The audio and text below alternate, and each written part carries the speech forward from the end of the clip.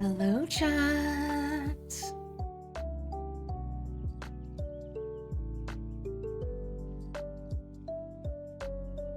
Hello. Good morning. I did not calibrate that correctly.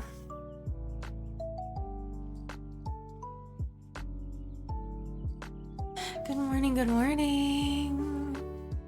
How's everyone? Good morning. Hi, Moss Man. Good morning, Cloud Factory, and congratulations on your first. Thank you, thank you. Good morning, Gal. Good morning, Adora. Good morning, Spacetime. Good morning. Meow. Meow. Kitchen burble. Kitchen burble. I don't know what she's doing. Do I ever know what she's doing? All right, I have some things to get on Etsy because what is going on with this flickering? Stop. All right.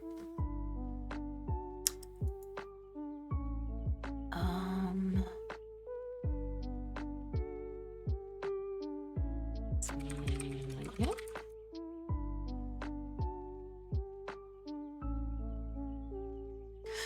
Dun, dun, dun, dun, dun, dun, dun, dun, doo, dun, dun, dun, dun.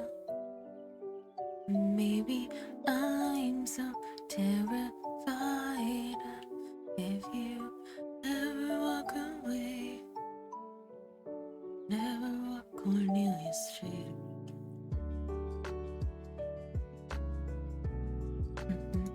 Oh, I almost closed OBS. Good for me.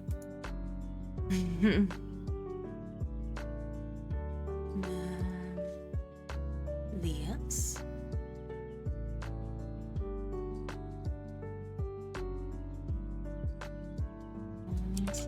Okay. And right, go to new cart.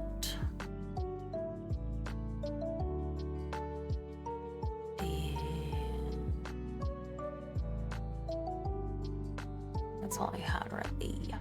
Okay. Because yeah, when you do things on Etsy, they don't always buy it if it's a digital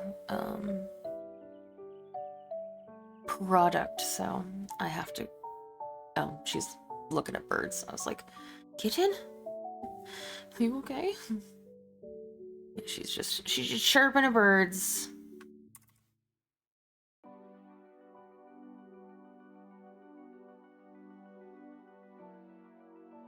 She loves chirping at birds. It's her favorite.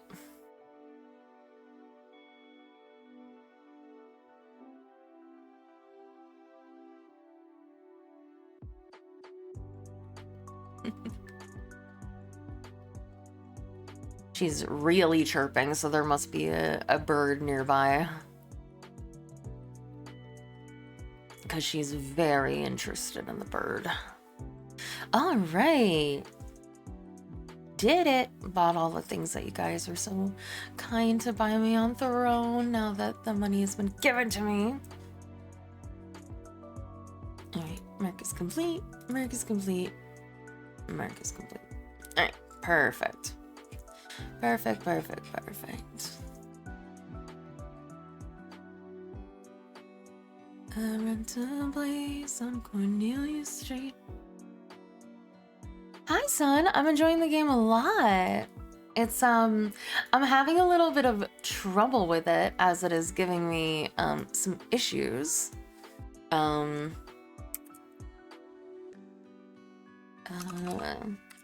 Sorry, I'm looking at my email so I can forward myself something. As I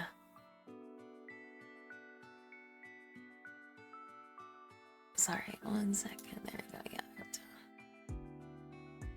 to send forward all these to myself. I can't get past the first fucking part of the case because I keep throwing up on the ground.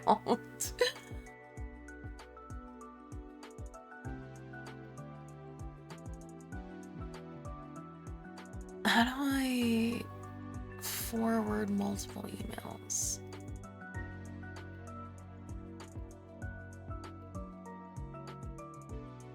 I guess I have to forward them one by one. Fine.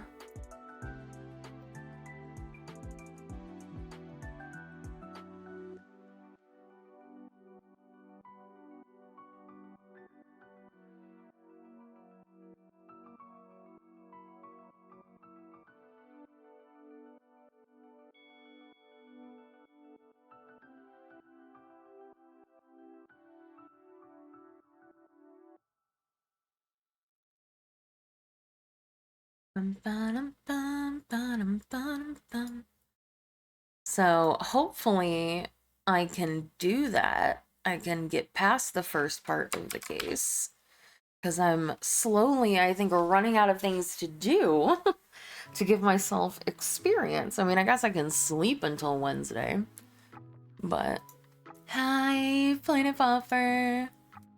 All right, so what did I do yesterday? I took another nap. I don't know why. I was very tired again. I know I'm doing my absolute best not to throw up on the body anymore. I took a little bit of a nap, and the little bit of a nap turned into like a 4-hour nap. You know how it be. I did an audio edit. I sent a script to a client, and I had intended to go and record the ASMR. I didn't. I swear to God, I'm going to do it today. I swear to God, I'm going to do it today. I'm going to actually sit at my computer a little bit today. And I'm going to record. And I'm going to get all of the assets that I was gifted on Thrones set up. So we'll have a bunch of things to play with tomorrow. I'll have the 2 extra sets of ears that I've had for like a week and just haven't set up. We will have the gotcha widget. And I don't have the goal thingy for anything yet, but and then I also have I have the social media reminders. Those will be fun to pop up in the screen on the bottom. Hey Reno.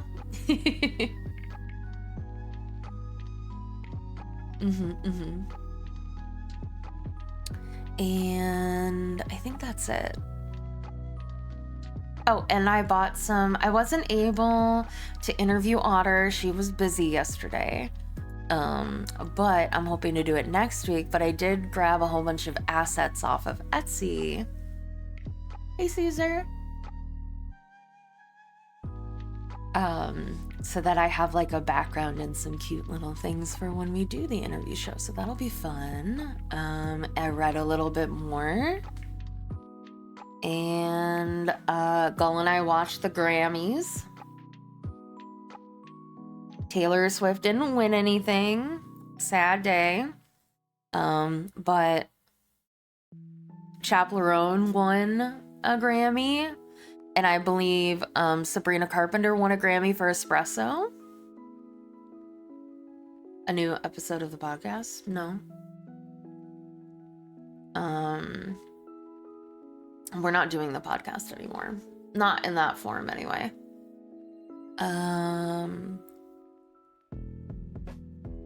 That was fun. No, so a new show. An interview show with I'm gonna do like a morning talk show kind of interview show with some people.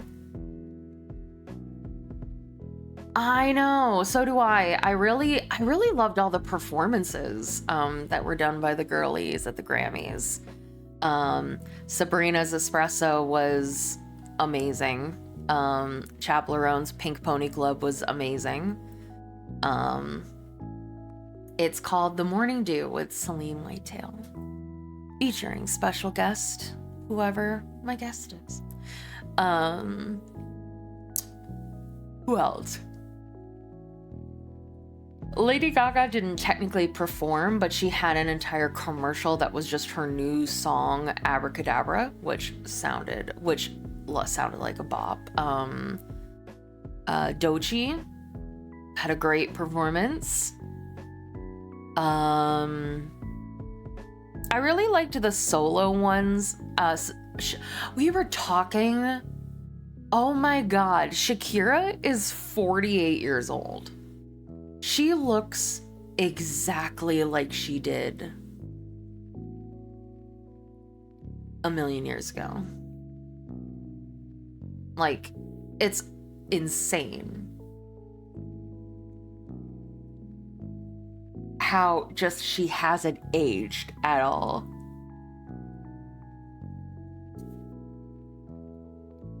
I feel like I'm forgetting somebody. But yeah, all of the girlies did great performances. Charlie XCX also performed as well. That was probably, of all of the like solo performances, I think that one might have been my least favorite. But also it was basically the last one of the night, and it was a bunch of flashing lights, and my eyes were just like, I can't handle this right now. But oh my God, I loved Sabrina Carpenter's performance. It was so cute. I loved the aesthetic. I loved like the little intro bit where she did like a little thing where she was being all cute and awkward. Ugh, I loved it. That was probably my favorite performance on the night. It was great. And I really need to actually sit and, again, you're so right, son. I need to sit and fucking listen to these songs, because I have not. I've never listened to Espresso, but I've heard it at like 3 different award shows. And I had never heard Pink Pony Club, but I'm like, I need to listen to that song too. And I need to listen to Brat. Everybody talks about how Brat was so good, but it shocked me how many awards Kendrick won for Not Like Us. He won Song of the Year and Record of the Year. And I think he won, no, Rap Album went to Doechii. But like, because he was with like Espresso and Fortnite, and like the awards were stacked this year. Like, I was like, it's so, I don't want to say it's unfortunate, because obviously Taylor has won so many awards, and she, like, you could say you don't have to like win them all or anything like that, but I obviously want her to win them all. Have a good one, Caesar. Enjoy your breakfast. Obviously, as a big Swiftie, I want her to win them all. But obviously, I was really happy when the other girlies got their flowers. But I was shocked that Beyonce also won Album of the Year. That was her first one, you know, which, good for her finally getting Album of the Year, and it's probably the reason why she even went to the Grammys, because I think like her and Jay-Z haven't even gone for ages, because she either is never nominated or she always loses to Taylor Swift. So I was like, but she won a bunch of Grammys for Cowboy Carter, which I have not listened to either. The only album I've really listened to this year is Fortnite, because I love Fortnite so much. Or the Tortured Poets Department. I have that album on repeat. I love it. But yeah, I definitely need to listen to Chaperone's album, The Rise and Fall of a Midwest Princess. The Rise and Fall of a Midwest Princess. I need to listen to Short and Sweet. I need to listen to Cowboy Carter.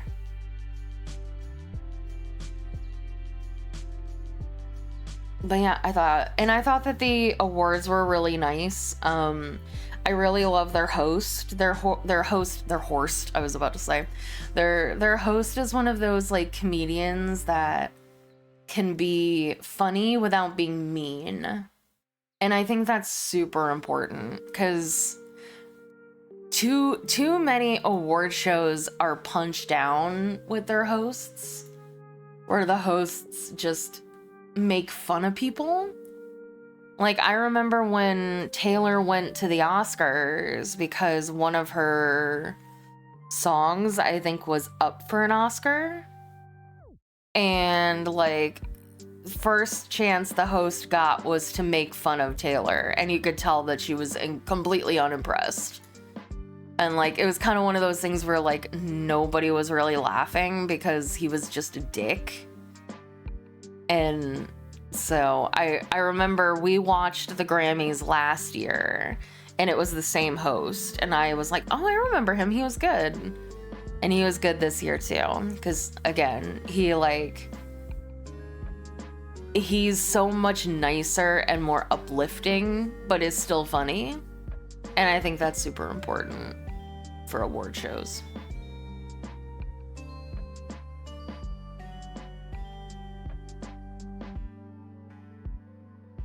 But yeah, it was good. And I got a little preview from my new rig artist. She did my V-Bridger. And oh my God, Petra's gonna lose his mind. If I can get the parameters right, my mouth is gonna move so much better. Somehow, I can do all sorts of stuff with my mouth now. According to the previews. I want to be able to frown. That's my biggest thing. I want to be able to frown. Gull couldn't figure out how to make her model frown, even though you can in like when you preview it with the sliders and stuff. If I can get myself to frown without being permanently frowning because I have resting bitch face, perfect. I'm into a place on Cornelius Street. I sit casually in the car.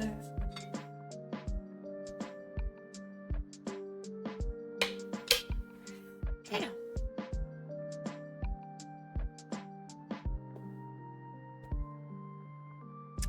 So that's exciting. Ba-dum-bum, ba-dum. Dum, ba-dum, ba-da-da-da-da.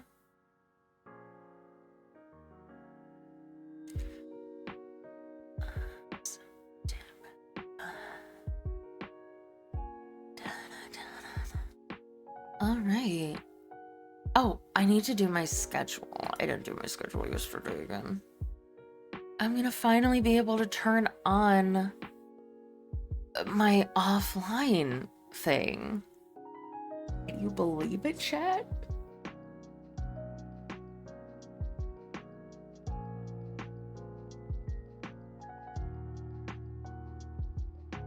Come on, Figma, open. Hey, pretty particle. Figma. Where are you?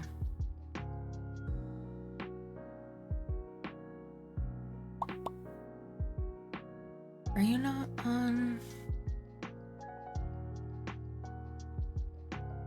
Hold on. One, you need to be on my...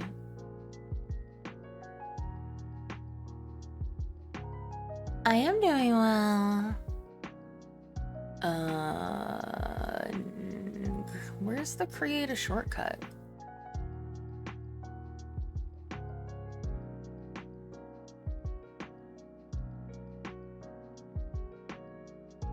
Is it copy as path? Oh, send to desktop. There we go. Okay, no, run as administrator. Thank you. I'm doing fantastic. I hope you're doing well as well. Okay.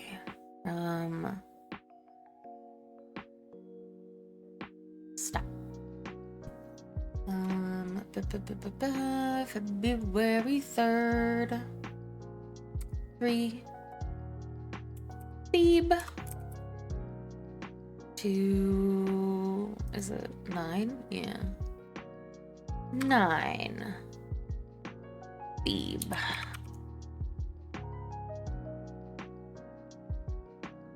Rent a place on Cornelia Street. Disco Elysium.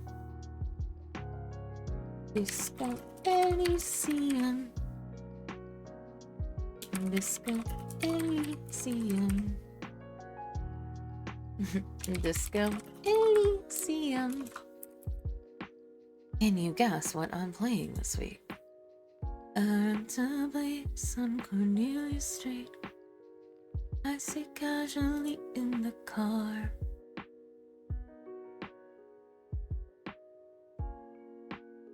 Hi, Magda.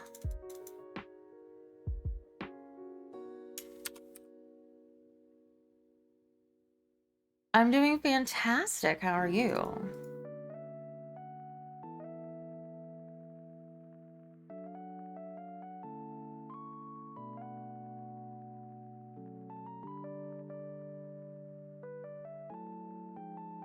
I rent a place on Cornelia Street.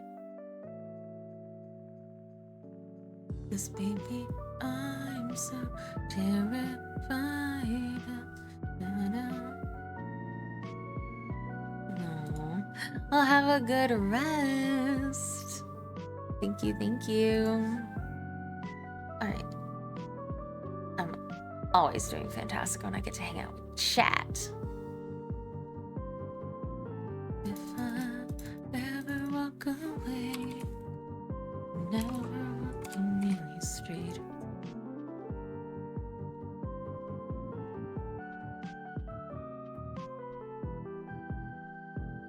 I rent a place on Cornelia Street. I sit casually in the car. I think I've screwed this up somehow.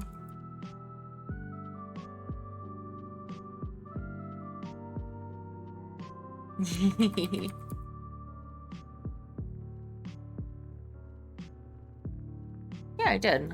I somehow screwed up the... That's fine. I'll leave it like that and then fix it for next time. Dun, dun, dun, dun, dun, dun, dun, dun,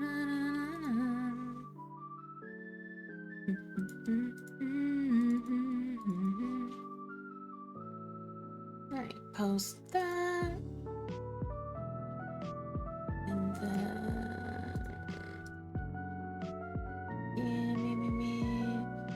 And then go to my channel. Go to brand. Update this. Boom. Oh, no. Damn it, I didn't edit the ASMR part. Shit. Hold on.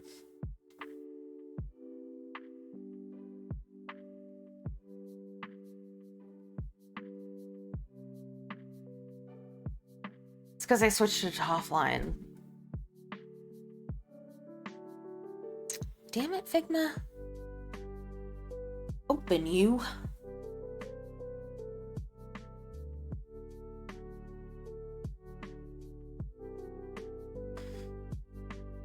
Oh, God. Okay. Beeb. 9. Nope. Beeb. Okay. Let's go Elysium.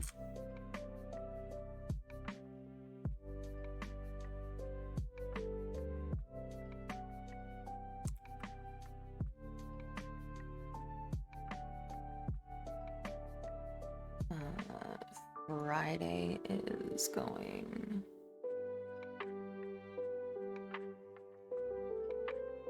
offline. Okay, have a good one, Fruity Particle. Enjoy your walk.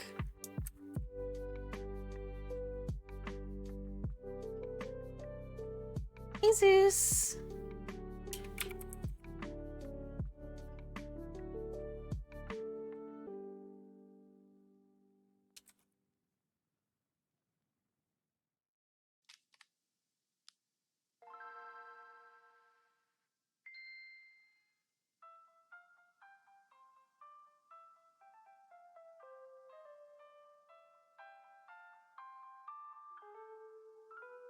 Hey, Robobo.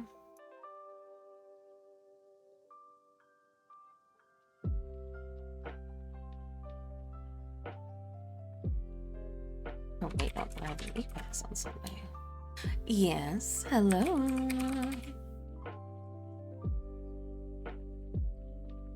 Okay.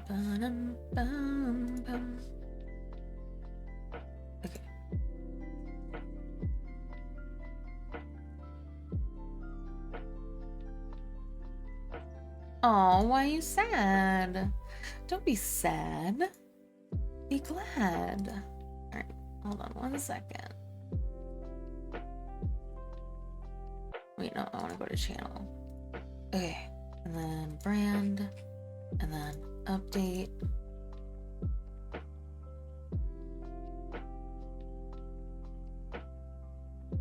Found out today that my best motivator for gym success is apparently being miserable. Oh.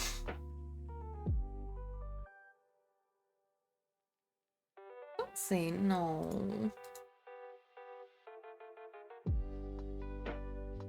No, no, no, no. Don't say that. Okay. Got that. You're not allowed to be miserable. You have to be happy.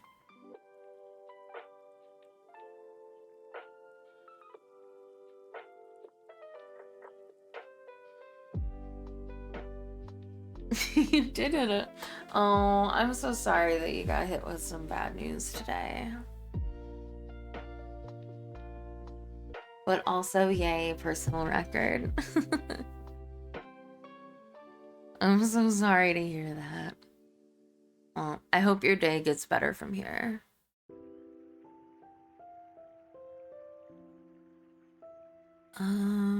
So I got that. Oh yeah, I need to check. I've been uploading my VODs.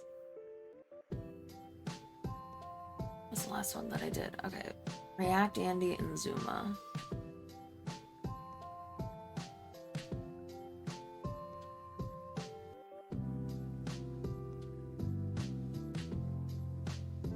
Okay, so I need to do.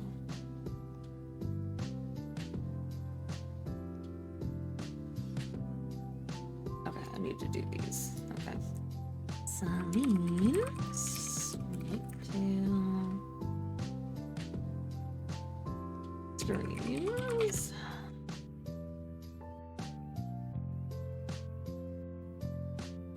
Okay, you do that one. Saturday Shenanigans and Disco Elysium Part 1.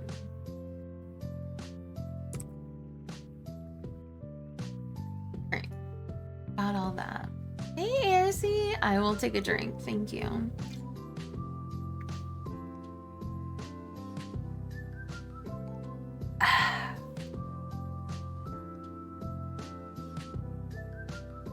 Okay. And hopefully... I know, it is a Christmas miracle. Okay.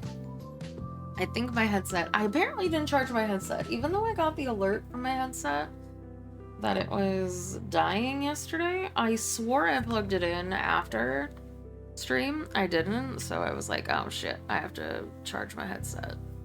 So hopefully it's charged enough now, as it's had about a 40-minute nap.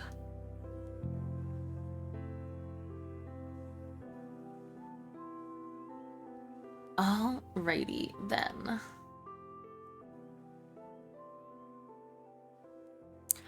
Ba-ba-na-na.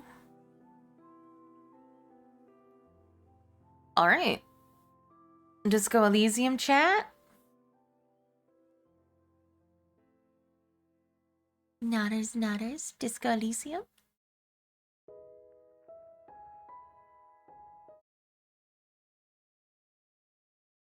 Run away, son. Run away. Don't worry. You won't be spoiled by anything. I can't get past the first part. I can't beat a 75%. Me too. I'm ready. Farewell. I'm sorry, son. I'll try to finish this game quickly. So you can come hang out. But this is what we're doing all week, so.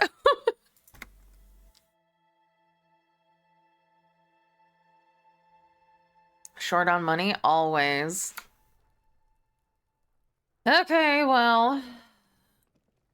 Oh, we weren't done with inspecting this. It's the ledger you found in the trash. A cabbage of papers hanging from the board, with the permeables drawer inside. It's barely held together by a clip, then made complete by the faint smell of urinal cleaner. Arson, petty theft, spousal abuse. You don't exactly close them, so much as distance yourself from the smelly. Yes, you can piece them together using the alphanumeric code on the margin. It always begins with HDB 41, then date of initialization and time of arrival on the scene, followed by the title.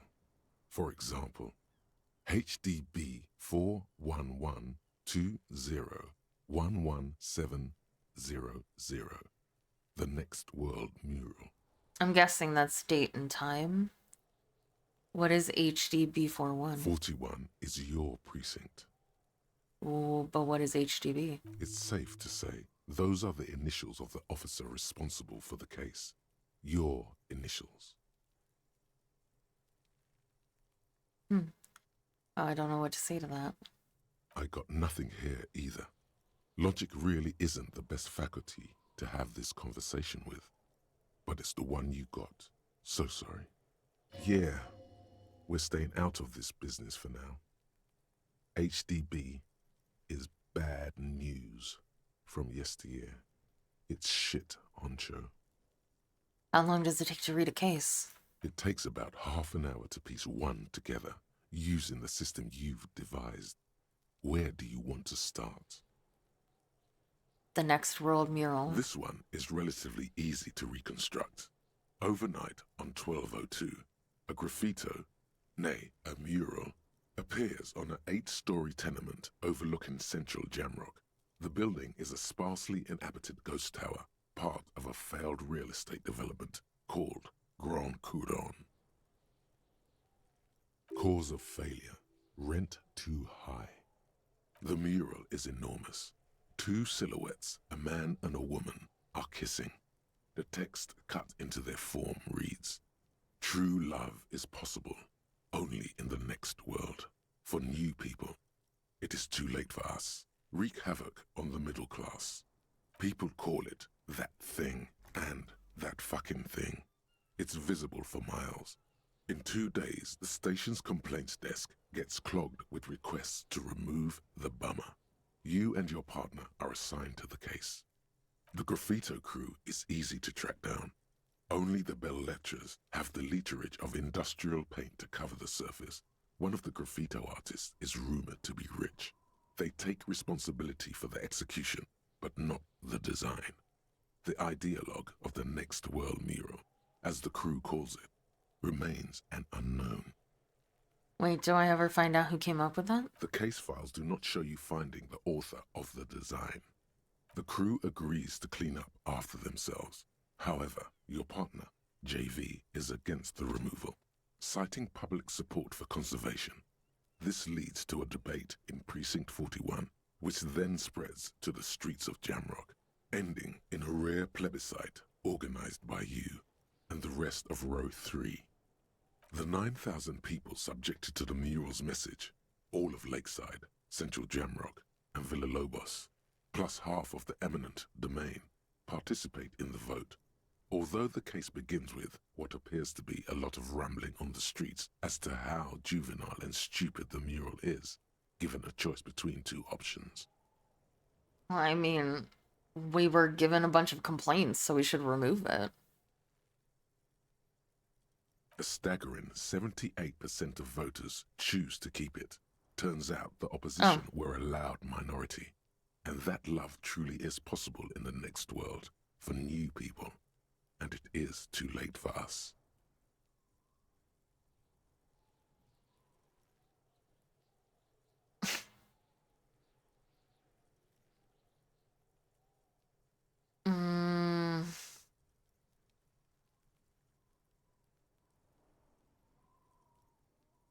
God, I must have voted and possibly even lobbied to remove that thing because I don't believe in that rubbish one bit. No one cares what you believe in, man with the smelly toilet ledger.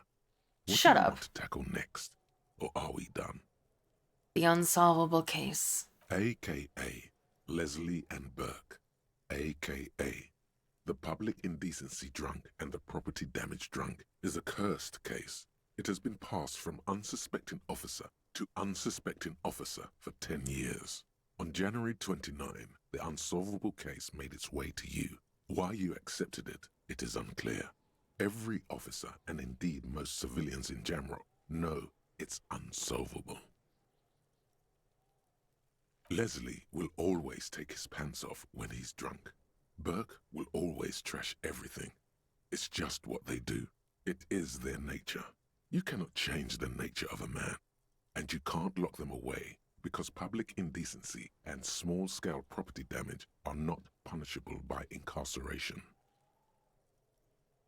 The only way for Leslie to stop displaying his genitals and for Burke to stop attacking things would be for them to stop drinking alcohol, which in their 40s or 50s, it's hard to tell because of their distorted features, is a medical improbability.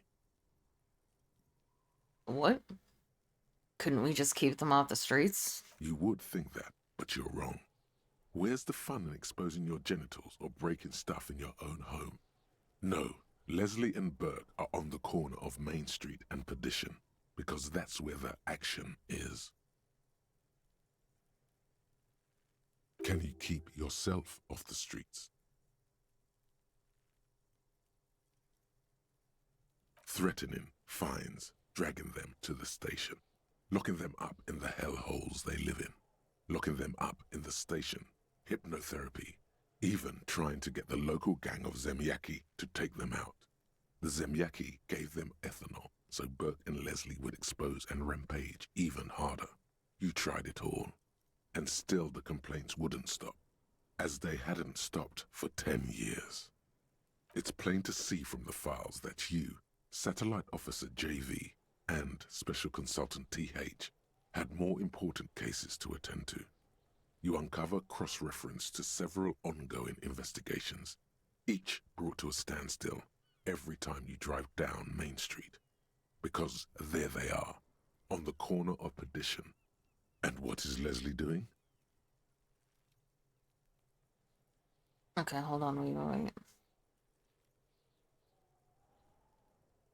He's doing public indecency. Good, you're learning. If the files are to be trusted, that's all there is to it. That and Burke breaking things, and the fact that they're both drunk. But then again, so are you.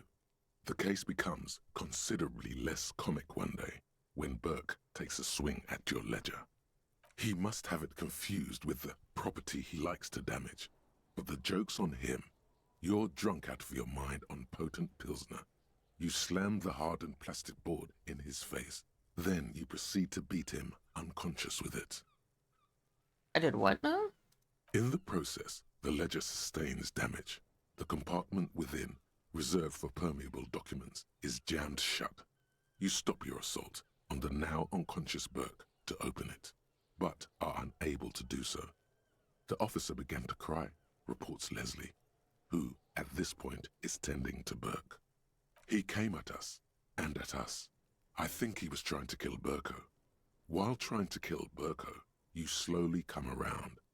The permeables compartment is open. You've smashed it open on poor Burko's kneecaps. The good news is, Burke can't walk anymore. Can't get out of his apartment. An invalid. With Burke to tend to, Leslie cuts back on the indecent exposure. Maybe he flashes his genitals to Burke. Who knows? But both drunks are off the street. The complaints stop. The unsolvable case is solved. Which is also why the officer responsible narrowly escapes a disciplinary hearing. The end. Do you want to read another one? Wow, that's wild. Okay, the square bullet hole murders. It would be very interesting to read about Yay? these, wouldn't it? I did it? There seems to be a square-shaped entry wound in the victim's forehead. She's been sitting there for weeks, on her rocking chair, with a square hole in her skull, staring at the wall, her mouth agape. But That's all you got. From the half hour you spent piecing it together, all you know is the entry wound was square-shaped. You never found the bullet. And then another body showed up, also with a square hole in his forehead. a sequence killer? Who knows? Those pages are missing. What next? Don't worry. One day you may still catch the man with the square gun. The couch in an unexpected location. Some assholes brought their couch outside and hung out on it.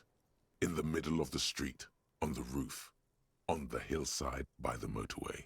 You know, at an unexpected location. They were young, and they thought they looked cool on it. They actually looked like assholes. Insufferable dicks. Young people are the worst. So anyway, you got a complaint about the damn sofa, or couch, or whatever it is. They were leaving it out in all these unexpected and whimsical locations. They took it to where they also took photos of themselves on it, and smoked cigarettes, and drank coffee because they felt it's intellectual.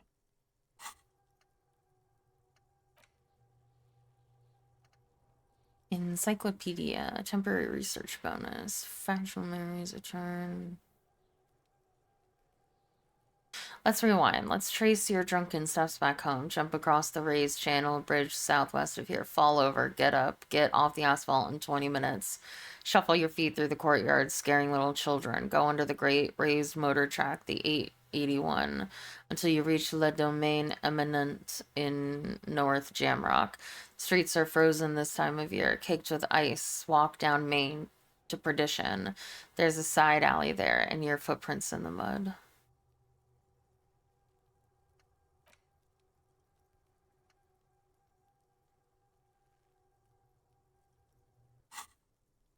Cigarette butts, coffee cups, stupid couch. You had to clean it all up. And you did. So congratulations to you. Case solved. Did I ever catch those guys? No, you didn't have time for that. These notes show that you have what is called a real goddamn job. You don't have time to be chasing down the couch assholes. You have a real job to do. What next? Murder at the hookah parlor. Murder. Tum tum tum at the hookah parlor was a case originally assigned to an officer called Joseph Mills, who is now dead, of circumstances completely unconnected to murder at the hookah parlor. Wait, how? Beaten to death by a throng of Villalobos gang members when him and his partner J.M., only initials mentioned, answered a call one night. It's a sad story, and it isn't really represented in your case files. Stop stalling and get to the murder at the hookah parlor. Okay, no need to be rude. Joseph Mills was on this case that he just couldn't solve. Was doing it solo. Said it was a real nutcracker, a real brain twister. Was on it for, like, a month. The captain got impatient. Shit or get off the pot, Mills. Mills didn't get off the pot. Not yet. He kept at it for a couple of weeks more, racking his brains, running with every theory, as outlandish as they seemed. Still couldn't solve the murder at the hookah parlor. Tough case, he said. Toughest he's ever had. Wait, was Joseph Mills a good cop? No, he was awful. Awful sense of humor, too. The worst jokes you've ever heard. Really rapey. Still, He'd been on it for months now. Said it was the final case. Said it was uncrackable. That murderer had vanished into thin air. That goddamn hookah parlor was all he talked about.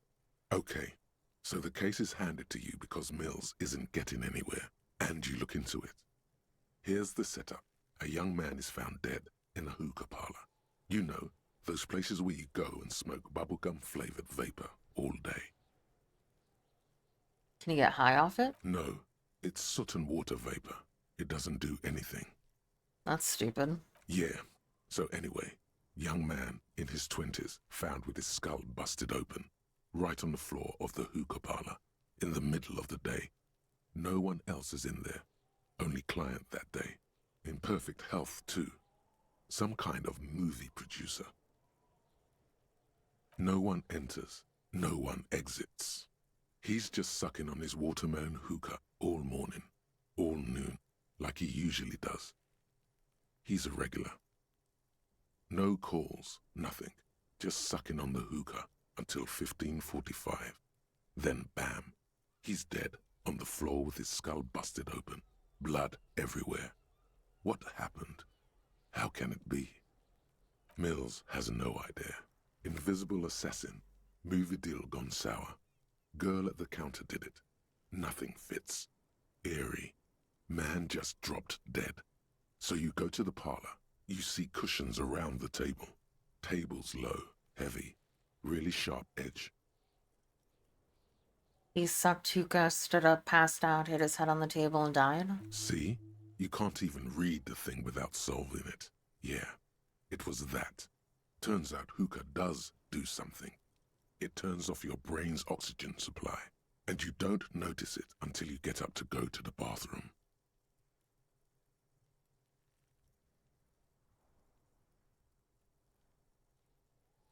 And what was he doing there for 6 hours? Smoking hookah. Didn't you hear? I don't know. Trying to come up with a movie script, maybe. Anyway, that was Murder at the Hookah Parlor. Joseph Mills wasn't a good detective, and about 30 minutes has passed piecing it together. Next. Man, none of my colleagues know how to do their jobs. Not much has changed in the meanwhile. A bunch of sodden papers still sags from the clipboard. It takes about half an hour. Not much has changed in the meanwhile. Browse the yellow papers. In the back, you see thin, translucent copy of paper. Some neon yellow, some bright red, all covered in boxes, like marching armies. These look like official forms, waiting to be filled out. Then rip them from the binder and hand them out, according to type of form. What type of forms are there? 3. The topmost are misconduct fines, the middle ones are station calls, and the bottommost are field autopsy forms. Each is easy enough to make sense of. You don't have to be an intellectual giant to do police work. A misconduct fine. A monetary penalization ranging from 20 to 250 real. Severe cases allow for 1,000 real, but that requires special paperwork. The details of issuing these fines are spread out over the rest of the fields.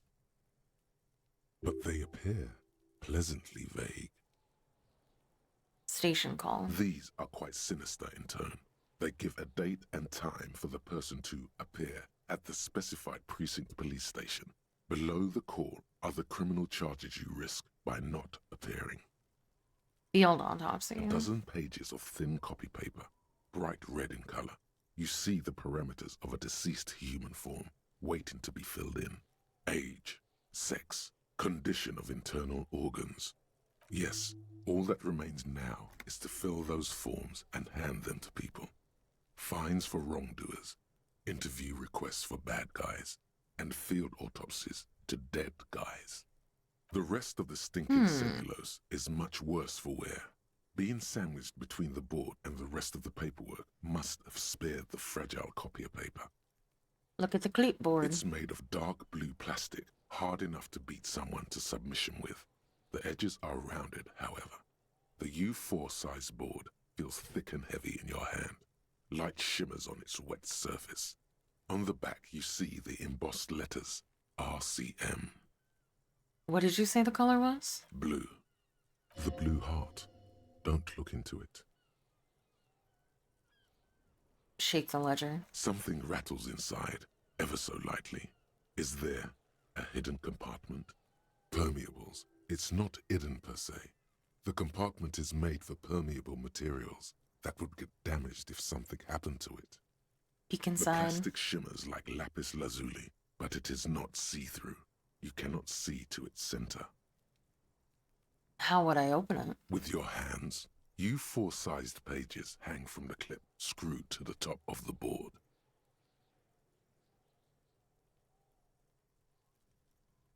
Okay, wait. Can I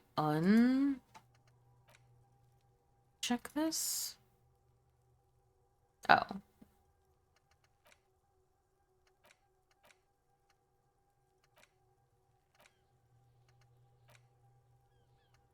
No, I can't.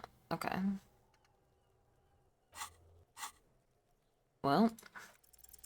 Nice. The two sides of the board appear slightly misaligned, like a drawer that's come off its slides. If you bend the plastic on your knee slowly, the slides snap back into place. It should be possible to just, Slide the drawer open. without resistance or sound. The two panels. I didn't move lose to the against each other. clipboard, yay! The compartment is now open. What's inside? 2 ticket stubs and a handmade postcard. What? I'm sorry? Pick up the ticket stubs. 2 octopuses are smiling, reaching their tentacles toward each other in the colored pencil drawings. The tickets permit access to the zoo in Revachol East. The aquarium costs extra. These let you go there, too. Okay. I can go to the zoo. Pick up the card. Thin wax paper has been glued to a piece of cardboard. Sounds like leaves rustling when you pick it up. You see violet flowers, floral patterns, patches of glue. It smells of chewing gum, apricot flavored. A touch of cinnamon, the end of summer. You think the label says tutti frutti. Familiar handwriting lines the inside of the card, looped, round letters in a woman's hand. A young woman in her 20s. There is care, effort, and a smile, you think. Although that is not something you can read from someone's handwriting. Harry, it begins. You're already reading. I wanted to write you a letter so you can read it when you wake up. Maybe it will make you happy. Throw it away, please. But it'll make me happy. A merciful wind blows in from the bay of Revachol, dusting the ground at your feet and raising newspapers far away. You feel the card slipping into it. Hold on to it. Read the card. Your hands shake, holding onto it. Every morning when I step out and you're asleep behind me, it says, I find a little piece of sadness in me. I carry it in my chest down Voyager Road. Every step I take, it grows. By the time I reach the fuel station, it has filled me entirely. I step onto the light rail and look back. Sparks fall from the bow collector. I know it will be like this until late afternoon, when I get off the 42 and walk back to you. Aww. You. Every step I take will get lighter. It almost makes me run. Sometimes I do. I can't believe I met you. I can't believe the happiness I feel with you.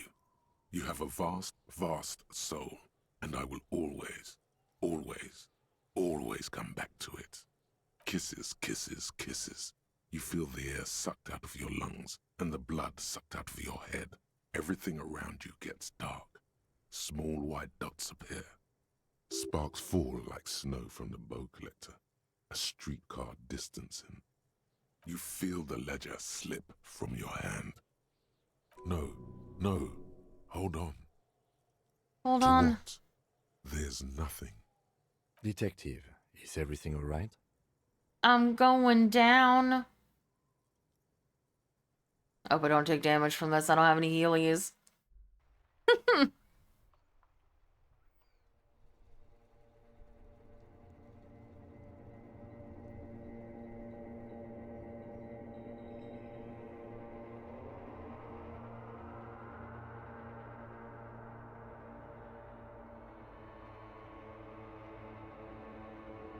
There is nothing. Again.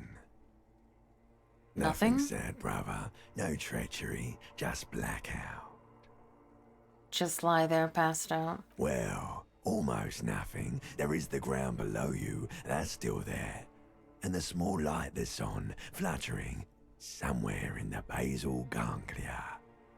Who's that? That's me. Blue eyes, that's me. And who was that? Who was what? He speaks of the sickening longing, the unwell emotion. Even in the darkness, he's grasping for it. Still trying to hold on to the great sorrows slipping in the water. Slimy. Yeah, that's the stuff. Here in the paleo-mammalian cortex, we call it the shadow. Because it's always there. Was that the X something? The... Bloated corpse of the past resurfacing. No, it was beautiful. Beautiful. Believe me, stupid ape. Its lack of beauty was not the problem. Where is Voyager Road? There is no Voyager Road. There are no roads, no houses, no lights in the windows. It's all on pause. There was something about a bow collector, too. Yeah, man. What was that about? Enough, just lie here, motionless. You think they would let you? Until you disintegrate into biomolecules? No. Someone is breathing on your face now, inspecting your pupils, stupid idiot. What is that? It's cold. Yes, they're pouring something on you. It's in you. And It's delicious. Glowing lights on a dashboard emerge out of nothingness. Where am I? In the upholstered cabin of Lieutenant Kitsuragi's motor carriage, seated in the driver's basket. The air is thick with leatherworks and heavy fuel oil. Cold water runs down your chin. Drink. Water. Drink. The water is cold, silvery, the stuff of life itself as it pours down your parched throat. The pounding in your head recedes. The darkness parts. Drink. You haven't drunk water in 2 days. Did you know the human body is not made to survive on alcohol alone? You need a secondary form of hydration. Drink. With greedy gulps, you down half a liter of cold water. Some of it spills on the driver's seat. The lieutenant pays no heed to it. What happened?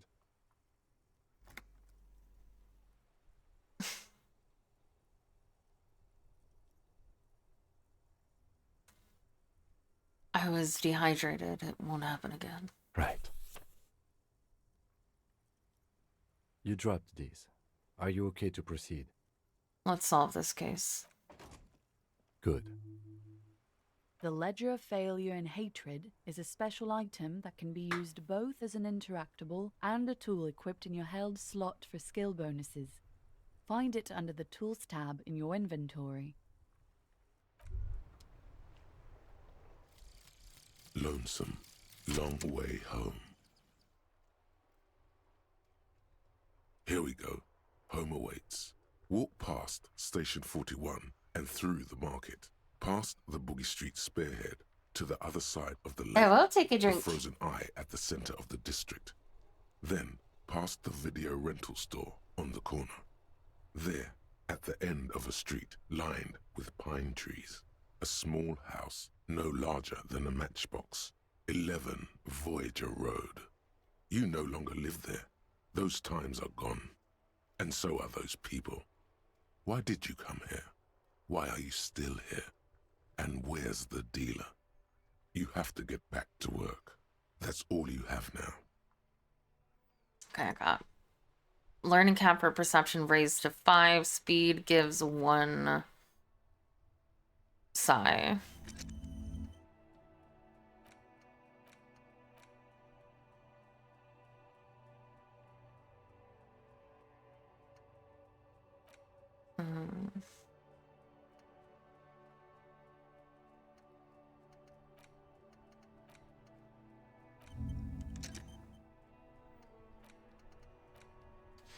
Ba-ba-dum, ba-ba-dum, ba-dum, ba-ba-dum, ba-dum, bum, bum, bum, ba-da-da-da-dum, bum.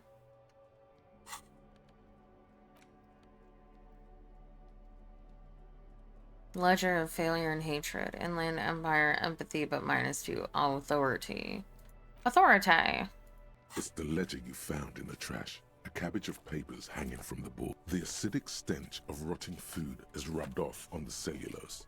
It now forms the base of the experience. This base surrounded by a faint air of spoiled meat, the stuff of death itself, and then sprinkled liberally with the citrus zest of toilet cleaner.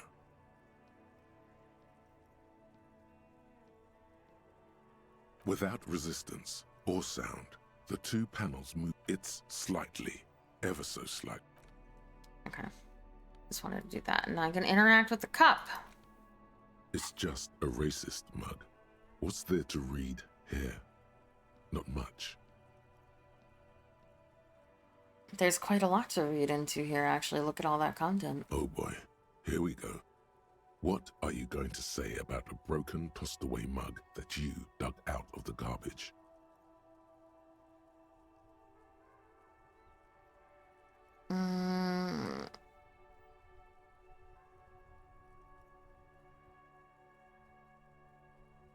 This mug is an example of prejudice. I'm going to use it as an example of what not to do. But it was in the trash.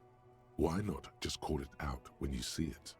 Or do some volunteering work. Just finish your case, detective.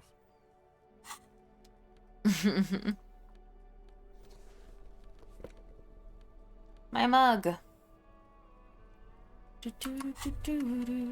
What's this? We're getting reports of normal, reasonable, temperate, political opinions somewhere in Martinez.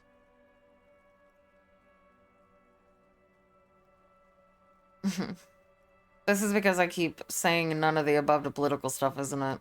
It's also about that, but it's also more. Perhaps it's the hangover. Perhaps it's a temporary surge of serotonin, but something tells you it's time to become a citizen of the Kingdom of Conscience. What is the Kingdom of Conscience? Or It is where not a is? place. It is a moment in time that can only arise in the right circumstances. In all of human history, it's only been achieved a handful of times. How do you bring about those circumstances? Incrementally. History's greatest catastrophes have been brought about by people trying to make the world a better place.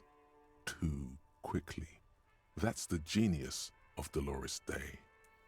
She recognized that progress is meaningless if its gains are lost because of instability. Real, lasting change can only come about gradually, increment by increment. But what about all the things that are wrong now? Tisk tisk. Just because you live in the present doesn't mean you have the right to place your needs above the needs of the future. You may never live to see the Kingdom of Conscience. Your children may not. Even your grandchildren might not. But that's no excuse not to keep working. What rationality? Wait, is the Kingdom of Conscience really about doing things or just preserving the status quo? Do you believe the status quo is preferable to chaos and bloodshed? I don't know, dude.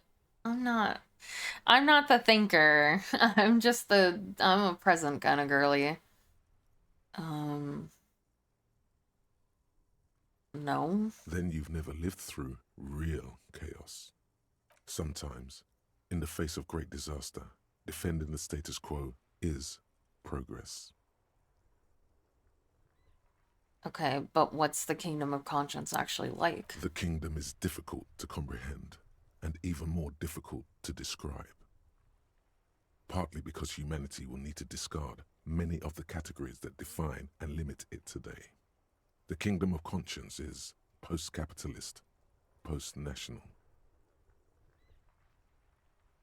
It's also post-industrial, post-ideological, and even post-sexual.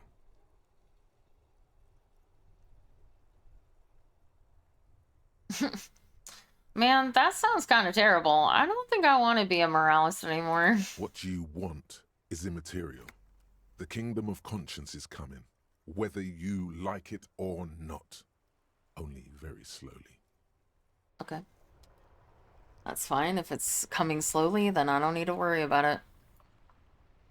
We should think about calling it a day, maybe. The nights are still miserably cold this time of year. I haven't paid the cafeteria manager for damages yet. You should take care of that, then. I don't have any money. Let's talk to him anyway. An officer of the RCM shouldn't be sleeping in the street. We'll figure something out. I just sleep in your car. Though he finds this situation frustrating, he is doing his best to not make you feel any worse than you already do. Where are you sleeping?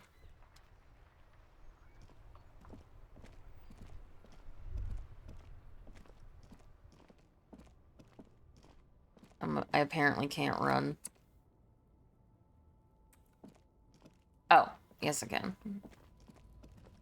Give money. Unfortunately, he can't. He's also broke.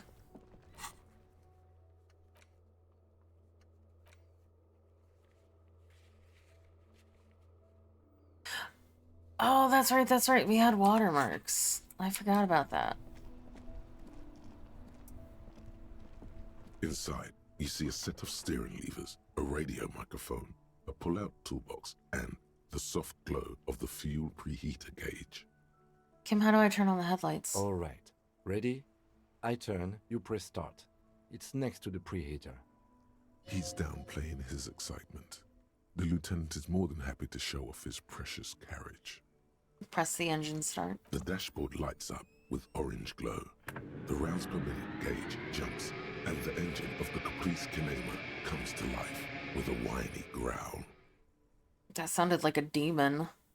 Press the button labeled The headlights. lights unfold with a little click, casting electrical light onto the ground before the vehicle. There you go. I'll turn them off from the remote once you're done. We just need to stand in front of the machine now.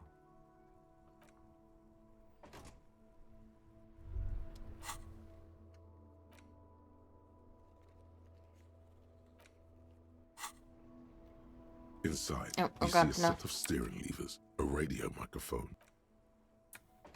I didn't mean to click on it. As you hold your ledger's clip under the headlamp, a shimmering iridescent pattern appears. One you've definitely seen before. There she is. Revachol West. Around the borders of the watermark are dozens, no, hundreds of micro-perforations. Look at the shimmering street grid. The rectangular watermark is overlaid with the logo of the RCM, and yet the major arteries of Revachol are all recognizable. They shimmer in the Kinema's headlights.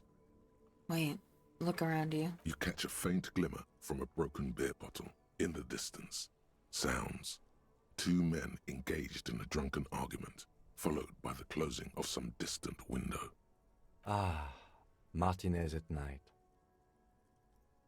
Where are we on this? Let me see. Right here.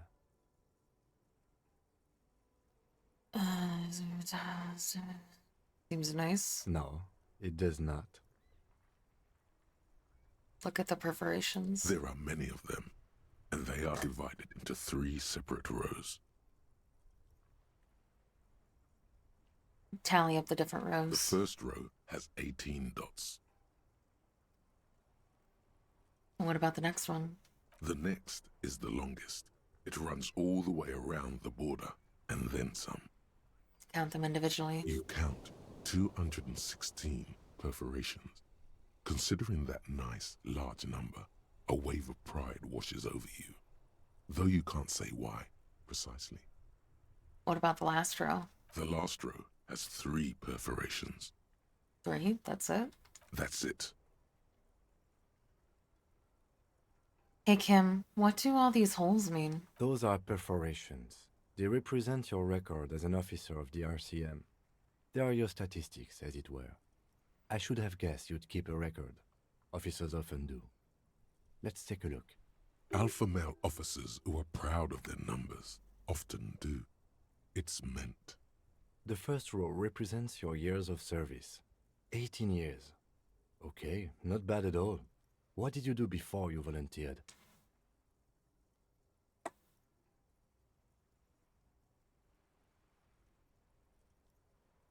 Probably some boring office job, same as everyone else. No shame in working a regular job, detective. Sometimes after a long day of doing this, I even envy it. Let's move on, shall we? This next row, the one that wraps all the way around, is your number of closed cases. Closed is good. It means finished. You've got, let's see... Wow, more than 200. 216 to be exact. It's quite a lot, even for someone who's been on the force for nearly 2 decades. Usually, clearing more than 10 cases a year puts you in the 90th percentile of all RCM officers. I used to be good. That's some solace, I guess. What's the last number? Right. Those are your confirmed kills. You've got precisely 3 perforations there. So I'm a killer. For an RCM officer, especially Precinct 41, which is in the Jamrock Quarter, it's rather tame. I mean that in a good way. There are certain officers who treat their kills like some kind of ghoulish game. If they do happen to solve a case, it's usually by accident. But it seems as though you are, or at least were, one of the good ones. So we have that to be thankful for. Have you ever killed anyone? Yes. It's not a problem for him to state it, however. How do you handle the strain? Everyone has their own method of coping. Some more effective or self-destructive than others. Personally, I find it helps to keep up a few hobbies. Maybe I should find a hobby. Why not gardening? You've already got the gloves. It's meant in earnest. Please don't mistake it for a jab. I love gardening, so works for me. Thanks for this. The lieutenant nods. Okay, let's go. Right. I'll go turn off the lights. You can now see your statistics on your journal page, to the right of the task description. Okay.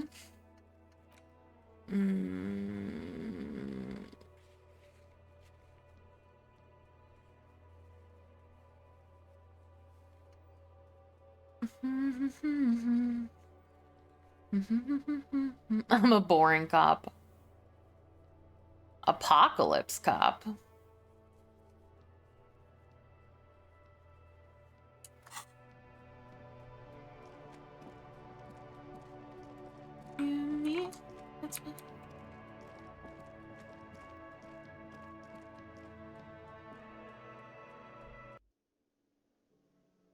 Ooh. More people are here. But I can't talk to any of them. Can I help you? Good morning, Midgard. Here's your trash container key. Thanks. I hope you found what you were looking for. I found the victims' clothes. How strange. I certainly didn't put them there.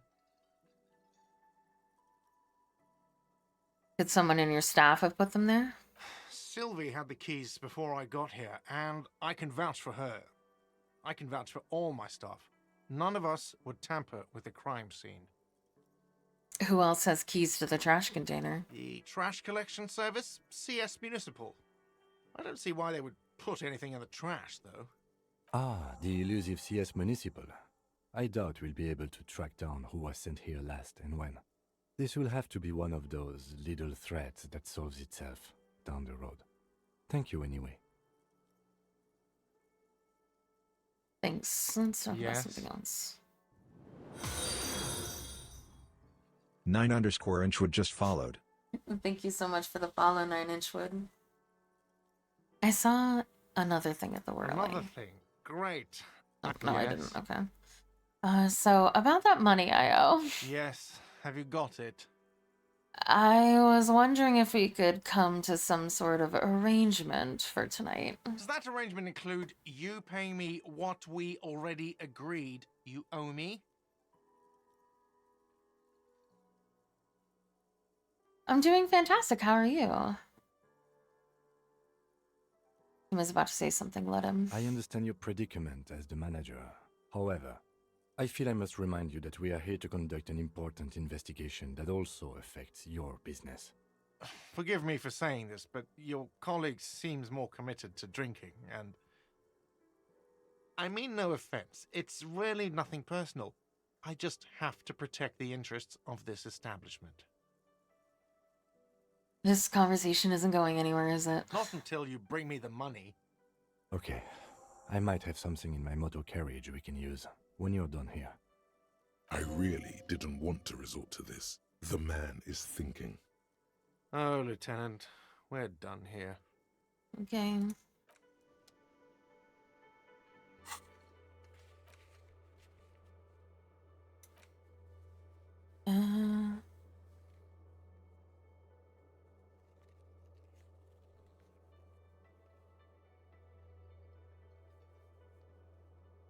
All right.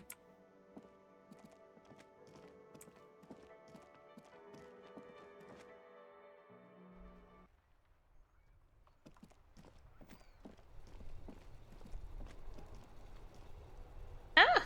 I'm stuck. Inside, you see a set of steering levers, a radio microphone. I have something here we could sell. Look in the back, in the suspect transport enclosure. Transport enclosure. Regular people just call it the cage. Look in the suspect transport The enclosure. cage at the back of the motor carriage looks rather uncomfortable. 4 shiny hubcaps are stacked against the seat. Their silver edges sparkle in the dark. Thank you. I confiscated these for a little while back. We can take them to the pawn shop down by the Martinez Canal. What are those things? There are spinner hubcaps, frivolous things you put on your wheels. When the wheels come to a stop, the caps keep on spinning. There's no real use for them, it's just for vanity. What do you mean you confiscated them? A couple of weeks ago, I stopped a young man for going slower than the speed of traffic. Turns out he was some coalition official's son and high. I get it. I would have confiscated them too. They're mesmerizing. That they are. I was going to take them into evidence, but they weren't necessary for conviction. He never asked for them back. Did you want to put these spinners on your machine? No, that would be silly. I don't know why I kept them. It doesn't matter. I couldn't put them on this MC anyway. A cop with spinners. That would be outrageous. Yeah, outrageously cool. He flashes a smile, barely visible in the dark. The spinners shine so bright they reflect on the lieutenant's glasses. He doesn't say anything either. I don't want to take them from him. He's so nice. I'll sleep on the ground. I can't take them. All right, let's not take them now. Then come back once we realize we have to. Have this conversation again, and then take them. Sounds likely.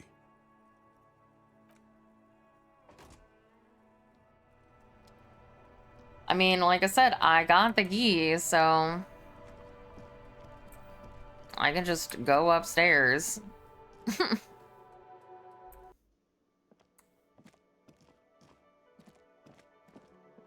Oop. You see a heavy steel door. The door does. Damn.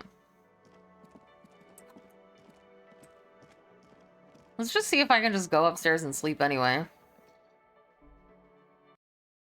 What is he gonna do? Stop me?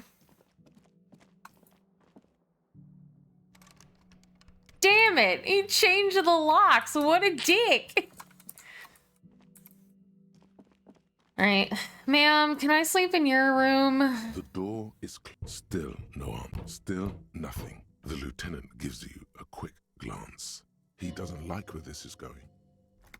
Still nothing. The lieutenant gives you a quick glance. He doesn't like where this is going. This door can only be opened with a key or from the inside. Hold on. Wait, I can break into my own room. Hold on. Hold on.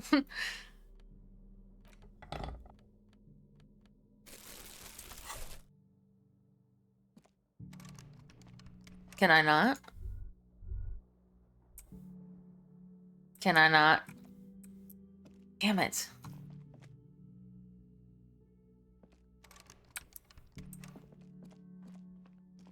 The door is closed. Still nothing. The lieutenant, he doesn't like where this is going. This door can... Oh.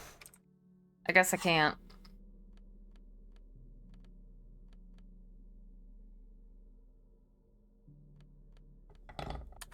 Let me in! I can't break into my own room. Bullshit. Fine.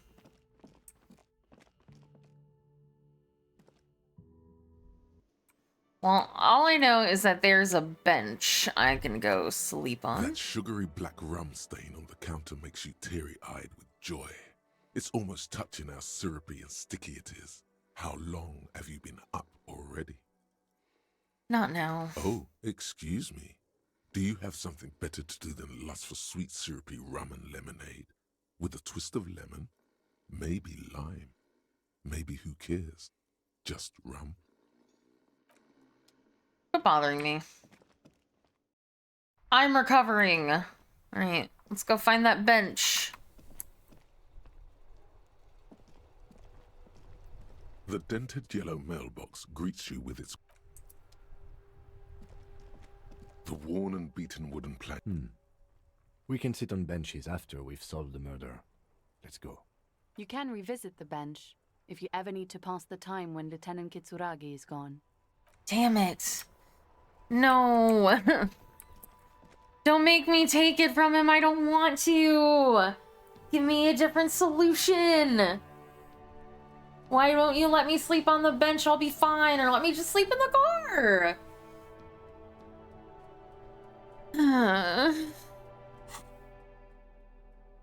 I know. I don't want to take the spinners. Alright, well, maybe I just don't go to sleep. It's fine.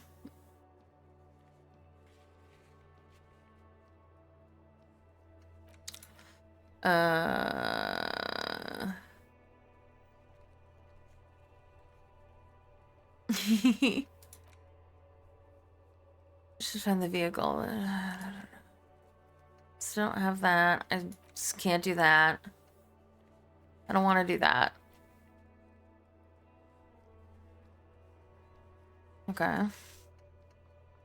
Alright, let's go ask Kuno, I guess.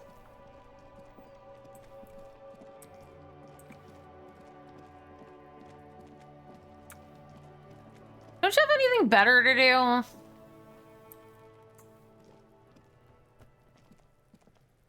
Fuck does Kuno care?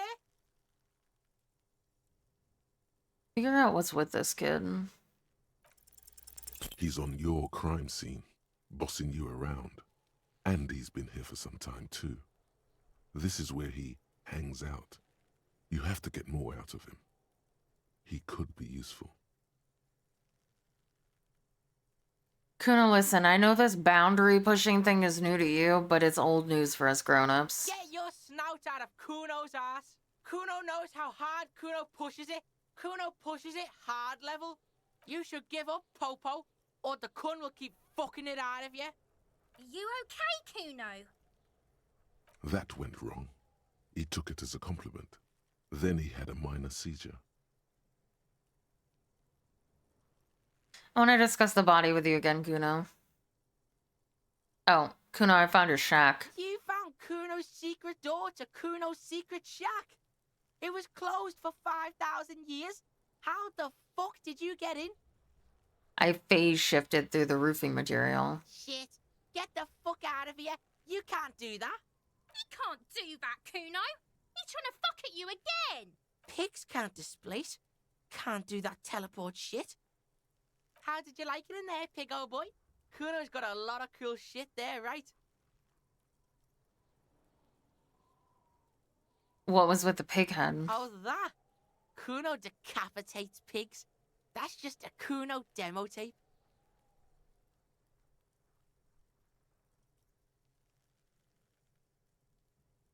Cool pig head. I liked it. I got one too. This one.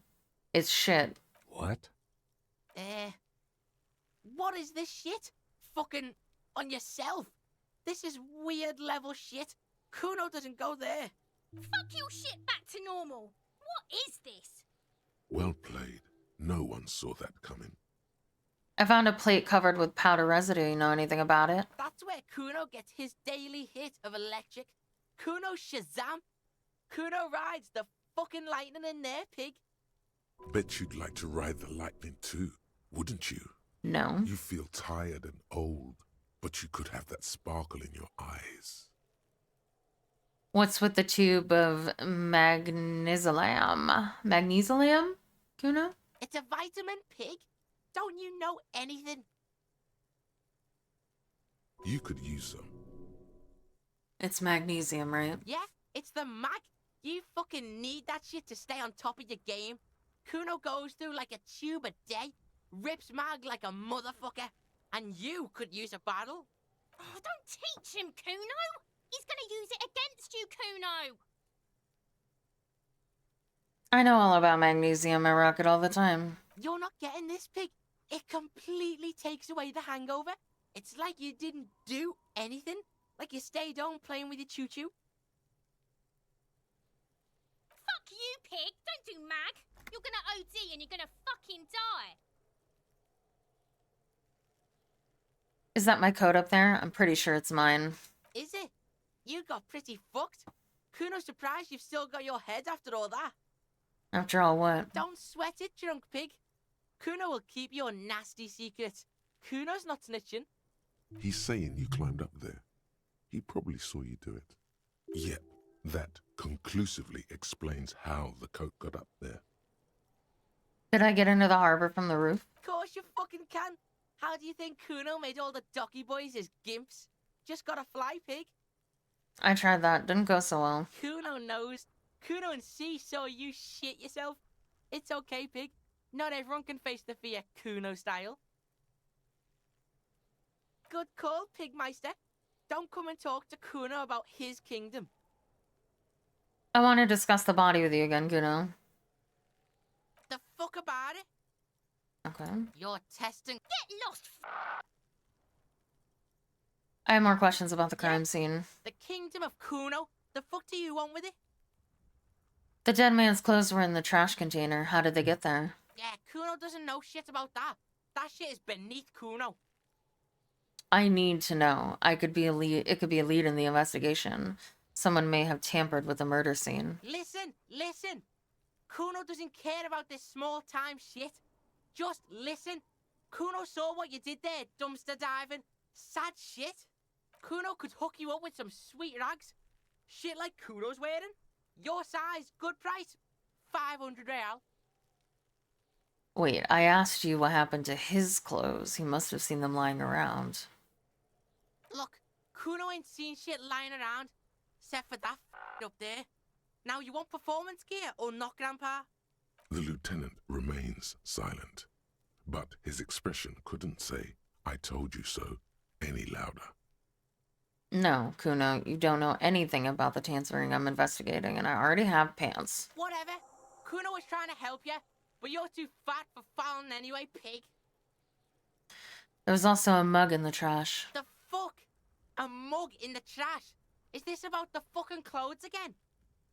Yes, does the racist mug have anything to do with it? Yeah, Kuno sees where this is going.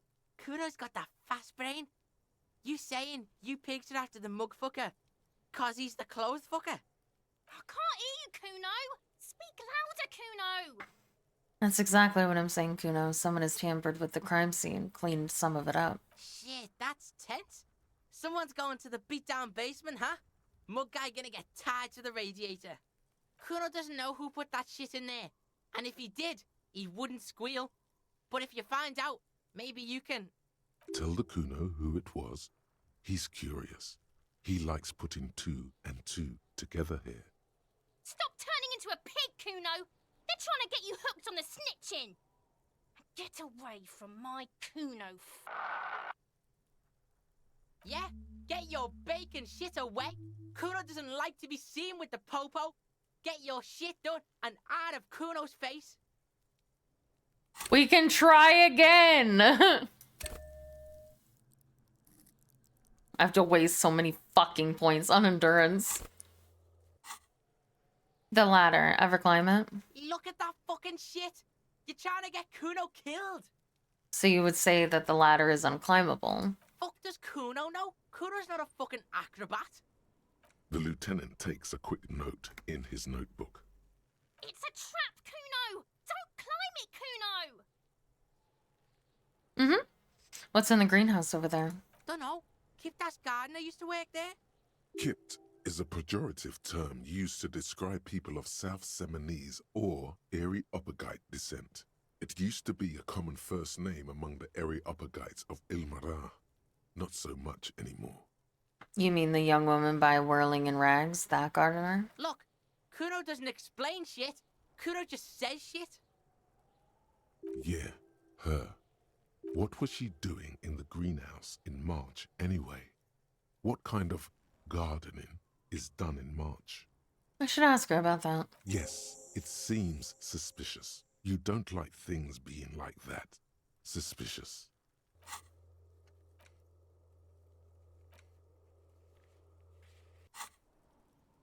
Yeah, whatever. Kuno doesn't give a shit. The fuck do you want with it? Good call, Pigmeister.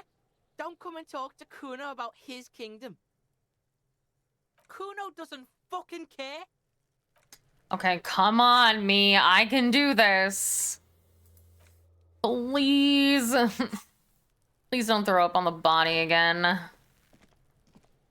There he still is, looking right through you with his white eyes. Please. The body below is entirely dedicated to that corpse smell.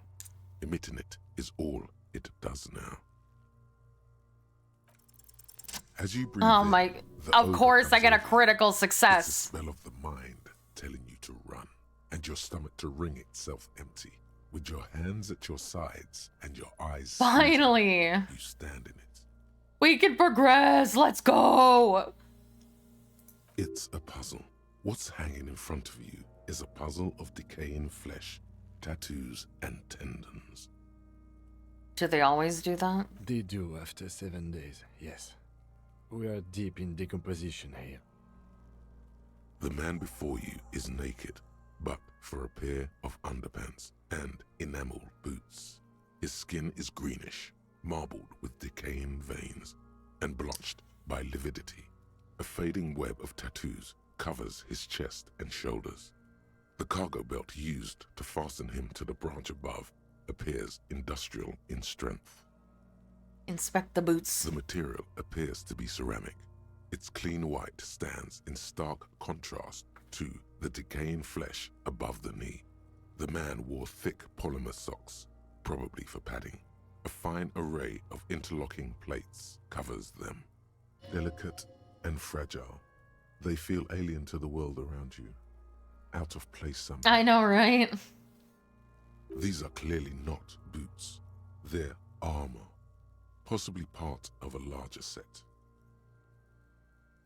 These aren't just boots, are they? They're armor. Indeed. Technically speaking, these are sabatons, not boots.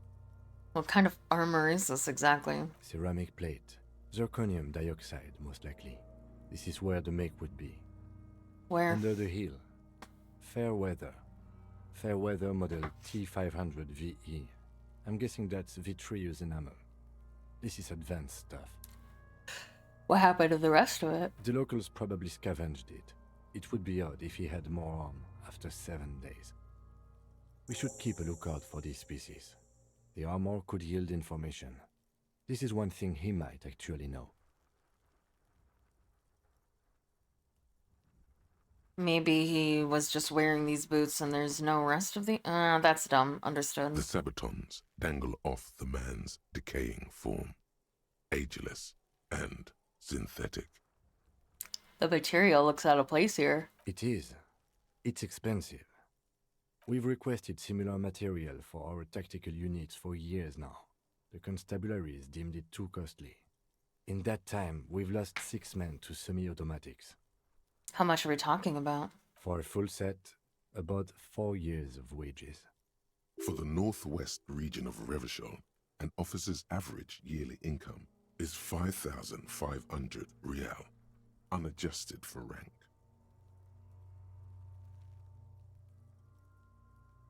That's a lot, I take it. As a wage, it's regrettably small. But for a piece of hardware, yes, that's a lot. How could this man afford such expensive hardware? That's for us to find out.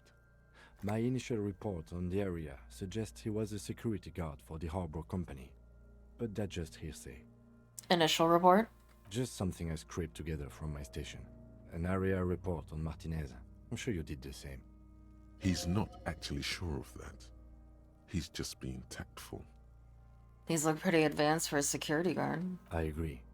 This equipment is way beyond what a guard can afford.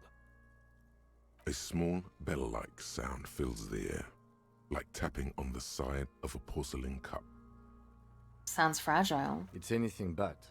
This material is a kinetic redistributor. It spreads kinetic energy horizontally, from plate to plate, dissipating it entirely. See? Faint, organic lines cover the plates where they separate into smaller ones. These plates then divide into smaller plates until there are hundreds of them altogether.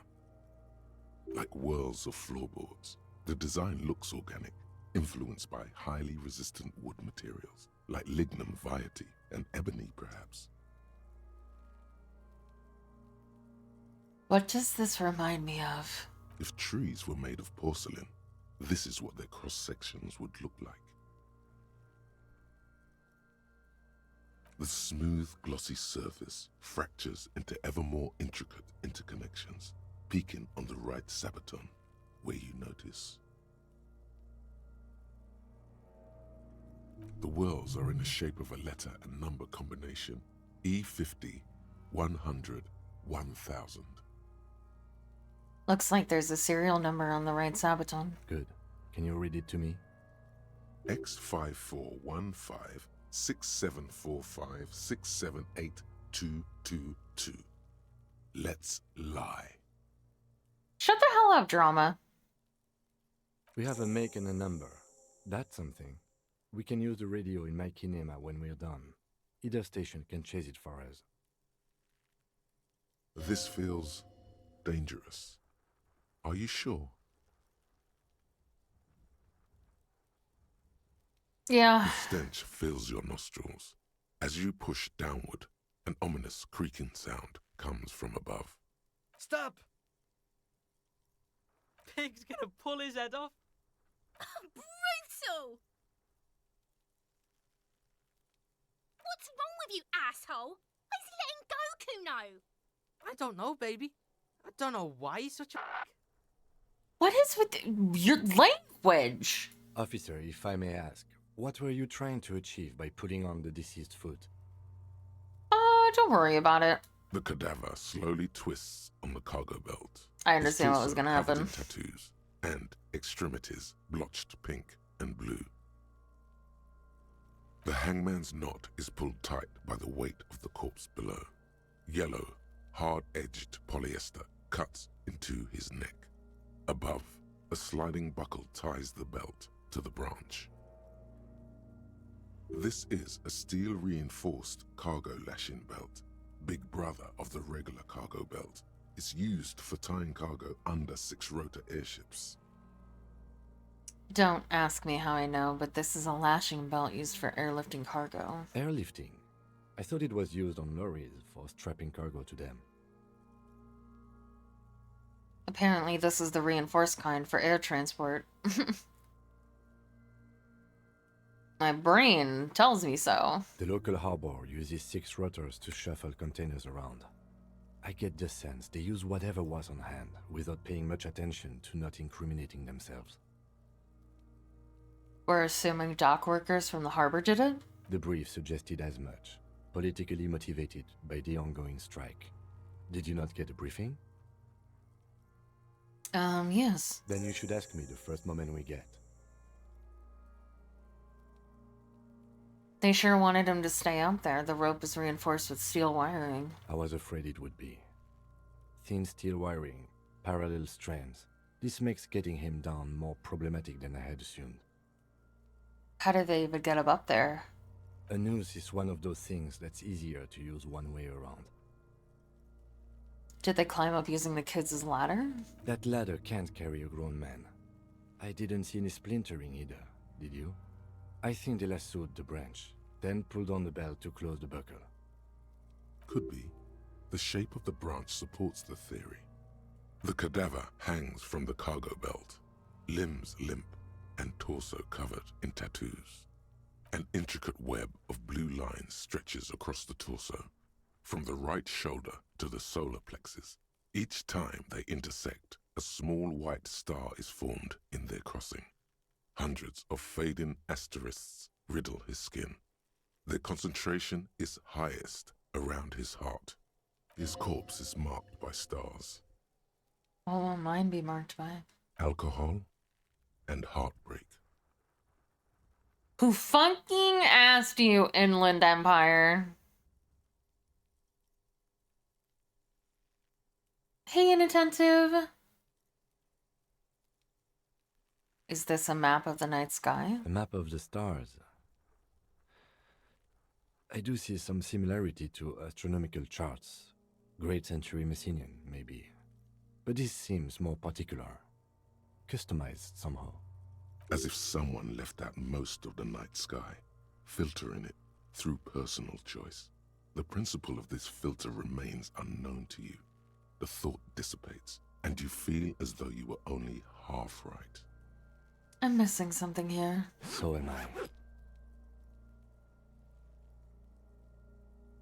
He takes a thin piece of milled aluminium from his coat pocket and pulls it open. Sounds like a sword being unsheathed. A small lens appears. Some sort of camera. Shit, Kuno! What the fuck is that? An instant color camera. I have only 2 ampoules, so nobody move. I don't want to waste one. A sound, a shrill flash, followed by the breaking of a small ampoule of glass. You see streams of color pour onto the thick, glossy piece of paper, rolling out. In case we need it. What do you need this photo for? It contains insight to the victim's person. By his build, I'd say this was a man of physical violence. The story he wanted his body to tell was important to him. It is his letter. To us. Someone should decipher it. We'll need to show it around.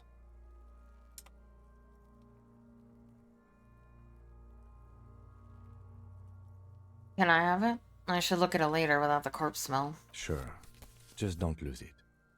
The glossy-eyed corpse looks by, his mouth mute and his skin as colorful as the chemical rainbow on the photo paper, teeming with opportunistic organisms.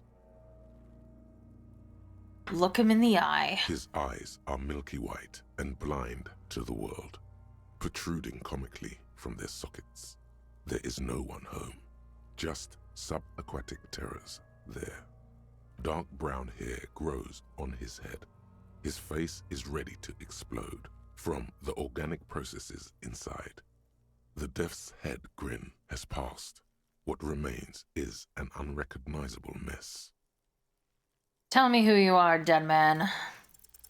I'm gone. Where have you gone? Into the wild pale yonder. Where is that? In the past.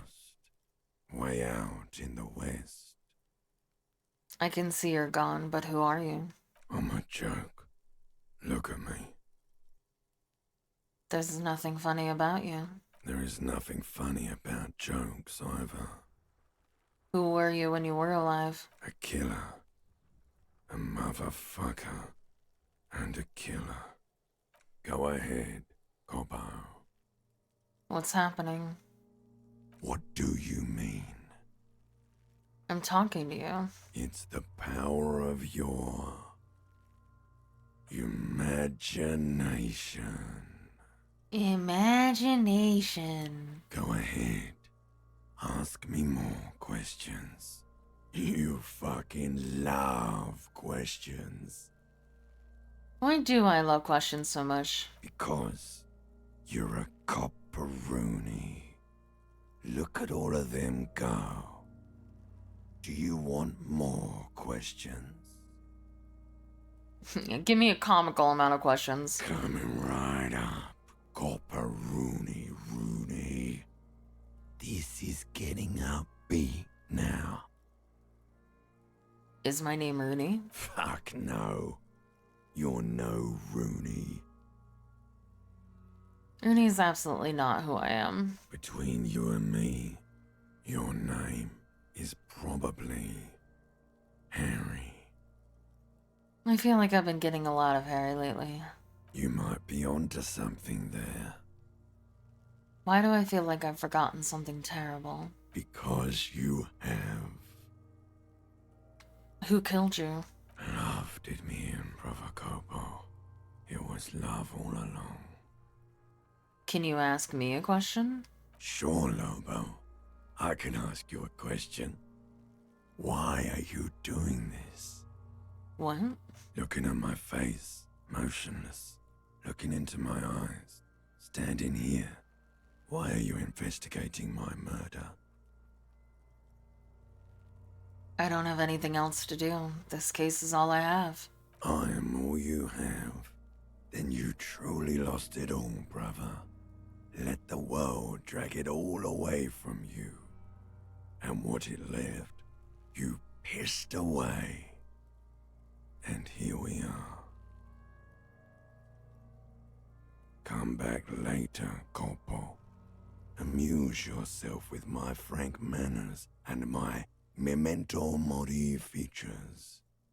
If possible, also, see me in your dreams.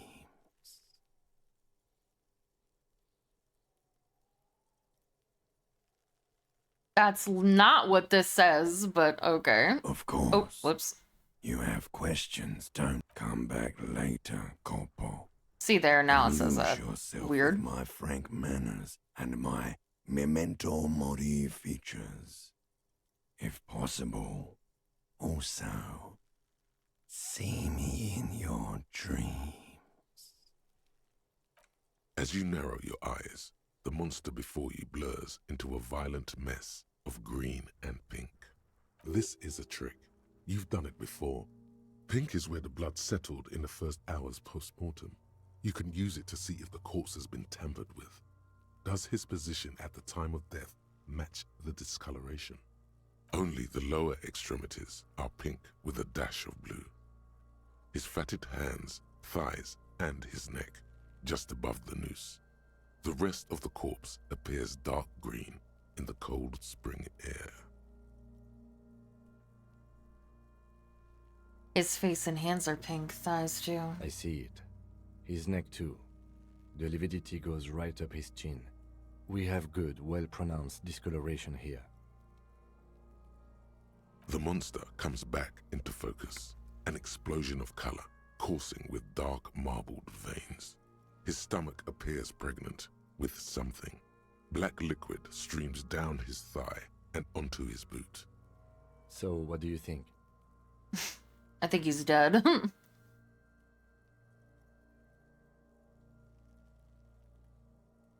I think he was up right after death. His hands, feet, and neck are discolored. Agreed, especially on the neck. The belt acted like a tourniquet, keeping the blood in his head. The hypostasis supports a hanging. Could it still be he was moved after death? There's always a chance. We should check for ligament marks on his neck to see if they're in tune with the belt. We'll have to get him down first. something is coming out of him. A pool of blood and feces has eaten into the frozen mud below the man's feet. Purge liquid is dripping into it, drop by drop. Yeah, but he could have been killed and then hanged after he died, you know. The victim appears to Which have is what I contained think we're no trying to more than figure half out. a kilogram of digestion at the time of death. The fuck he's saying? Talking about shit.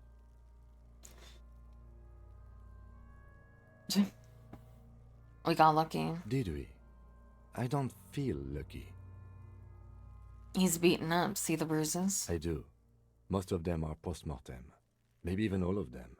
The delinquents have made our jobs harder with their little sport. Stop talking in riddles, coin slot. It means you fucked him up good, Kuno. Fucked him up brutal like. But there is no breath to catch. Only the cadaver filling the air and your nostrils. He slowly rotates before you, decomposing. So, how do we get him down? Are you sure we finished the preliminary examination of the cadaver?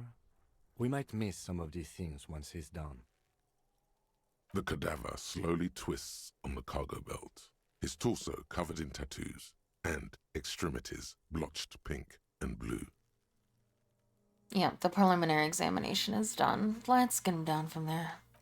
The steel-reinforced belt presents a unique challenge. I brought chain cutters, but I don't see a good angle of approach to the belt. He doesn't actually think the challenge is unique. He thinks it's frustrating, annoying, and harder than he thought. The cadaver is a good 1.2 meters up. Neither one of us can reach the belt without assistance. And even if we do, there's the question of cutting the airship strength material.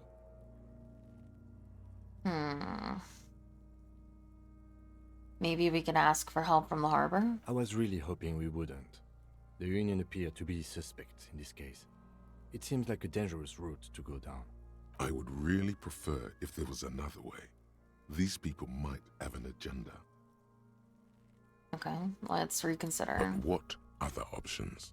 The corpse twists on the belt, like chicken on a skewer.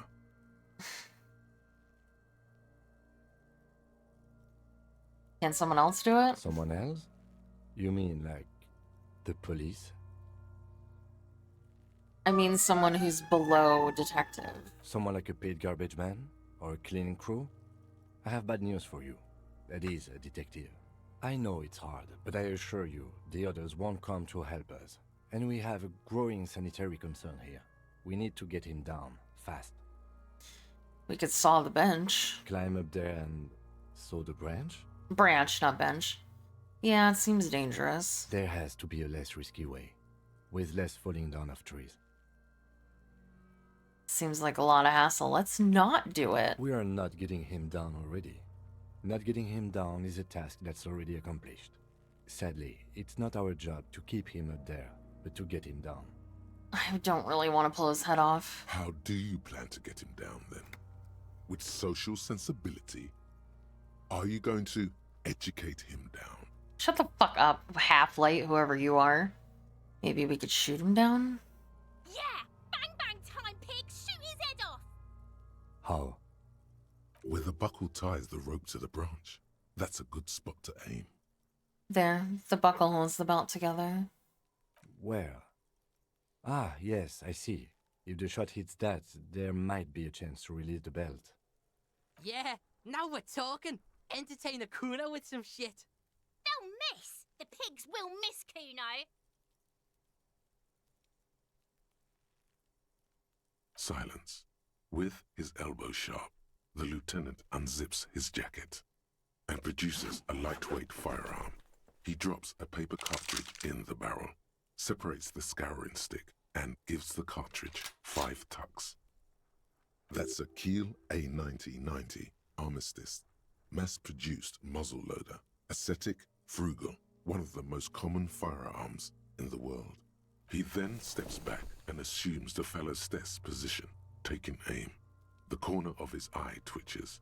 His finger is on the trigger. He's gonna fucking miss! The kid's voice is drowned in a shrill blast that echoes off the walls of the surrounding tenements. A cloud of smoke slowly parts in the air as the lieutenant steps back and says to himself, God damn it. he feels bad about it. About his eyes mostly. Just having bad eyesight. Probably from a young age. Whatever you do, do not console him. Fucking idiot! Mookabat asshole! Kuno could have hit it easy, but then Kuno's not fucking handicapped, is he? Try again, maybe? No, we are lucky as it is. We didn't break anything, and the victim remains uncompromised. Any more mistakes could put us in an unfortunate position with the locals. We have eyes on us. I didn't do us any favors with that. What now? I have to say, it's beginning to look unlikely we can get him down without assistance. Alright, I'm pulling his head off. The material appears delicate, and these are clearly not boots. Indeed, ceramic plate under the heel. Fair weather. This feels... the stench fills your... Stop! Pig's gonna pull his head off. Brutal! Even the mongrels can see you're about to pull his head off. Do it, homo! I'm gonna pull his head off, right? Yes, that's what I said. You'll compromise the coroner's case if you do. So please, don't. Indeed, from this angle, it does look like the neck isn't going to Damn take it. much more. Being dead for a week has all but liquefied his muscles. What are you trying to achieve anyway? Why are you hanging on to that boot?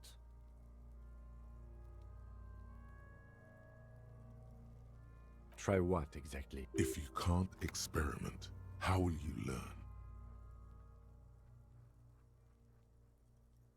I wanted to see what happens. I don't think we should do anything just for the hell of it. Besides, there's no way you're getting them off. All the organic matter in his body has been flowing down into the boots. They are fused to his feet now. Why do you think the locals Gross. haven't scavenged them yet? There might still be a way to peel them off, but first the body needs to be down. And second, it would probably be better if the lieutenant wasn't around. Sense of The Clint. anticipation makes you crack your fingers. Feels nice. Nice and cracky. Processing will take care of them. With the situation in the morgue, it will yield nothing. But we must pick our fights. Should we continue? The cadaver slowly twists on the cog. Yes. Alright. Alright, well, give me the gun, I guess. It's bad as it is. Us shooting firearms like punks. Go ahead. I'm not stopping you. Just don't lose it. They only have one gun! This is the sorriest pair of pigs Kuno's ever seen. Yeah, take it, you fucking banani boyka! Take it and shoot yourself in the mouth! I have a gun now. I could kill the children. And I'm considering it. Right. The cold piece of bakelite and gunmetal. I can is do this. surprisingly light. Your fingers fit right through the guard, instinctively resting on the trigger. The fuck are you waiting for, Kuno? Tell him to shoot himself in the mouth! The buckle comes into focus in your sights. You stand with your feet. I'm a planted killer. firmly I've in the killed ground 3 and people. Your left hand supporting your gun arm. Why don't you just shoot yourself in your mouth? At least you won't miss. Okay.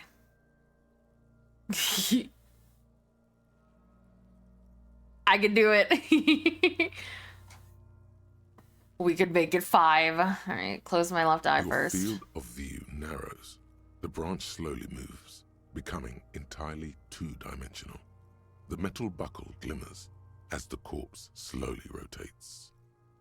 The slow movement of the branch in the wind and your shoulders directing the gun sync up, dancing hypnotically.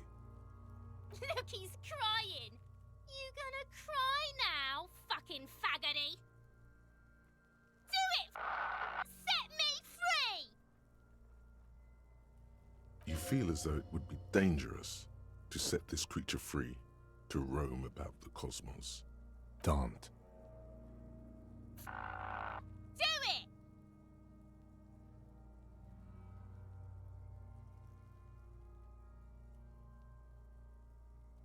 This kid's so weird. Alright, fine. Intense shit, copper. Could waved his gun. It wasn't intense, it was pathetic. Oh, fuck me! Fine, I'm doing it. Damn it! Oh. I shot the A body. plume of smoke erupts from the barrel. Your hand goes numb from the explosion. With your ears still ringing, you lower the weapon to see what happened. You missed the belt, but hit the corpse straight in the chest. Bits of ribcage protrude from the skin. No blood, only a murky slush dripping down his belly. The sudden stink makes your eyes water. Oh my god, he's gonna fucking cry. I knew it. What a mulka. There's something wrong with your weapon, Lieutenant. It keeps missing. The armistice is sufficiently precise, officer, especially at close range. It's not the gun's fault you can't shoot. It's your pig hands. Pigs don't have hands. They have, like, fucking hooves or something. Kuno has hands. Kuno can shoot that shit down for you.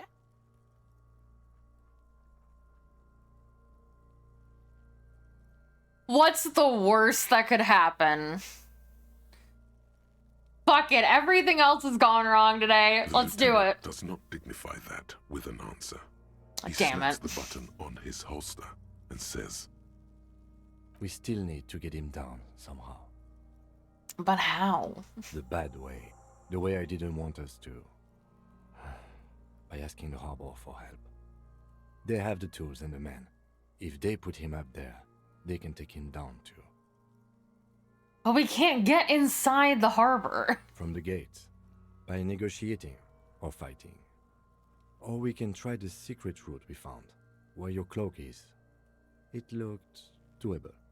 to the gates. Let's negotiate. I want to be To ask the dangerous. suspect for help with the victim's body? To be indebted to Everard Clare? Very much, yes. Which is why I would have preferred us to handle this ourselves. Clearly we can't. Suck my dick, bitches. What's wrong with being indebted to Everard Clare? He's a dangerous and corrupt man, and we cannot predict what he will want from us in return. Yeah, don't go being someone else's bitches. You're Kuno's bitches. Alright, let's go. Why do we sneak? An intricate web of blue lines stretches across the torso of the hanged man, from the right shoulder to the solar plexus. Each time the lines intersect, a small white star is formed in their crossing. Hundreds of fading asterisks riddle his skin. Their concentration is highest around his heart. It still kind of looks like a map of the stars in the night sky, but something's not right. Who are you? Gone. What's the meaning of this tattoo? For you to discover.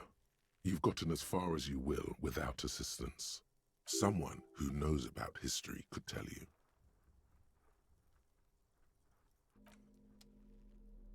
Who knows about history, hmm? Okay.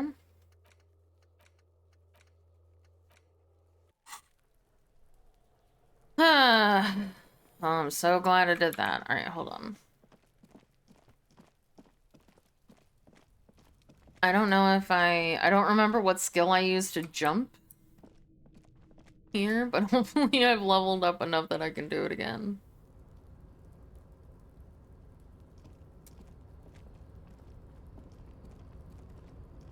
I can't see, it's dark.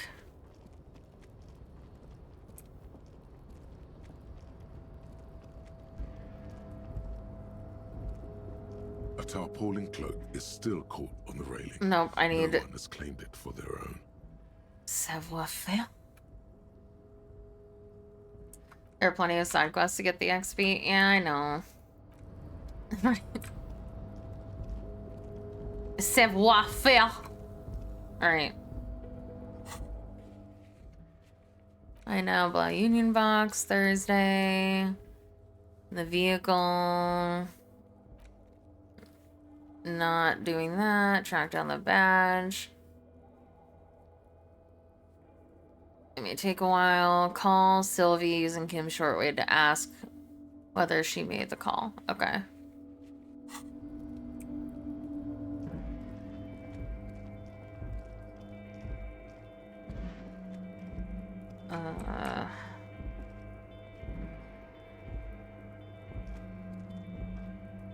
How do I get back down? I forgot.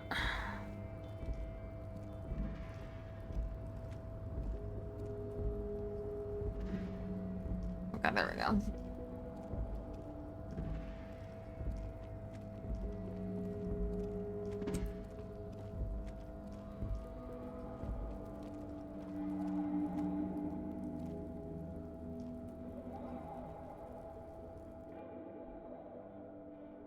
We're not sleeping, Kim. I'm not taking your hubcaps or whatever they are. Nobody else sleeps either, so we're fine. Oh, I also might be able to buy a book. Okay, so we need to go back to the car.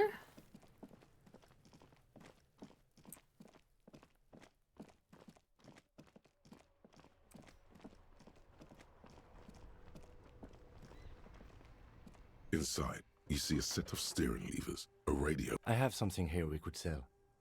Look, We're not selling it. Regular people just call it the cage. This is Precinct 57. How may I assist you? I need you to connect me to a civilian, Sylvie. She may have reported a murder. Of course. What is her number, officer? Kim, didn't Gart give you Sylvie's number? yes, hold on.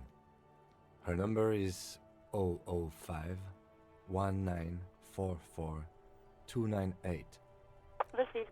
Hold on, officer.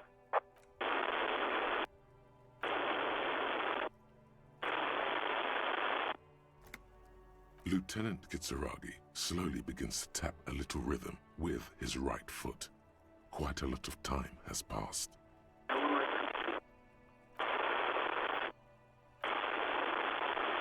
Officer, I have Sylvie Malaika on the line for you. Yes, hello? Hello? This is the police calling. I have some questions for you about... Oh, okay, Sylvie? I believe we've met before. This is me, a detective from the Whirling in Rags. Oh, right. Hello, officer. What can I do for you? You can hear resentment in her tone. She's not thrilled to be talking to you again.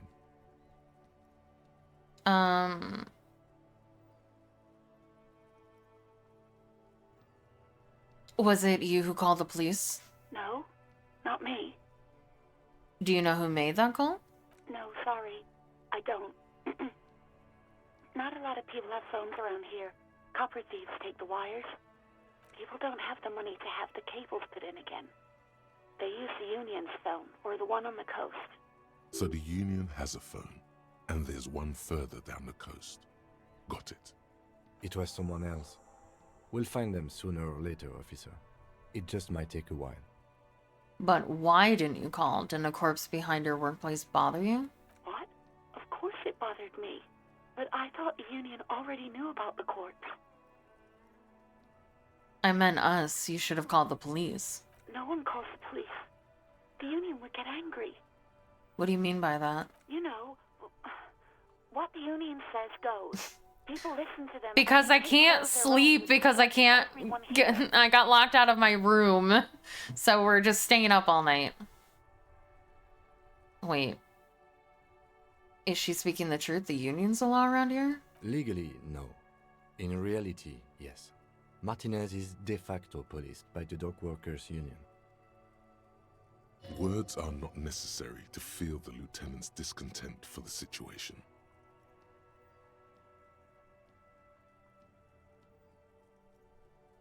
Looks like there's a limit. Alright, tell me, why exactly did you let a corpse hang in your own backyard for weeks instead of calling us? I didn't want to get in trouble with the others. Push her further. Show her the error of her ways. No, don't push her. It sounds as if she's about to cry. What others? The other people who live around here. Local people. I didn't want trouble. Her voice is resigned and weak. What trouble? You don't live here. You don't understand. Squealing is frowned upon here. Everything is dealt with, well, by the union, internally. Please, I just didn't want any trouble. I see. Don't worry about it. I understand. You do? What else can I do for you? Yeah, go on. You quit your job at the Whirling. Why? You mean, why did I leave the bar? Honestly, I'm not really comfortable discussing it with you, sir. Why not? Okay, did you leave because of Garnet? What? No, why would you even think that?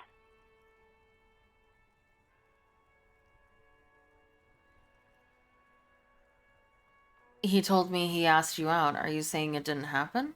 Please, don't bring Gar into this. It's none of your business. I already said I don't want to talk about this. You're messing everything up again. Okay. Have you seen my badge? Yes, I know who you are. You're a police officer. The law. This exact conversation has happened before. Establishing authority before this young girl seems to have been important to you in the past. Don't go there again. My badge is missing. Have you seen it anywhere? Oh, no, I haven't, sorry. Real policemen have uniforms too, by the way. Where's yours? Kim doesn't have a uniform and he seems real to me. He's in plain clothes, voluntarily. It's different from not knowing where your uniform is. There are officers who wear the signature Perseus black uniforms to the highest ranks in the RCM and end up buried in them as well. Others do it more casually. Looks like you're one of them. Have you seen my gun? Please, no. Not this again. Everyone saw your cool gun, detective. I showed you my gun? When did that happen? You were trying to impress some people with it. Everyone was eating, and...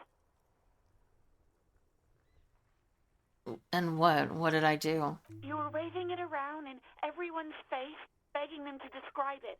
You said it calms you, and then you started making suicide jokes. It got pretty graphic. Oh, those again.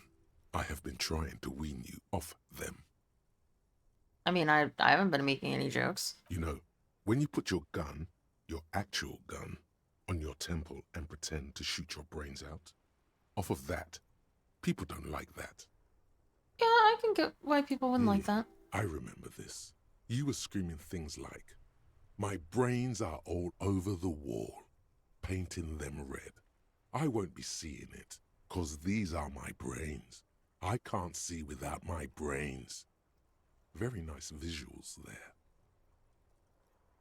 Some poor sod was trying to eat his pudding while you were screaming, spit flying, imitating the mercy shot right next to him. Spat some in his food. I don't think he touched it after.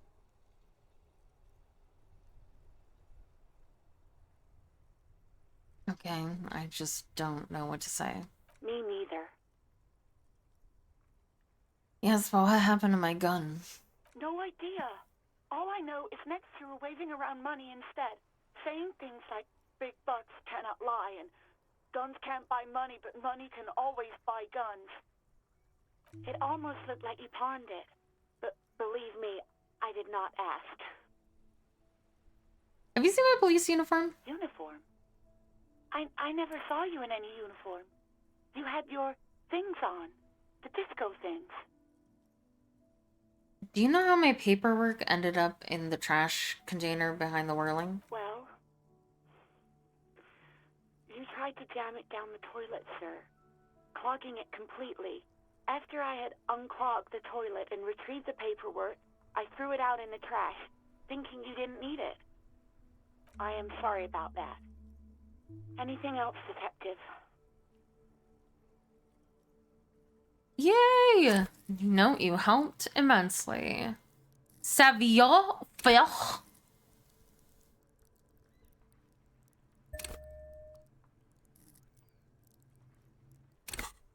I think I got everything I need, thanks. I do hope so. Please, don't call me again. Bye. Wait, why does she seem so angry with me? Yes, you have obviously done something to upset her at the Whirling in Rags when she was still working there. Wait, before you go, you're mad at me, right? Tell me, what did I do? I can't remember anything. I'm not mad, it's just... You were so drunk and so emotional all the time, and then the skua thing happened. It just made me want to quit. What skua thing? The stuffed bird. The great skua. You threw it against the wall while screaming, "Fuck that bird," and laughing like a maniac. I think you said it had been giving you shit ever since you got there.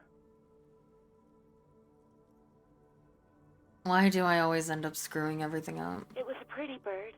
There since I started working in whirling. I really liked her.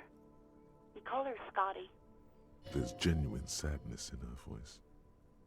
So you're telling me that I was the one who made you want to quit? Yes, obviously.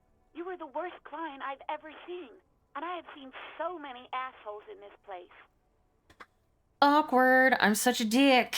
I've had sailors fighting, union guys grabbing my ass, kids stealing booze. Once a guy was glued to the karaoke machine every night for 2 months. But you... Go on. I want to know what I did. Well, you were worse than all of them. Honestly, you were getting borderline aggressive. Even about little things like not turning down the volume at 3 a.m. I even liked one of those songs you kept listening to on repeat. No more. I hate it now. Which song? We Go On by the O.O. I can't listen to it anymore. You've turned it into a parody. Sorry. Sorry about the song. To hell with that song. Then there was your room. Your project. An experiment to see how bad it can get in there. I tried to send the cleaner, but you wouldn't let me. Threatened to make me understand. I had no idea what you meant, and I don't want to know. And then you screamed something about being the most boring person alive and how everyone leaves you because you're just so boring. I'm sorry. And then I had to deal with your toilet. The one you clogged with police documents, causing water damage downstairs in the kitchen. I won't even mention you waving your gun around, harassing customers, threatening to sing karaoke, threatening to kill yourself. Okay, I get it. I wasn't a very good tenant. No, you really weren't. You were simply the worst.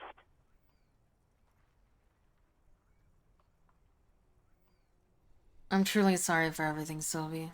God, I knew I shouldn't have brought it up. Just try not to call me again, and let's pretend it never happened. But when I spoke to Guard, it seemed like he thought you left because of him. Wait, really? No, this is absolutely not true. I like Guard. I really do. Didn't he cross the line when he asked you out? No, I was actually flattered. I've always liked him. It was just bad timing. With the corpse and all that. There's a pause. You can almost see her on the other side. The telephone cord coiled around her index. I didn't know what to say to him later. Then you came and destroyed the place. So I left without explaining. I can tell him. I should have told... okay, but please don't mess it up. Please don't take out your gun or something. Thank you for talking with me. Take care. You hear a sigh of relief on the other end of the radio. Wordless, the call breaks. Then, the already familiar voice. Anything else I can help you with, officer? Could you run a serial number from a pair of armored boots for me? Sure, officer. What's the number? And the make of the armor, if you know it. E5010010000. The make and model of the armor is Fairweather T500 VE. Got it. I'll contact the ICP database immediately. Call back tomorrow. Hopefully they'll have dug up something useful by then. The International Collaboration Police, ICP, is an inter-Isoleri law enforcement service, the crown jewel in the moral intern diadem, alongside EPIS and the coalition government. 57th, over and out. In the cabin, you see a set of steering. Alright. Now we can go talk to him, and maybe he'll be so grateful that I get him back together with Sylvie that he will let me sleep here. Can I help you? I talked to Sylvie. She left because of me, not you. Wait, what? But what about the bird? The bird? Yes, the bird.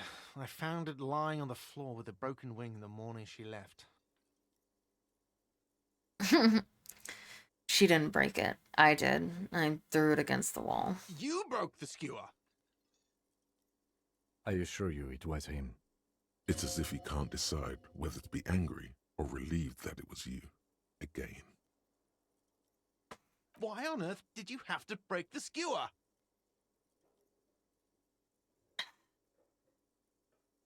I just break things. It's the way I am. I can't believe it. I was so sure it was Sylvie. Even worse, I thought she was trying to send me a message. Symbol of hope and all. A tender type of hope. Something stirs in you. Perhaps this is why you broke it. All right. Did she say anything else? About me, you know? Did she say anything about me? She said she was flattered. It was just bad timing. Really? I should give her a call then.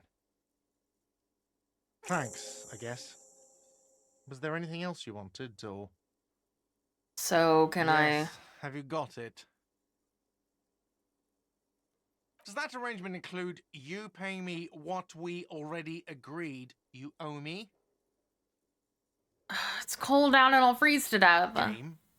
Everything is just a game to you, isn't it? Not until you bring me... God damn it! I really... Oh, Lieutenant. It didn't matter!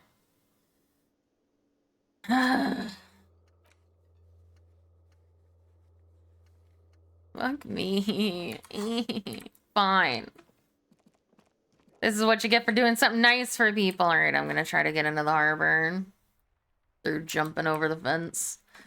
Again. And if I die, well... what does it matter at this point?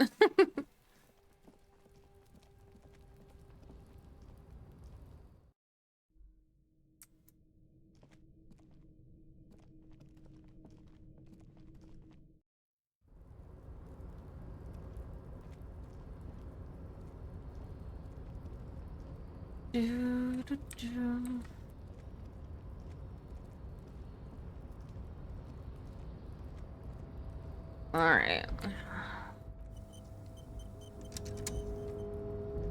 Let's go. Oh, wait, hold on. Tarpaulin cloak is still caught on the railing.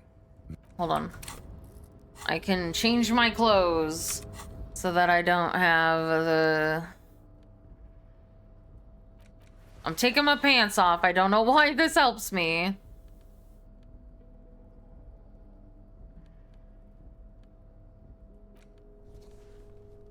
Alright, I've taken off my pants. And I've taken off my shoes. And apparently this makes me a better jumper. A tarpaulin cloak is still caught on the railing. No one has claimed it for their own. Alright, let's go. Damn it!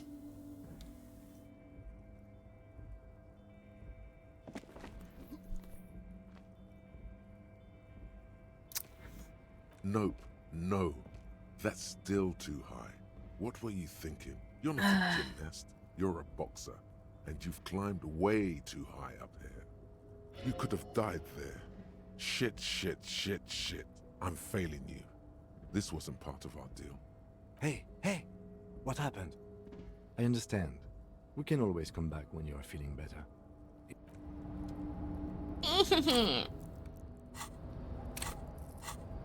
Alright, well, might as well put my pants back on.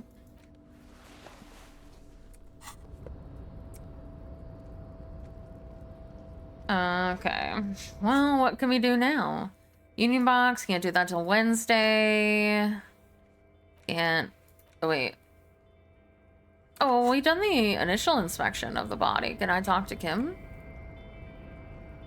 Yes?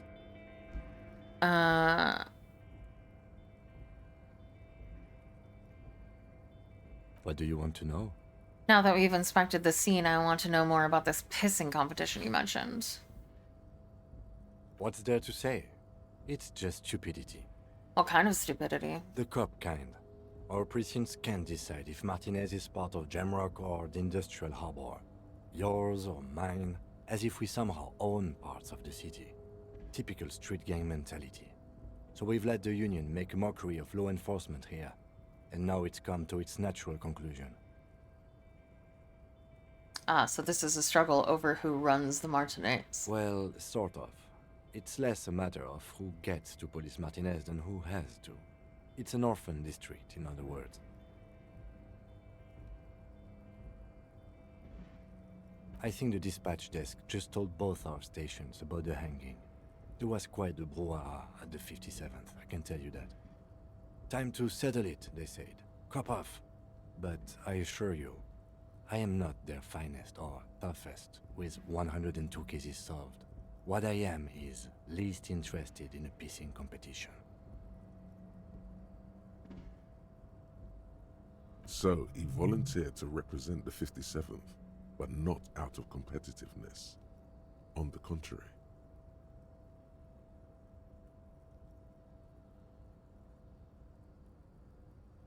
Lee volunteered. What's special about the Martinez? Martinez? Nothing. It's just a puddle at the end of some drain pipe. No one cares about this place. They care about sports. Most of our colleagues don't even know how to get here. North of the interchange doesn't exist.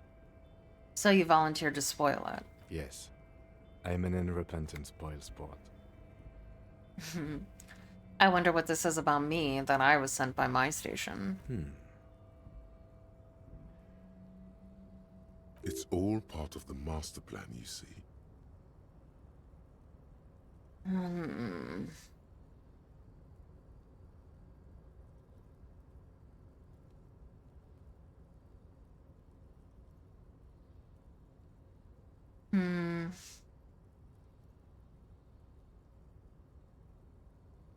I'm a highly experimental cop, but if I'm right, this is out there, even by my standards. Really?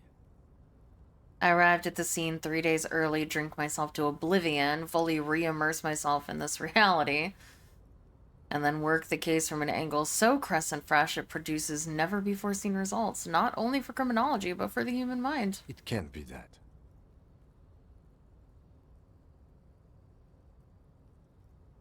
I mean, notoriously difficult to work with wonderkind with extremely unorthodox methods. Oh, of course not. I'm just a drunk. They sent a drunk. Are you sure? Who could say it's not true? If you really don't remember anything, how do you know that? I didn't tell you about that. We should move. I didn't tell you I don't remember anything. I specifically didn't tell you I remember everything. I'm a competent police officer. Yes, it's a wholly pointless matter. Forget I ever mentioned it. Why did the 41st send me? Because you're the best qualified. No, that doesn't seem right. Dumb brain! You look dumb if you keep the lieutenant waiting for too long. God damn it! Director Nemo just rated with 18 viewers. Thank you so much, Nemo, for the raid. Thank you, thank you. Hi, Robin. Hi, Melkor. Thank you so much for the follow. Hi, Wonderful. Hi. Thank you so much. How was your stream? Melkor the Great just followed. Oh, thank you so much. Hey, Bodegard. Thank you so much for the follow. Thank you, Nemo. Thank you, Wonderful. Thank you, Efloxy. Thank you. You guys are so sweet. Oh, thank you. Thank you. Bodega Garrett just followed. Thank you, Captain Shotgun. Thank you. All right, well, I guess I might as well tell him that I don't remember anything. No response. He just arches his brow. Since apparently he's figured it out. He's having trouble processing it. Believe Director it. Nemo just followed. Thank you so much. How was your stream? What did you play? Also, hello everyone. My name is Celine Whitetail. I am a seasonal dryad VTuber, as you can see from my alerts. I have a spring, a summer, and an autumn model Wonderful currently. I am underscore L just currently in followed. autumn. There's a little bit of a snafu with winter, but we'll get it next year, don't worry. So we're keeping autumn a little while longer.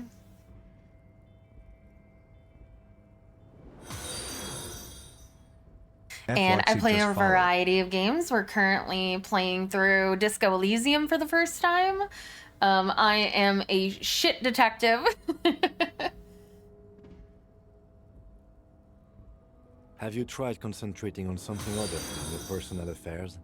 Captain There is Shotgun a just sudden, followed. harsh edge to his Oh voice, no. like he's tired of hearing about your personal affairs.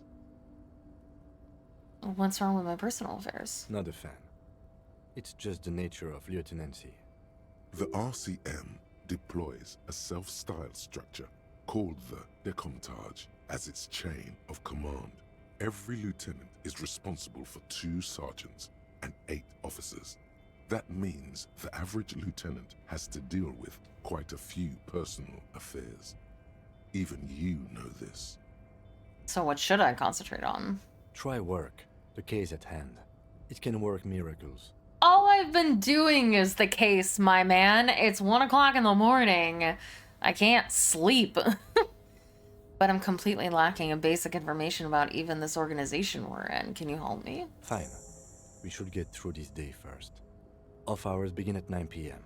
If you're still having trouble then, I can give you an orientation. Really? You look fine to me. I'm talking serious, unbelievable damage here. I saw myself in the mirror and I had no idea who I This was. psychodrama is unbecoming of an officer. Clearly, he prefers to think you're malingering. He cannot fathom that anyone could drink so much as to retroactively erase their entire life. Okay then. Focus on other people's troubles, not your own. That is a relief. Okay. A moment passes.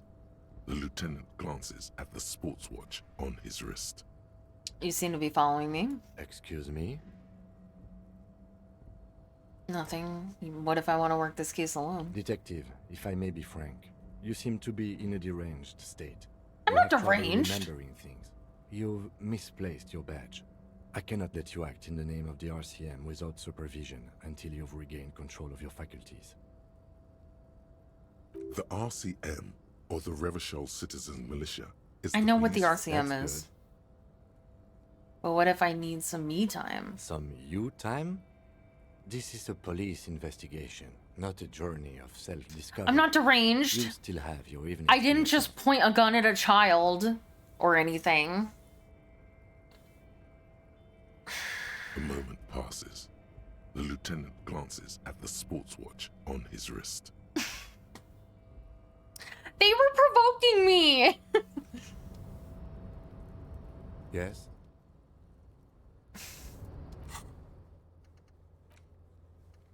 Okay.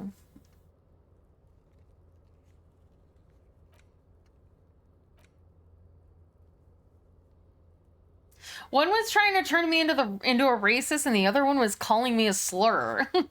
I'm justified. You just took your pants off to jump off a roof. That's the game mechanics. I don't know why my pants. Maybe my pants are just too tight. They give me lower agility.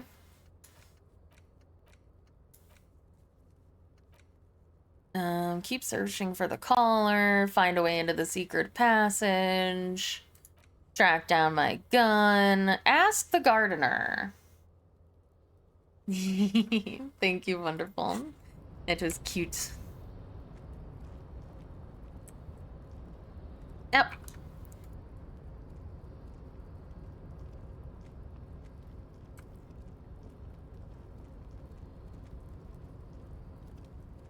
Okay.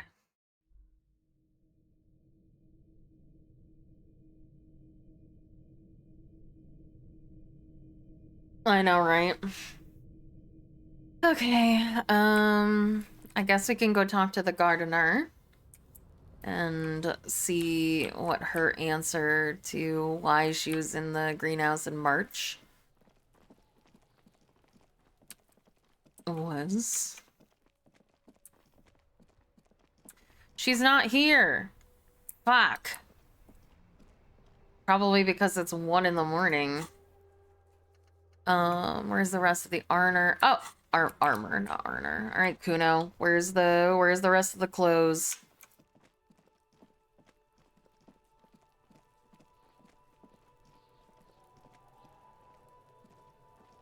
So you tried to kill Kuno's girl? What's up with that? You want to talk about it? I think we all moved into the past that by now, Kuno. Not all of us. Acts like that stick with you for a while. No one's moving anywhere. Do this shit again, and Kuno's gonna climb in your room at night with a knife. Kuno knows where you sleep. The pig who fucked his window up. I'm gonna climb in through that balcony. Put the fucking knife in you. Yeah. I've been in your room. But you and Kuno are good for now. Pals. Shoot that shit at Kuno. Let's have a jolly time. You don't threaten me. One word out of you, pig shite, and you're locked out of the Kuno experience forever. You hear me? You hear the Kuno? Nod. And you're back in business with the Kuno. Now what is it? Yeah? The kingdom of Kuno? The fuck? Yeah, whatever. The fuck about it? There's contusions all over the body. Did you do that? Fuck are you talking about? What is this contusion shit? He says you're stupid, Kuno. They want to make you stupid again. A contusion is a bruise. I'm talking about the marks your stones left on the corpse. Oh, did Kuno make your shit sniffing harder? Obstruction of shit sniffing? This is Kuno's kingdom. Kuno fucking rules here. You hear the lieutenant hum. Where's the rest of his armor? Kuno doesn't give a shit about the armor. How come? Kuno's fuck gimp's got one big thing wrong with him. He's a fucking mutant. A mutant? Look at him. Fucking growth hormone shit. He's a giant. The armor's too big for any man. Kuno doesn't give a shit about that freak armor. Kuno threw that shit away. What do you mean threw it away? Kuno tried to get the helmet on. It was too big. Kuno kicked that shit in the sea, rugby style. That shit means nothing to Kuno.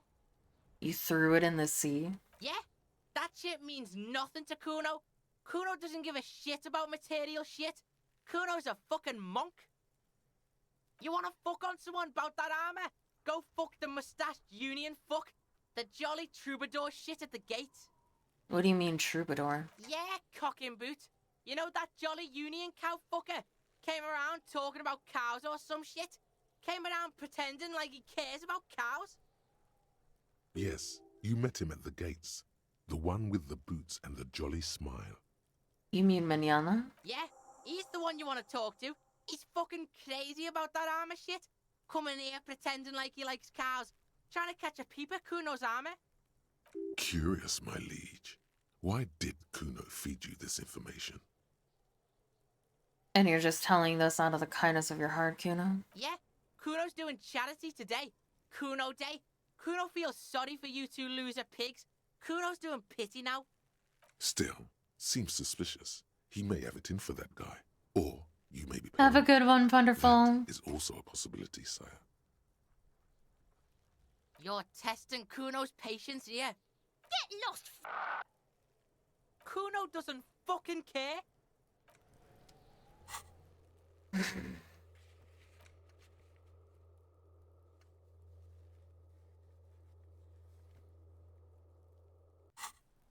On the balcony? How do I get to the... Oh, I guess I can get to the balcony, technically. Wait, is that a way I can get back into my room? Wait a minute.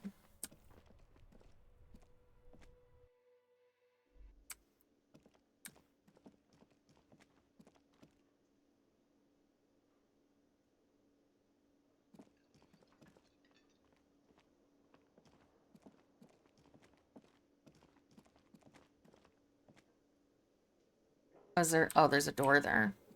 I thought there was a door there, but...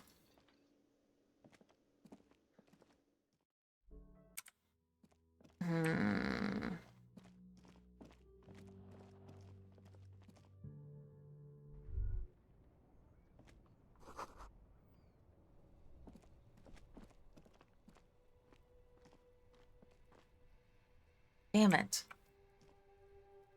Yes? Oh, okay. I guess this doesn't count.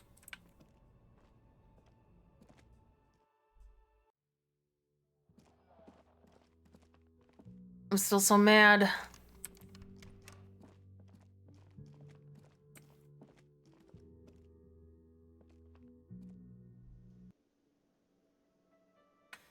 All right.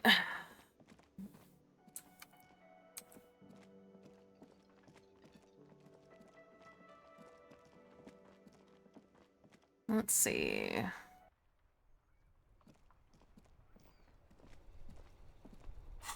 Oh, yeah. I need to go talk to what's his face.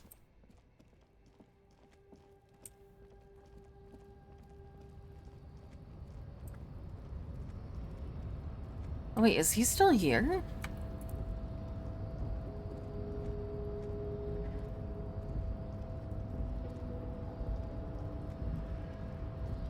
Oh, of course you're still here, but literally nobody else is.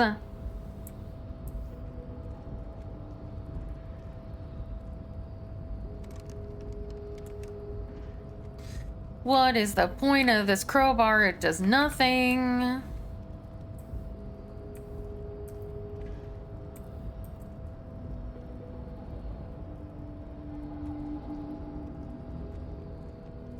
Okay, so I can't talk to the guy.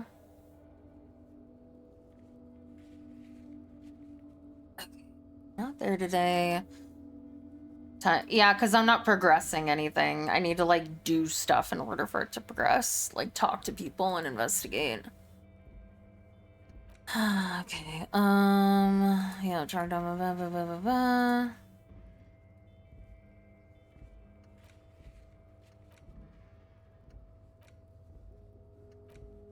Where's the rest of the armor?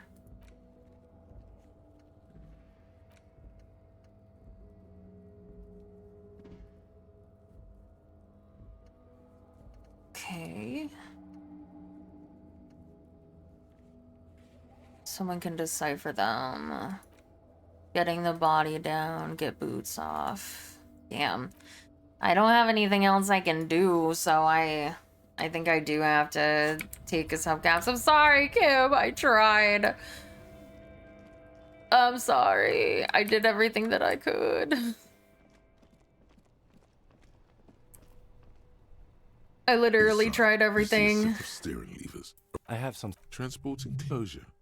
Regular people just call the cave. I confiscated this for a little while back. We can take them to the. The lieutenant nods as you take the spinners.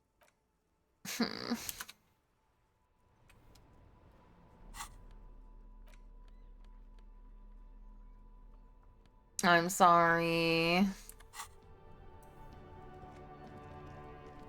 I'll buy them back later once I'm not poor.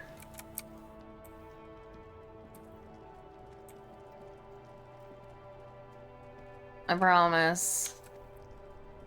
What is happening? I can't see shit. Oh.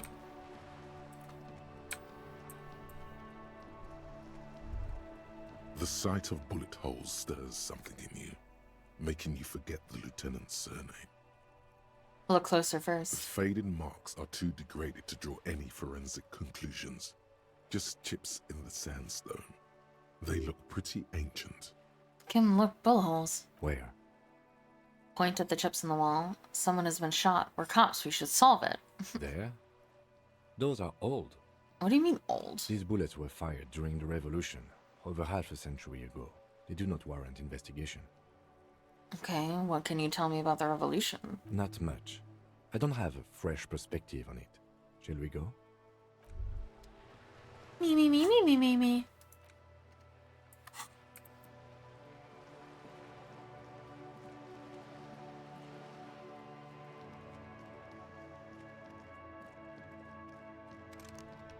Oh, they're closed. What do we do if the pawn shop is closed?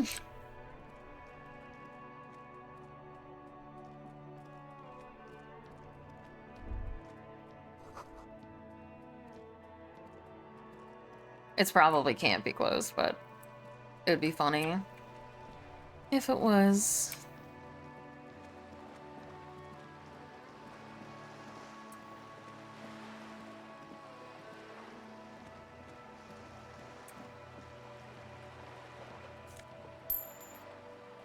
I got money.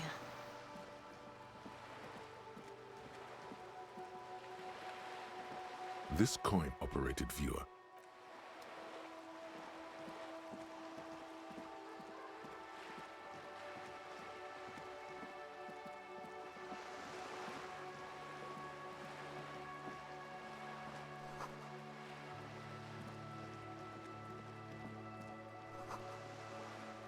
Wait, did I never come over here?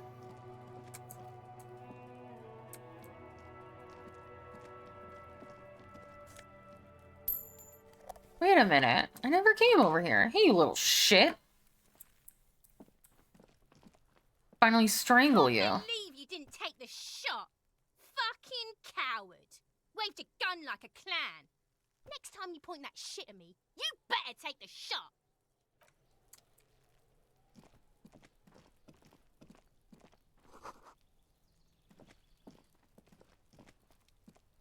There must be another way into the building. Jesus. Oh my god. What the hell was that?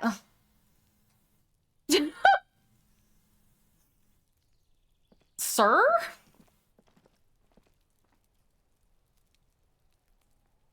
Did anybody else hear it like that, or was it just me? Oh my god!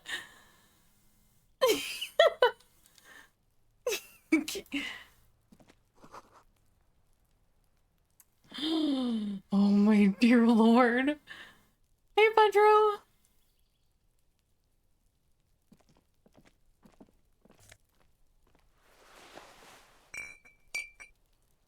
Oh my. Scared the fucking bejesus out of me. But it looks at me suspiciously.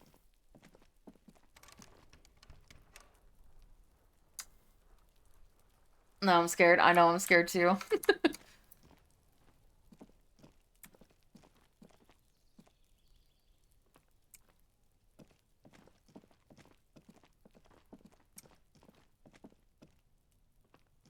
Yeah.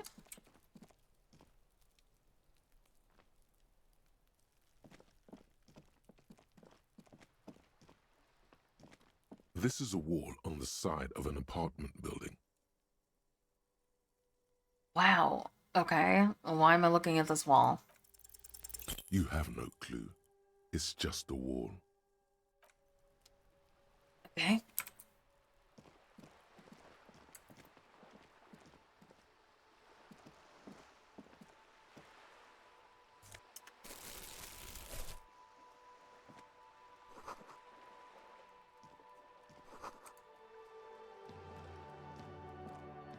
Look at me when I'm talking to you. Ooh, I got a naval coat. Ooh. My gun. Alright, I will be right... Oh wait, no, we got 2 minutes until an ad comes. I can... Hey, up here, piggo. I have a new person to talk to.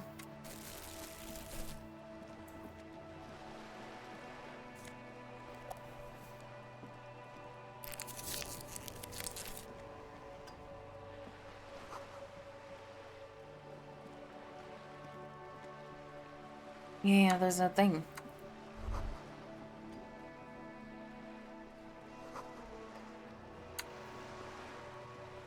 Hello, sir. A striking woman Or leans ma'am, against the sorry. cabin top of her sailing boat, smiling as you approach. Her green raincoat glistens with droplets. A silk scarf is tied around her throat. I'll be right back.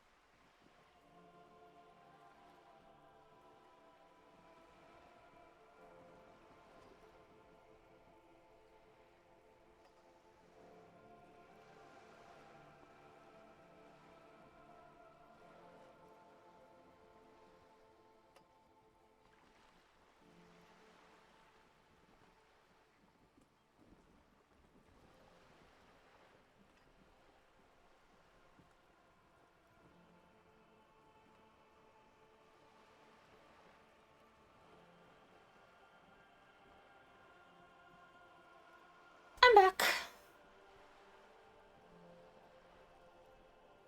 Wrap myself in a blankie. Good morning, chicken.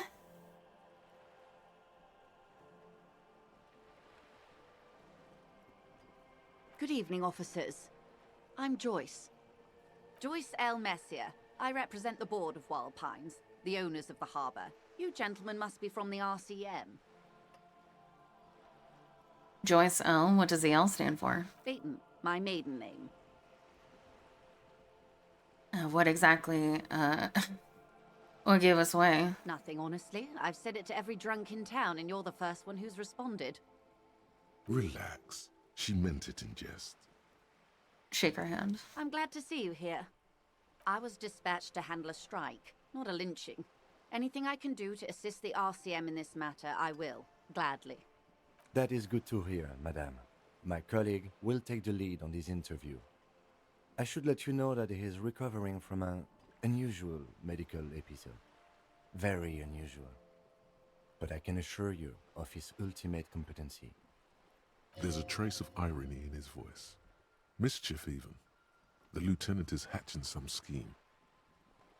How interesting. I wish you a swift recovery. In the meanwhile, you have my full cooperation, and the full cooperation of the Wild Pines group. It's hard to get a read on her precise disposition, but she appears helpful. Tell me about the Wild Pines. What do you do? What we do? I'm afraid I don't speak for Wild Pines as a whole. It's a giant undertaking. There was a touch of discomfort there. She wants to merely represent. So what do they do? The Pines' core competency is logistics. Container shipping, freight, that sort of thing. See those airships there, blinking? Those are the shipping side of things. And that is the terminal. Another subdivision deals with energy, oil and gas exploration, offshore platforms. The Wild Pines Group is one of the original Revacholian Indo-tribes. Companies awarded royal monopolies by the king, the suzerain himself, centuries ago. The king is long gone, but several of the Indo-tribes remain. Who are the other Indo-tribes?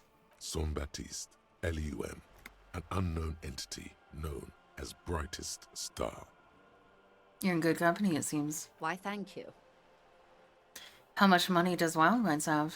I'm not at liberty to discuss the company balance sheet, but I can tell you that last year, the company booked more than 20 billion real in revenue. The money I owe is so much less than that? Yes, past a certain point, numbers begin to seem imaginary, but they are quite real for the 72,000 employees who depend on Wild Pines for their paychecks. A conglomerate the size of Wild Pines is like a shark. If it stops moving and growing, it will die. Then what becomes of those 72,000 families? It is a tremendous responsibility. Where does Wild Pines get all these billions? They started as an exploration and cargo fleet conducting trade between the Samaran and Insulindian Isolas 250 years ago, when pine ships explored the South Seminese and charted Lomantang on behalf of the suzerain. Centuries of care, deliberation, and madness have gone into this endeavor. Lins_nom just followed. Thank you so much for the follow, Lins_nom. The logic of the system is totalizing. It's taken everything from its employees to build it. Probably helps to start out with a royal monopoly. You know more than you let on. Certainly it helped, but most of the original Indo tribes have failed or been absorbed. To survive, Wild Pines had to grow and adapt. No suzerain did that. What does such a huge system want with a place like this? You mean aside from being the terminal's legal owners, who are responsible for moving 8% of the world's cargo?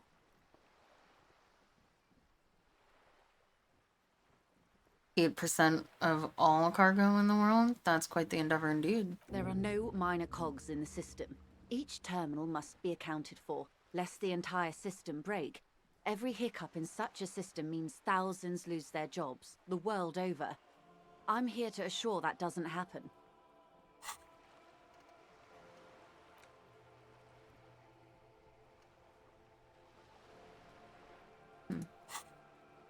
With your help, hopefully, says her warm tone.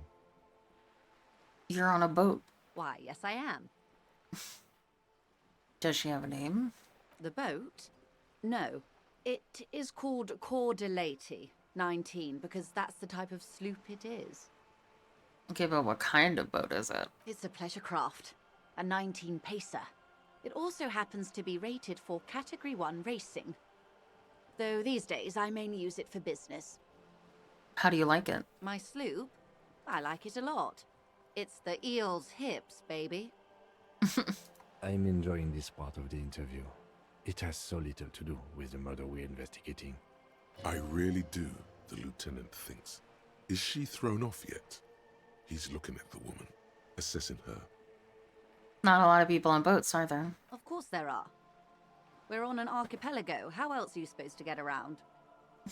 What do you mean, archipelago? We are on Le Caillou, are we not? Still, I haven't seen anyone else sail on a boat around here. I haven't seen anyone else drive a souped-up Capri Kenema motor carriage either. Actually, that motor carriage has been specially issued to serve as a patrol and pursuit vehicle. It's for crossing long distances in the greater Ravachol industrial harbor. It's not a toy. Neither is this. A toy, I mean. It's a machine for crossing long distances in the Bay of Revachol, between the city and the islands. You need to make this lady admit she's only riding around on this boat because she's rich. Why? Why what? Stop thinking. Take her down. Why am I even thinking about this? I have police work to do. Shut up, Have it rhetoric. your way. Do you have a license for this boat? Officer, I assure you I'm a highly qualified pleasure craft operator. The crowns of her teeth are porcelain, white as the boat's hull as she smiles.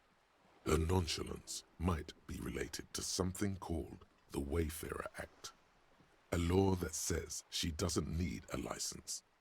Sly fox, you're not aggressive enough to harass her further on this. Good. What can you tell me about the strike? You seem rich. Can I have some money? Is what you want to say, but it isn't that easy, is it? Why not? Look at that lady. Take a gander. Squint your eyes, bub. Why, yes. Tucked away under that sturdy green raincoat, almost rustic in its simplicity, a silk shirt and matching scarf around her gentle throat, while dull orange pearls hang from her earlobes, red from the cold. Her light green eyes scan you, full of knowledge and worry, wealth and all its possibilities. These are the kind eyes of the rich man that seem to say everything is possible, within reason. Yeah, so? Now look at you, you misery-clad simian, barely able to tie your own laces. Your armpits are lakes. A scythe of booze precedes you. Your hair sticks to your forehead and your underwear feels uncomfortable. You're poor, poor as balls. You can't ask this person for money. You're too...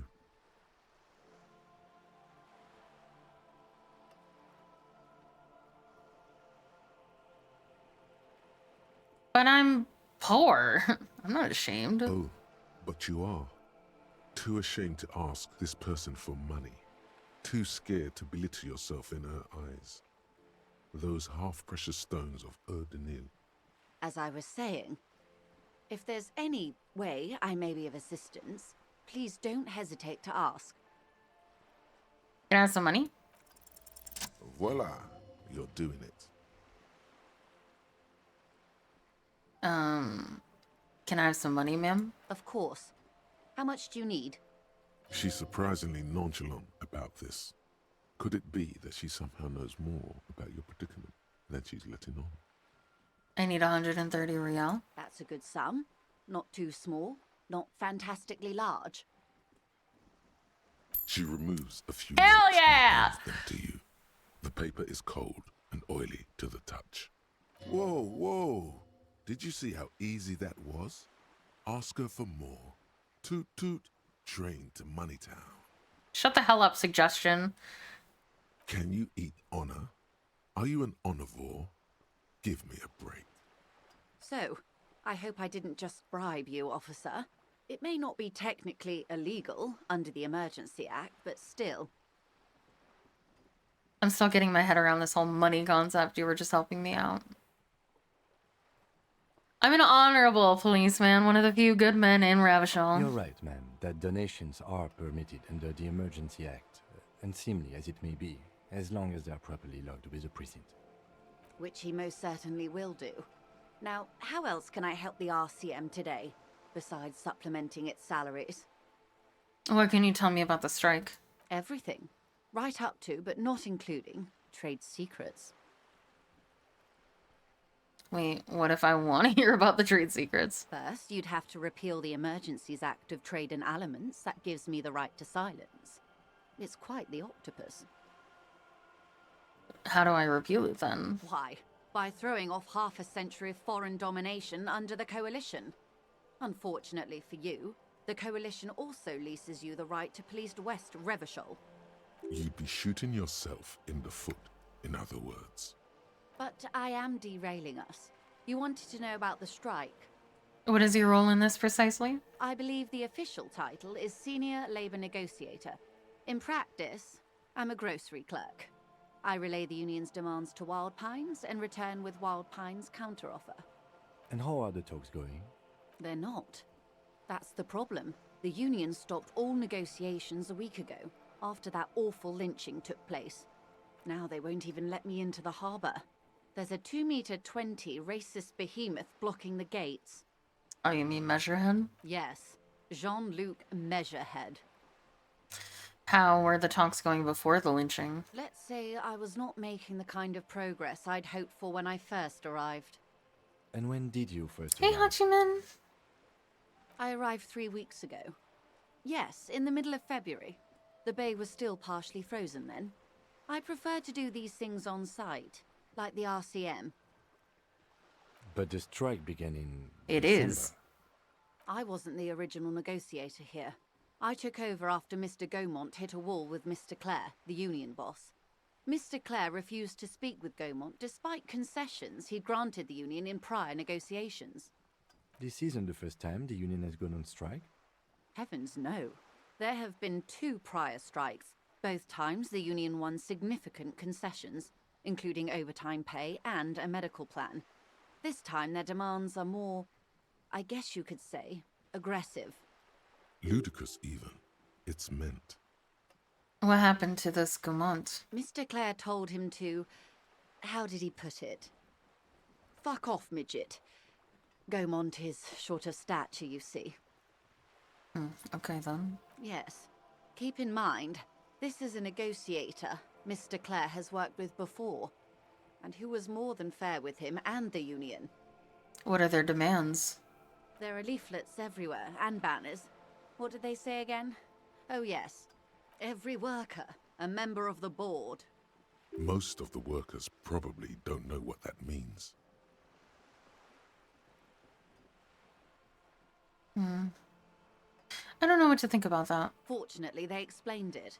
Every time the Wild Pines group makes a decision about anything, it needs the signature of each of the 2,200 workers in its Martinez terminal. Just so you understand, this is but one of 22 terminals owned by Wild Pines. Essentially, not only are they kings of the company, they are also kings of the 72,000 employees of Wild Pines Group. What are you going to do? I'm not sure. Naturally, I assume that was just their opening position, a hard-nosed tactic with a side of mockery. But there's been no follow-up, just the same nonsensical slogan repeated over and over again. And now, people are getting lynched, I hear. Behind the whirling in rags. A disastrous situation if there ever was one. Excuse me, from whom did you hear about this lynching? I first heard it from the boyer at the gates. The one whose very name advertises his aversion to work. I think he said it was, "Call me mañana." This checks out. No, wait. The chief negotiator heard it from a man at the gates. Surely the Wild Pines Group has more effective channels of information. After all, 2,200 people are on strike. This is a big deal for them. The scabs at the gate, did you put them there? The scabs? You mean the huddled masses of Jamrock, come to plead for work where the Union refuses to? If they were organized by Wild Pines or its affiliates, then it would be a company secret. I could not share it with you. Not right now, at least. It's implied. She's open to discussing this matter with you at a later occasion.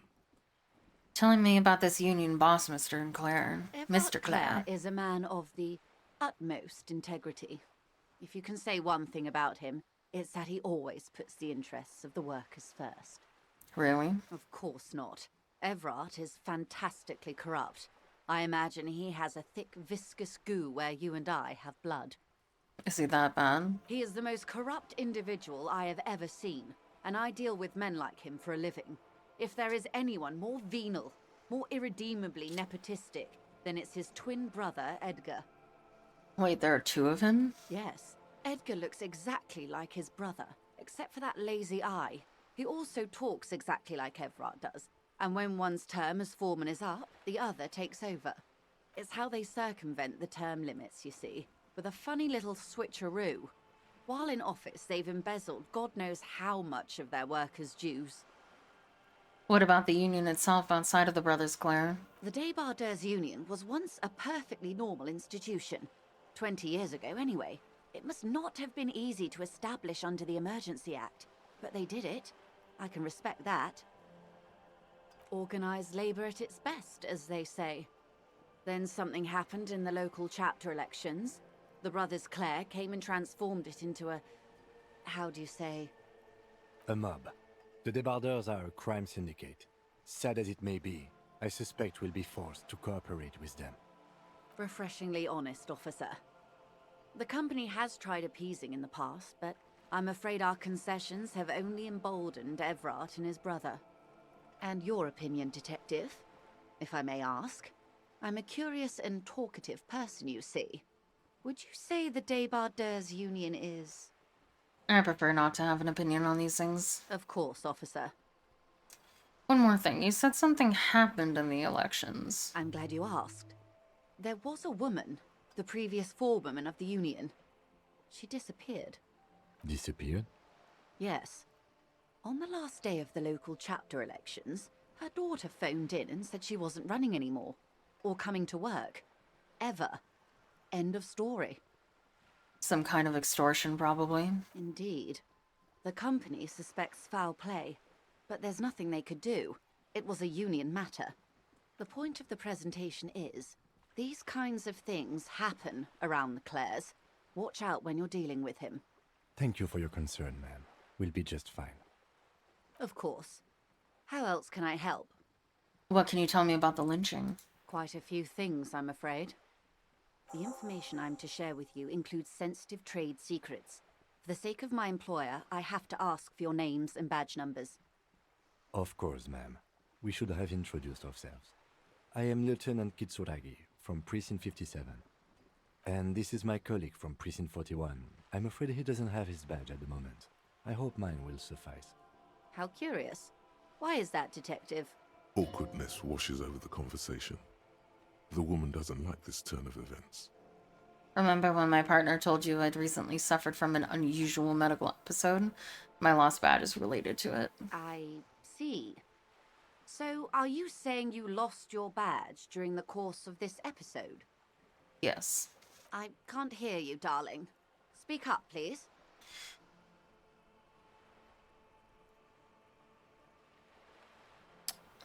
It's possible that after a night of heavy drinking, I lost all memory of my life and the world. Oh dear. Some kind of encephalopathic amnesia. I don't even know how to respond. I do believe you, naive as that may sound. I simply can't imagine what you gain by faking such a condition. As I said, ma'am, his technique may be very unconventional, but he is an officer of the RCM. Of course, I sympathize, but I'm afraid I simply can't share anything more until I've seen that badge. Hang on. She's a professional negotiator. She should be open to some sort of mutually beneficial arrangement. What kind of arrangement would it be? I mean, favors for favors. A dirty alliance of some sort. Consider this. Perhaps she has been planning it all along. That you convince yourself into colluding with her. Feelings will guide the way. Fuck me! How is it that I fail everything, even the things that, like, I'm supposed to be good at? What was the point? What was the point of putting everything into deduction and negotiation just so I could fail all that too? But madam, I need to know about this lynching. It's very important to me. It's the case I'm solving. I assure you, it is no small matter for me either. We all share the responsibility for disarming this situation. I hope you have a badge for me as soon as possible. You have so much else. I have only this. This is the entirety of my existence. She's silent. The wind flaps the sail above her. This boat, for example, at a home somewhere. I only have this case. Officer. Hold on. Gotta heal.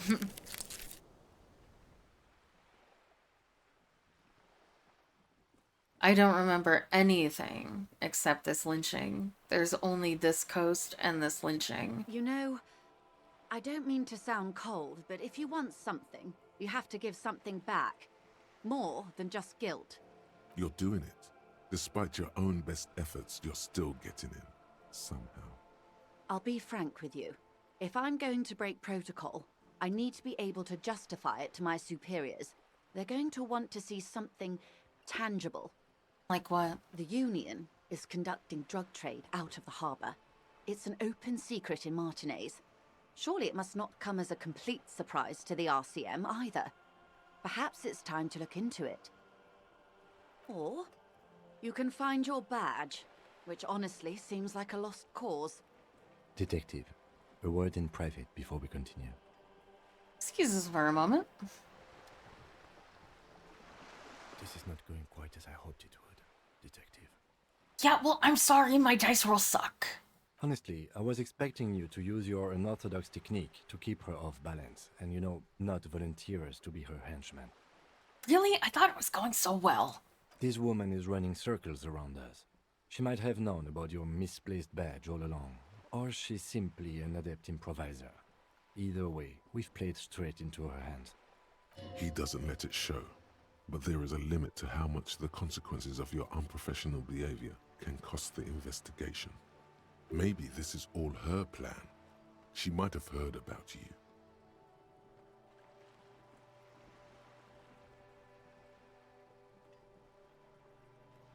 I'm sorry for putting us in this situation. I'll handle it. I'm sure you will, Detective. What do you propose, that we don't investigate the drug trafficking? No. If there is reasonable suspicion, we must investigate. Hey, Dials! Otherwise, she could claim we're siding with the Union, or that we're on their take. We'd never hear the end of it. What I propose is, we ask her, then we investigate, briefly. But do not share the outcome of this investigation with her. We tell her it's done, and demand for her information on the lynching. The company must have more ears on the ground. She could have known about my condition. I wouldn't go that far. Her reaction did come off as sincere to me. I think she's just quick to adapt. She's a professional, after all. Her proposal was likely part of her design. This is all. This all is. Yes. Knowing this does not really change our position, however. You could just, find my badge. Oh, that would be fantastic, but do we have the time?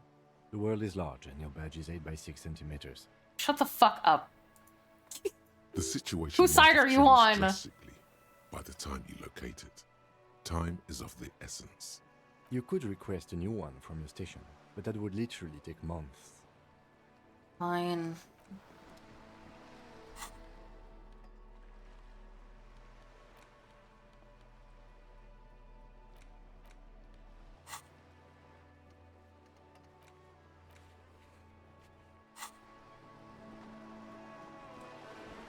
You're back.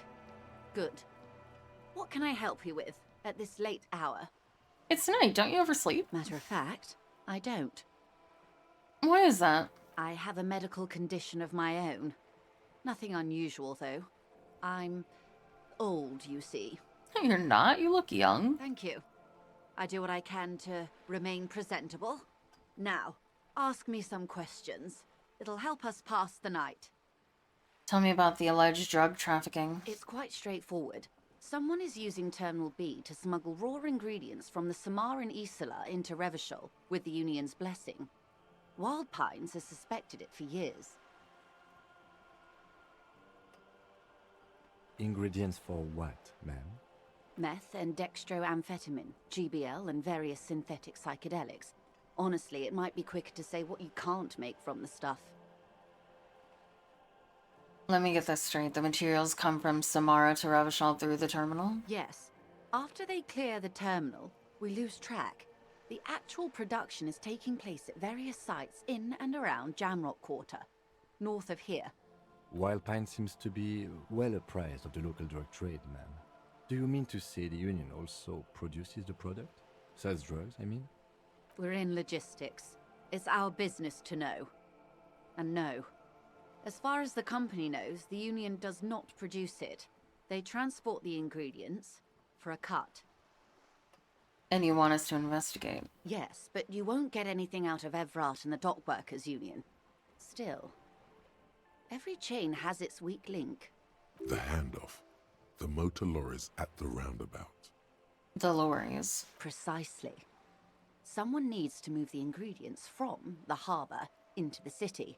Once they reach Jamrock, they're distributed to a network of local manufacturers well beyond our grasp. But in transit, they're vulnerable.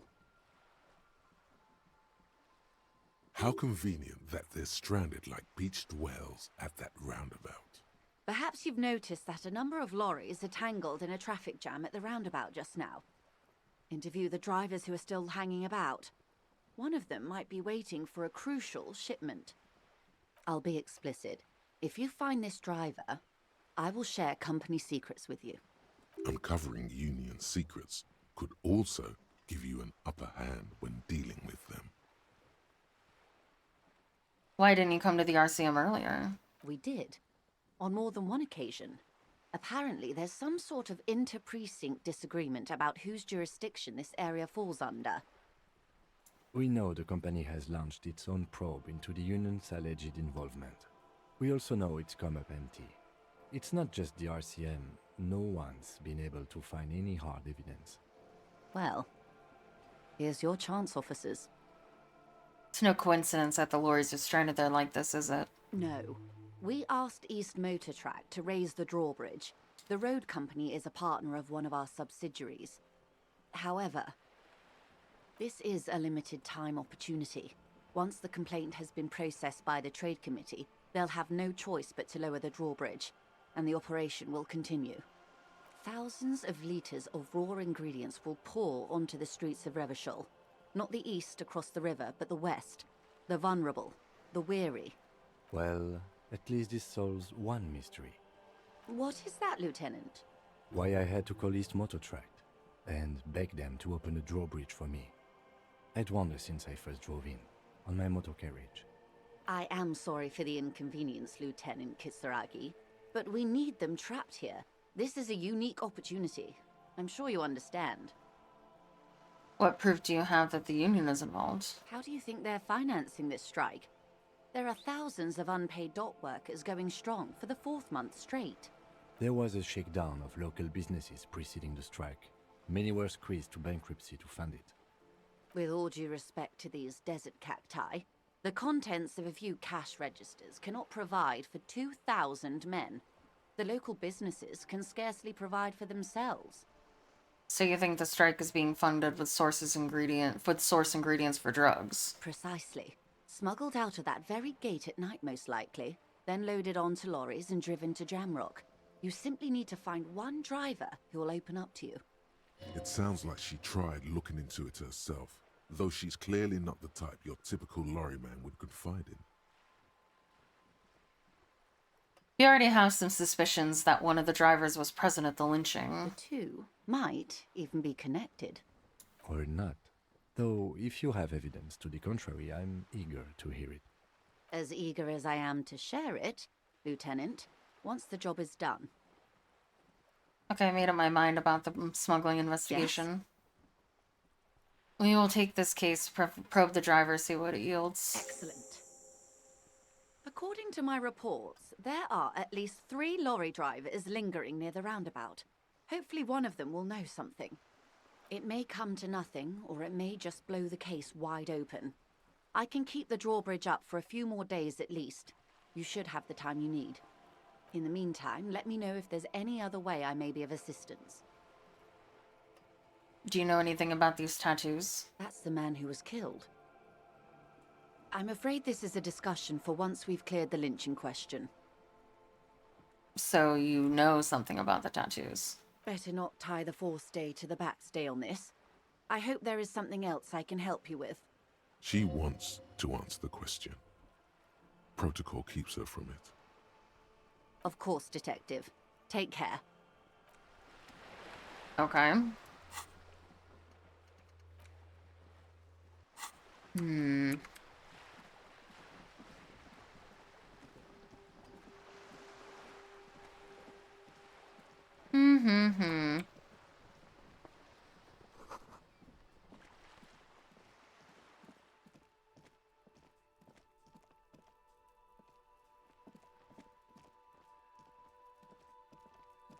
Hey, up here, piggo.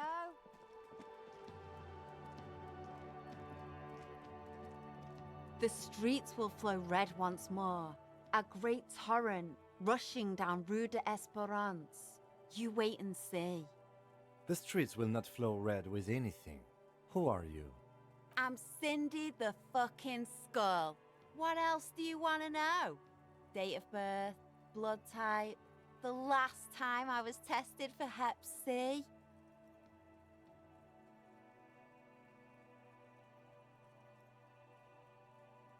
Just answer some questions, okay? Ask away, pigman, but I don't promise to answer.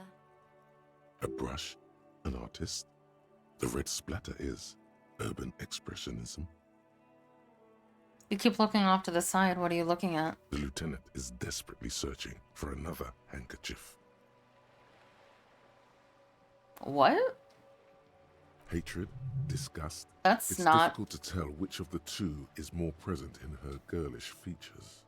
The woman on the boat does not notice her staring. That is on her.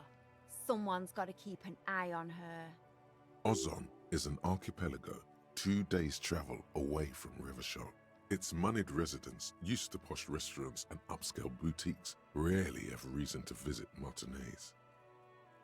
You mean Joyce? On a first-name basis with her, are we? Piggy's moving up in the world. Why all the negativity? Have you got a crush on her? Aching for an opportunity to defend her honor. What are you doing to the wall? Can't you tell?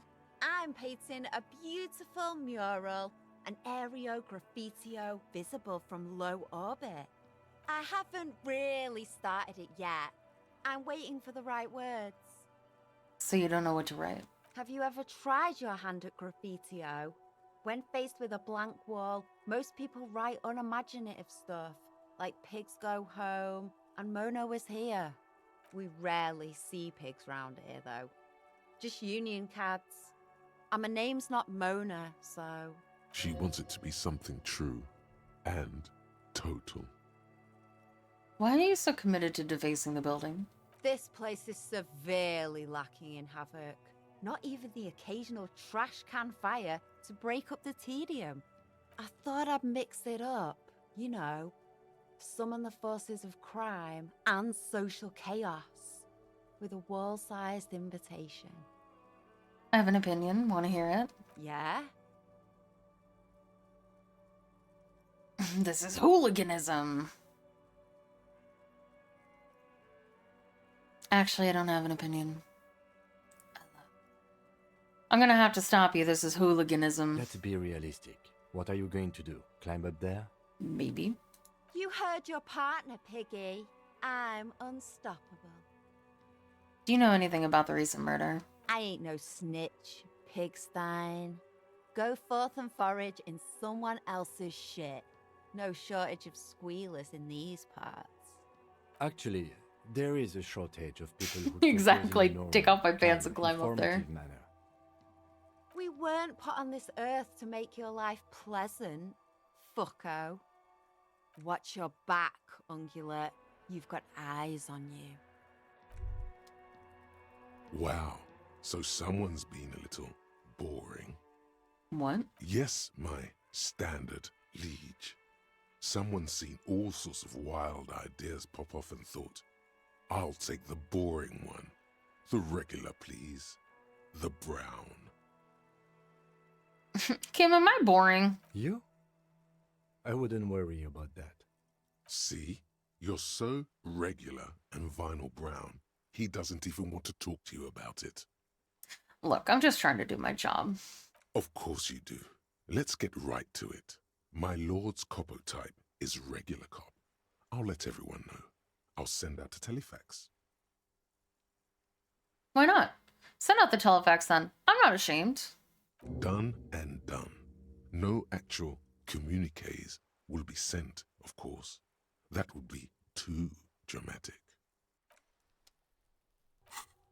So what if I'm boring? I don't care.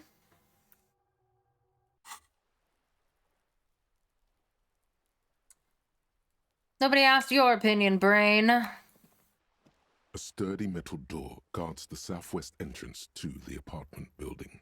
It's locked. The door rattles against your knuckles, but there's no response. The door rattles again, but this time you hear an elderly woman's voice calling out from inside. Stop banging on the door! I'm not letting any more strangers inside. This is the police. Open the door. The police? Everyone knows the police don't come round here. I'm not joking. No, I already told you. I won't be responsible for any more strangers getting into the building. Go check the backyard door. Maybe someone there will. Backyard door? There must be another entrance to the east. Kim, tell her we're the real police. Madame, I assure you, we are real police officers. There is no reply. Just faint sweeping sounds inside. No one ever believes me. I'm the police.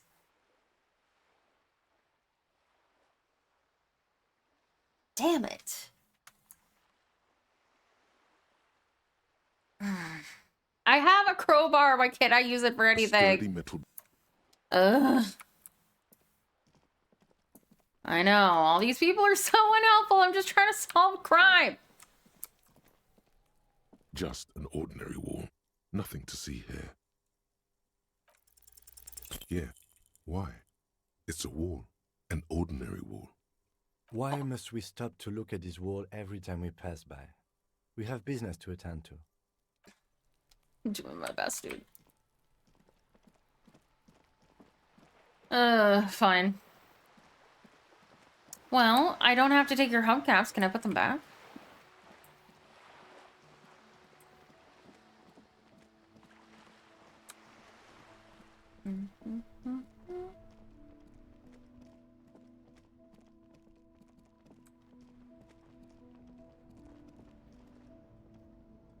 Inside, you see a set of steering levers, a radio microphone, a pull-out toolbox, and the soft No, I glow can't. of the fuel.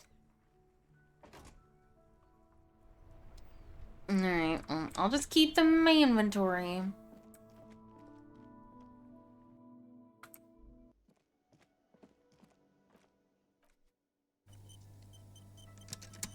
Alright, I have the money. Can I help you? Yes. Have you got it? Well?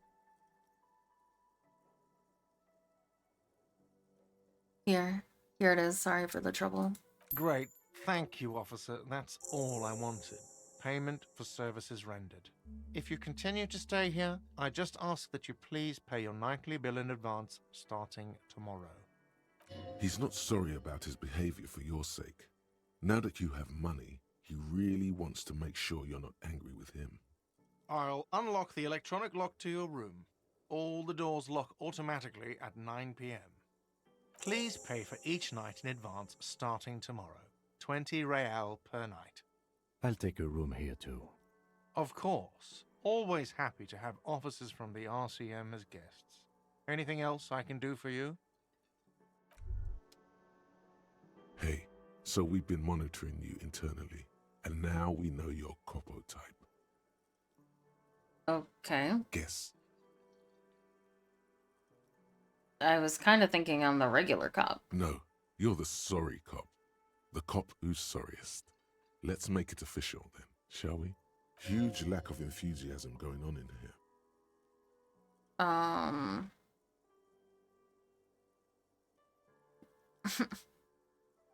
Fuck off, man. I'm just trying to be nice. No, you don't. Come on. You'll be back to saying sorry in 2 minutes. Stop wasting time and begin the repentance. No, I'm not sorry. Wow. Okay. Fuck off. Maybe we were wrong about you then. That's right, you were wrong about me. Okay, we can... try to jump again, I guess.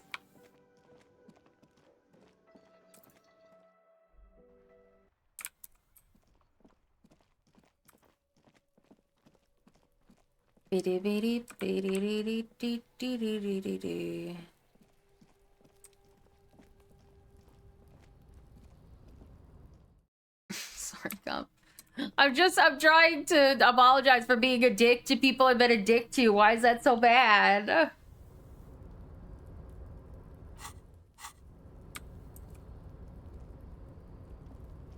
I'm trying to get my coat again right now. Oh, this is a different coat. I found a random coat near the pier. I'm wearing a navy coat now. But hold on, I gotta take my pants and my shoes off.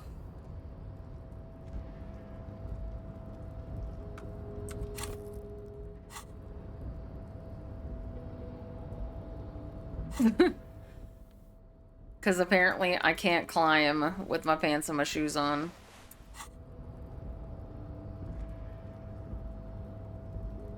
Alright, I could do it, I could do it, I could do it. It's still caught Okay. on the railing. No one has claimed it for their own. Yes! Let's go! As you leap in the air, a Hell chill yeah! engulfs you, sharpening your senses. Close your eyes, let the senses take in the world around you. Ankles tingling from the tension, blood roaring in your ears. You are ready for your rendezvous with the concrete pavement below. Continue the voyage through the salty air. Ow! As the concrete floor welcomes you, you realize it's been a while since you felt so alive, alert, capable. Must be the adrenaline. I knew you could do it. Thank My you. climbing down might not have been as disco as your jump, but at least we can explore the harbor now. With your feet firmly planted on the concrete, the noise of the harbor rushes back in. Yes! Let's go! We did it! You could have just climbed down. Not me.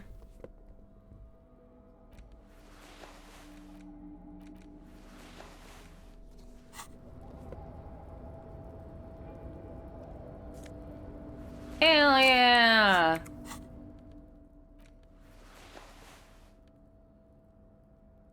Nice. We did it, finally. I rent a place on Cornelia Street.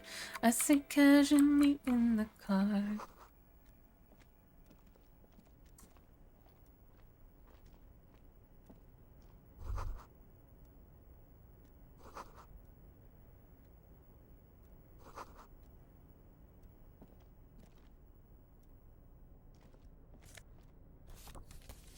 Le Jardin 21.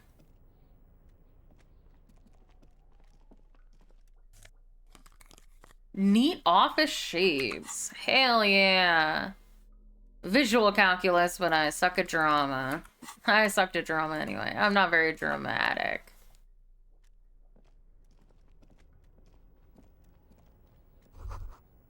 Someone left the coffee machine on. Oh, the drawers seem to be locked. Wait. On second glance, someone has forgotten to properly close one of the drawers. It's unfortunate for the union to just leave their paperwork lying around like this. Let's see what's inside, he thinks. Open the drawer. The drawer opens smoothly. Inside is a well-organized selection of brown folders. Browse through the folders. Hundreds of documents containing logistical data. 2 kinds of transactions stand out. Materials coming into Revachol from the outside world, from Muindi, Grad, and even Ilmara. And the same materials being handed over to companies inside Revachol, Kuron, Coal City, La Delta, and Jamrock are listed among the many districts where the imports are being sold. Anything interesting? It's hard to make sense of this thicket of company names, dates, quantities, and percentages. You try to focus, but the lines are getting blurry. I could do this. Look how blurry all the lines on these papers are. How unwieldy your own willpower is to yourself. You're like an absurdist Samaran monk, focusing through not focusing. Hermeneutics was almost within your grasp, but now only vague letters float before your eyes. Less meaningful, but aesthetically more pleasing. If I let my eyes go completely out of focus, all shapes start melding into each other. Is that what you're doing with those folders over there? Let's just get back to work. My thought exactly, officer. Shall we? Oh my god. The drawer slides shut smoothly. I never get to learn the secrets! I fuck them up all the time. La fumée. Plebe. An imposing combination of a punch clock and a payphone is looking down at you from the wall. A note on the side says, Hey, tokens totally. unavailable due to strike. Use change. The machine swallows your coin and seems to be waiting for your next move. Let your muscle memory dial a random number. It's unclear whether you actually have muscle memory. Right now, your finger is just You drawing wanna vaguely occult patterns in the air.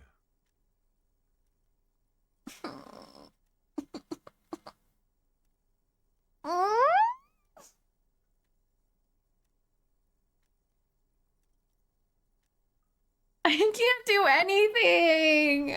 This game hates me. Undoubtedly, no. I might try this again later. Sure, why not? Muscle memory is a tricky thing.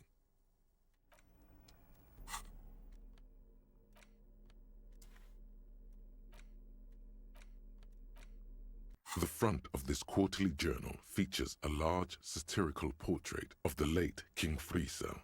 From the sides of his head, a pair of white antlers spread to the corners of the cover. Why antlers? Because white antlers are one of the symbols of communism. They represent a society in accord with the natural world and, at the same time, above it. Why Friesel? Because Friesel was incompetent, foolish, and cruel. In short, the embodiment of everything the communards wished to overthrow. It's satire, you see. Flip through the pages, see what catches your eye. To your disappointment, there aren't any full-color pictures to direct your attention.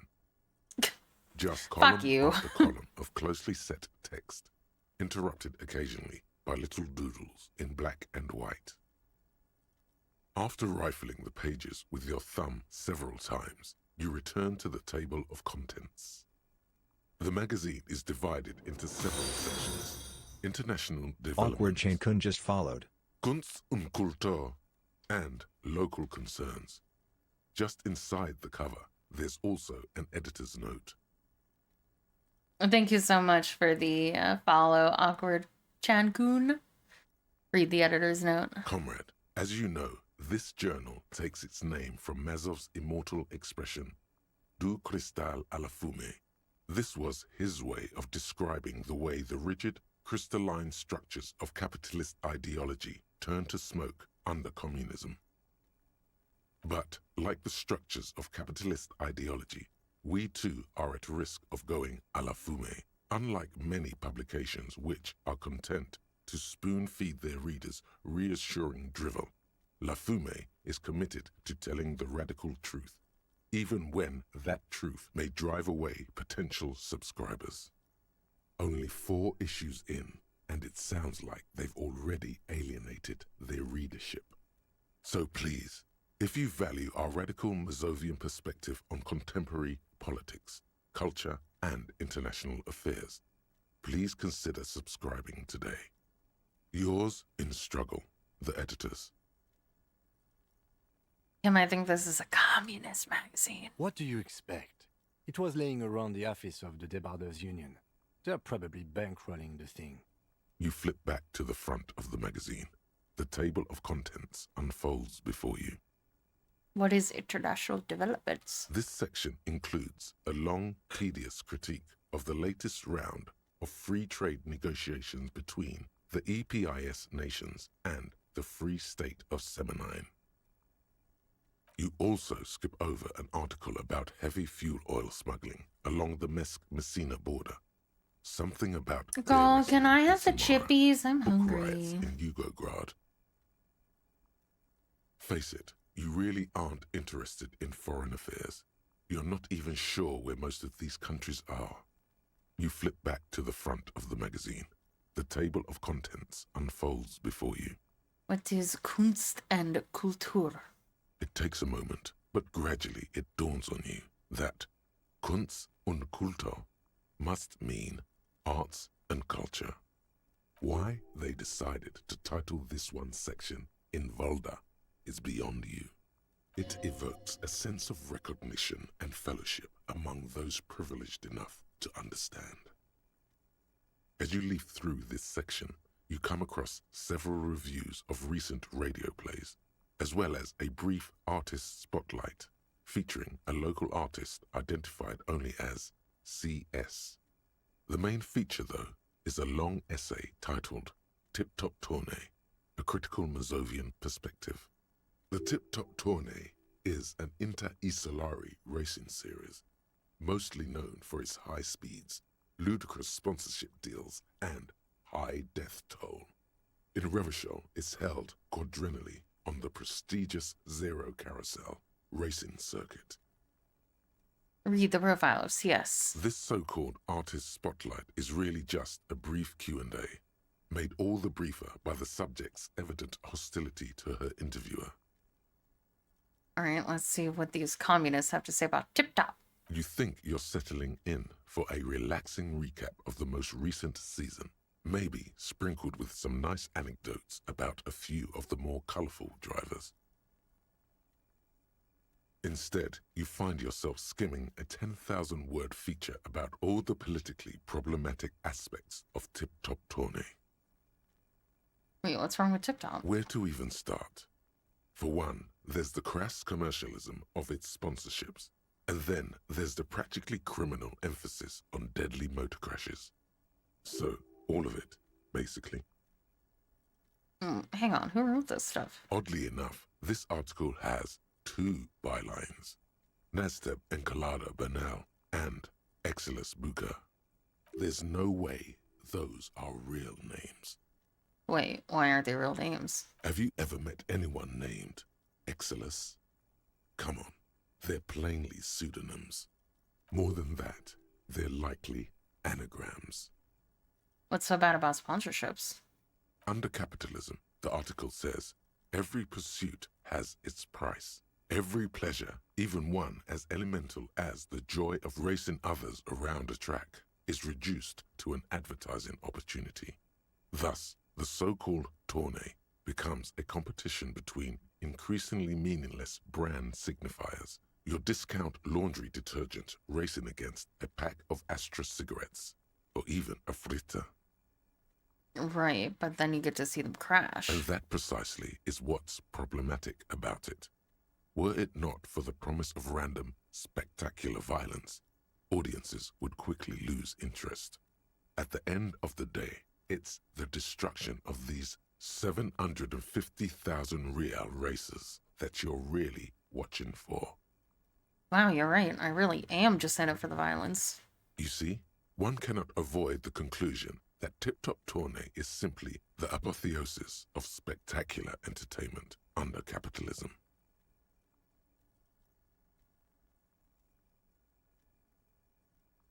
Kim, did you know that Tip Top Tourney is actually an orgiastic ritual of capitalistic destruction? I had no idea. I can safely say the thought had never crossed my mind, Detective. I wonder what else really is just a metaphor for life under capitalism. I'm sure most things are, if the young men who wrote this article are to be believed. If I had to wager, I'd say they've never even seen the inside of a motor, much less a motor race. I take whatever they write with a large grain of salt. You flip back to the front of the magazine. The table of contents unfolds before you. Let's see what they mean by local concerns. Unsurprisingly, much of this section is taken up with articles declaring unqualified support for the dock workers' strike. You skim the headlines. Paint the harbor red and white. Martinez tames the wild pines. A city in revolt. First we take Martinez, then we take La Delta. Finally, there's a brief article by the writer, G. Martin, accusing the owner of the Capeside Apartments of illegally attempting to evict certain communist tenants simply for not having paid their rent.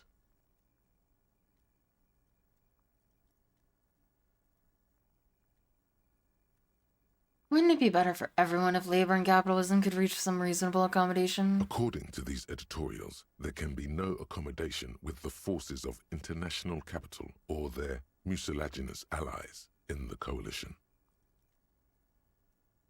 Why do communists love puerile insults? And they wonder why they're always being left out in the cold. Hold on, what's this about a coalition? Judging from the context, it's something very large and fundamental.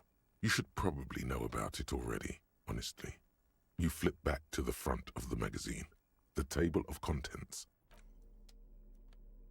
Okay, so I gained nothing from this.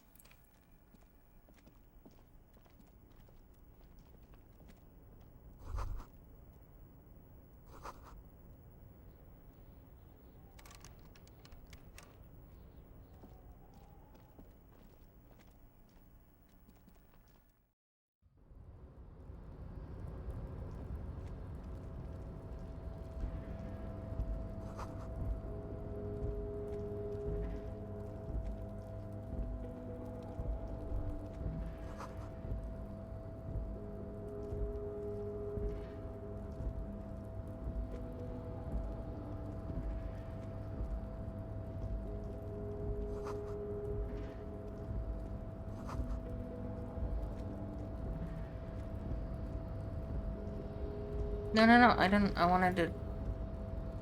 Okay, I guess I...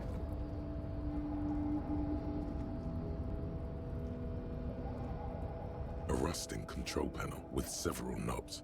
2 buttons marked Marche and Arrête are faded with use. It seems to control the large crane above. A container is attached to its hook block. Marche. On. Arrête. Off. With a loud grind, the crane shifts overhead, moving a massive metal container through the air.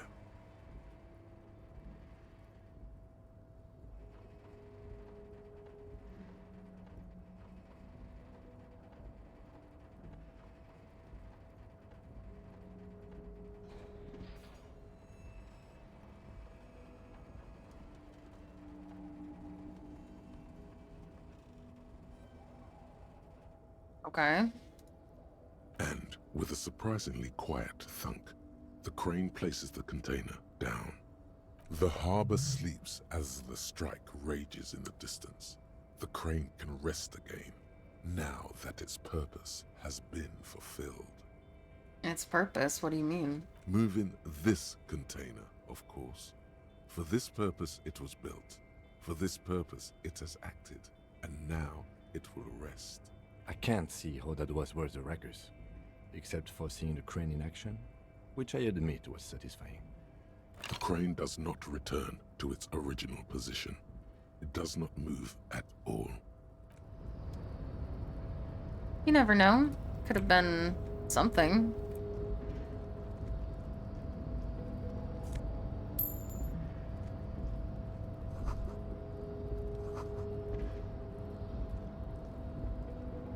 Before you stands a cargo container, just one of many in the yard. Lieutenant, I think there's something special about this container. Is this like your thing with that wall again? Maybe, I can't tell. I think we should investigate further. You do? Because I don't. What? Why not? There are a million containers here. Why are you fixating on this one? It was hanging from the crane. You just picked one out because you wanted to interact with a cargo container. We are not here to interact with containers. We are here to get the body down from the tree. You attempt to turn the handle, to no avail. The doors seem to be mechanically locked. To your left, the lieutenant considers your actions with some puzzlement. No reply. Persuade the door to open. Why are you even trying to open a door with rhetoric? Yeah, why am I? Why are you what? Never mind. Are you satisfied, detective? I'm mad.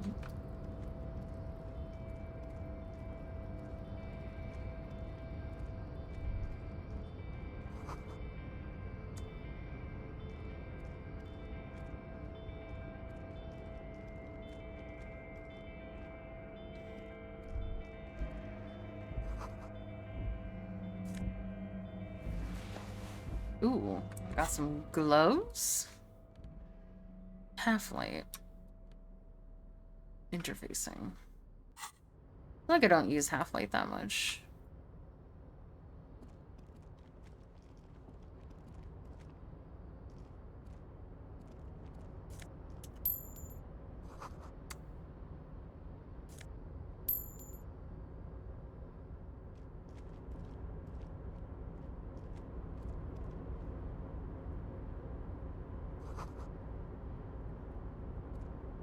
Container, container, I'll turn you nice and red. Container, container, put the logos on. Oh, may I have some chippies? Sure. Thank you. Oh, thank you. I got a fruit snack, chat. I was literally just about to get up.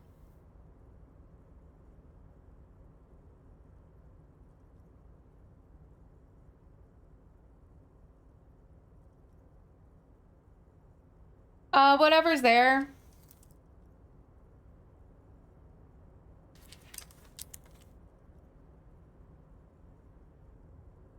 Fruit snacks.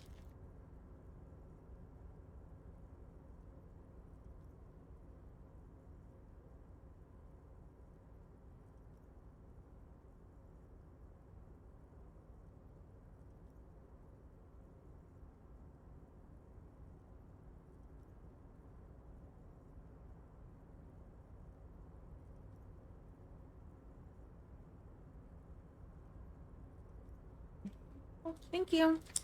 You didn't say dip. Did you want dip? Okay.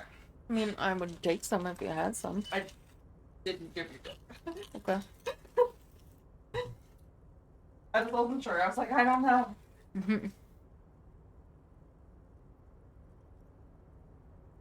The lyrics to this container song are being made up as he goes along. The accent is so thick, it's impossible not to notice he's Ubi, from the vanishing peninsula of Ubisunt on Muindi. Container, container, used to be Wild Pines. Container, container, now belongs to Everard. Hi. Everard, Everard, Everard, he looks after everyone. Huh? Well, hey there. How can I help you, mister? The look in his deep blue eyes is as sincere as you've ever seen. Kind of makes you feel like an arsehole for no apparent reason. I see you are not a union man, mister. Did you get lost? You're not one of them scabs, are you? What is it with you people and scabs? I mean, I don't personally mind. Folks is just folks, you know, and folks gotta eat. Just some of the other guys don't look too kindly on the scabbing kind, if you know what I mean, mister. You're from Ubi, right? Oh, yes. Born and raised in Arish, mister. Mum had to leave my dad after he got a bit violent. Took us here to the new world. I was about 10 then. Too old to lose my accent then. People say us Ubis are up to all sorts of trouble with sheep and other animals and whatnot. I just want you to know there was never any of that where I come from. No, sir. Those are just nasty rumors. Thank you for clarifying that, sir.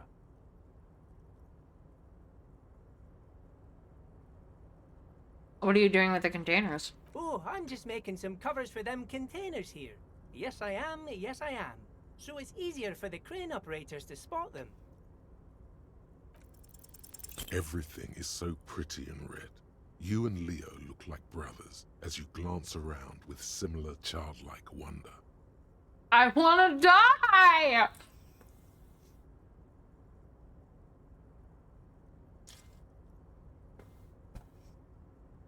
Wow, red is so much prettier than green. Sure is, mister. Sure is. Really livens up the place. Yes, it does. Yes, it does. I hate to break this bonding moment, but the red containers mean they are replacing the company livery with the union livery, which means this strike isn't gonna stop anytime soon. Where is everyone? The harbor's empty. Oh, most of the guys are down at the gates, keeping the scabs from coming in. We're on a strike. The whole union is. You don't have to work when you're on strike. Ha! We haven't worked for 2 months now. So no one is working? Not everyone is down there, of course. Mr. Evrard is in his office, where he always is. And Jean-Luc is guarding the gate. But Titus and his boys got into some drunken trouble and Evrard sent them on a nice vacation. For a week or so. What kind of trouble did this Titus and his friends get into? Oh, I'm not really supposed to talk about that. That's union business. Him and his boys stirred up something in town. Probably drank too much and got into a fight or something. I heard Mr. Evrard telling them to take some time off. But what did they actually do? I guess the boys got a bit too rowdy and had to let out some steam. I don't really know the details. That's just how boys are, you know. I haven't been in a fight since I was in middle school. Easy, Leo. Let's keep this on the hearties.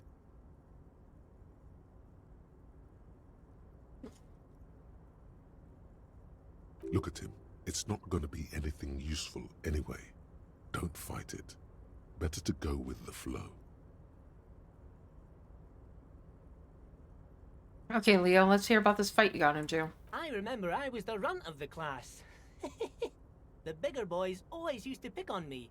You see, I had a bit of a temper back in the day. Flew off the handle like nobody's business. But Mr. Evrard and his brother always came to help. Once they beat old Noel Becker so bad he needed stitches on his head. Noel never started another fight with anyone after this. Mr. Evrard and Mr. Edgar are real nice guys, mister. You should go talk to Mr. Evrard. I'm sure you'll be good friends. He's friends with everyone around here. Do you work here? Yes, yes. Everybody needs a job, and this is mine. I'm Leonard, by the way. Leonard Bellick. But everyone calls me Leo. I'm like Mr. Everett's right-hand man when Mr. Edgar is out of town, and Mr. Edgar's right-hand man when Mr. Everett is away. Actually, Miss Beaufort is the right-hand man, but she's a lady. Who is this, Miss Beaufort? A real pretty lady with a skin like those douce sucre candy bars my missus likes so much. Them are real nice to suckle on once the dinner is done and me and the missus sit down besides the radio. But I can't listen to the radio all the time. There's so much to do around here and I'm always busy keeping things running here. Yes I am, yes I am. Who's this Miss Beaufort you mentioned? Oh, Lizzie. She is a real sharp tool. Mr. Everett put her through some fancy school and everything, east of the river. 4 years she was gone, and when she came back, she was all fancy and lawyerly. He respects that word. That's obvious. But she's a real nice girl. Grew up in this here neighborhood, knows everybody and gets along with everyone. Real pillar of the community one day, I'm sure. For a fraction of a second, there's sadness in his eyes. If me missus and me was to have a child, I'd be real happy if she turned out like her. But she can't have kids.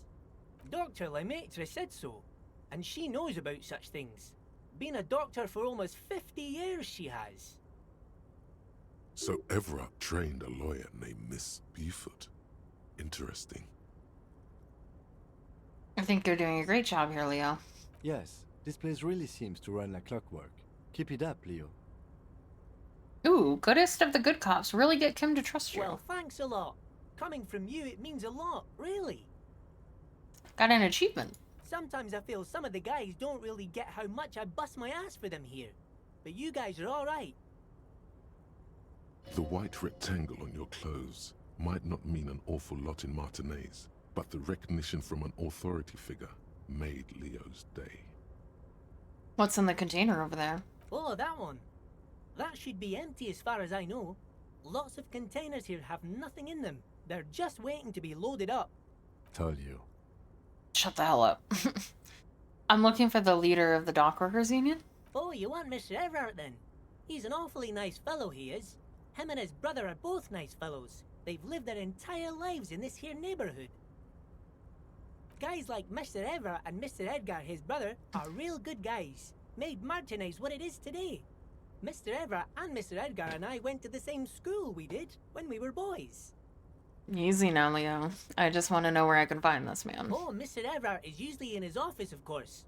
But he already left for the day. He always leaves around 10 p.m. Okay, I'm off. Bye-bye now.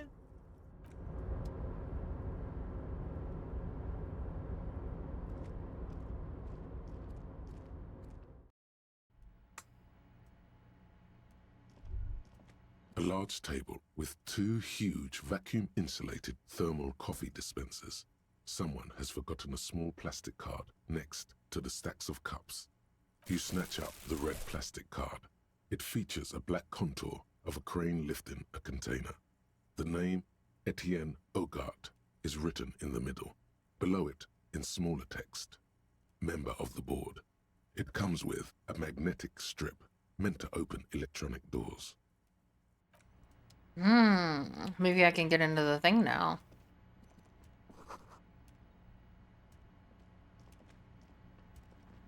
Oh, wait. Oh, wait, I thought I had a...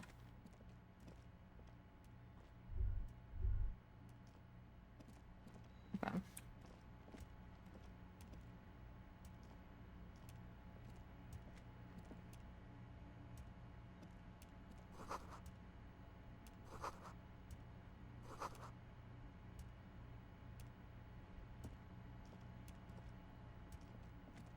Okay.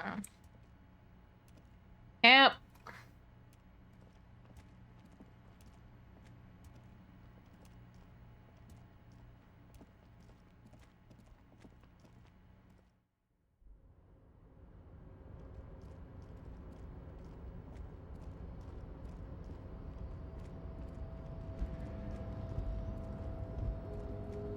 Mm-hmm.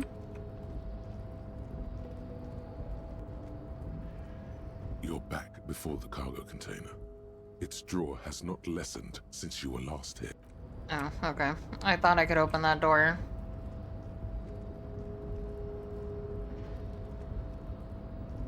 Because it said it was an electronic lock. Maybe I can open that one door?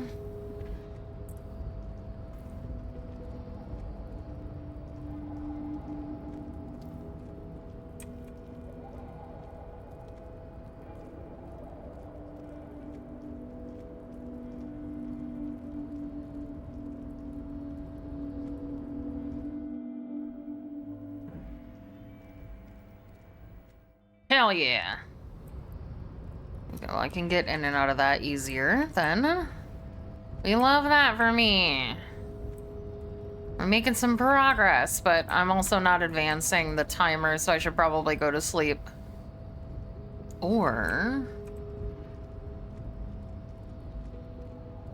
Oh, nobody's here. A lorry stuck in the traffic.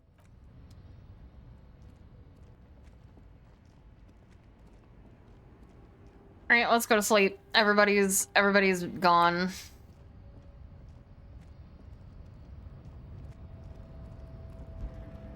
It's 2 o'clock in the morning. I can't investigate anymore.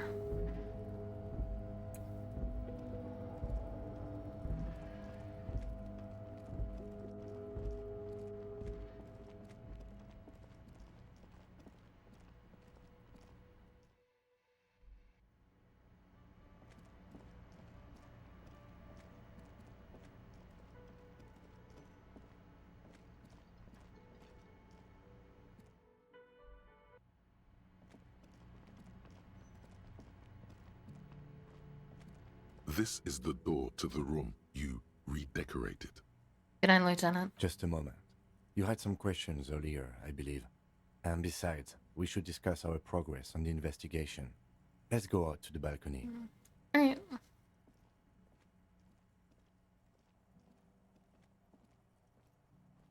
The air outside is brisk.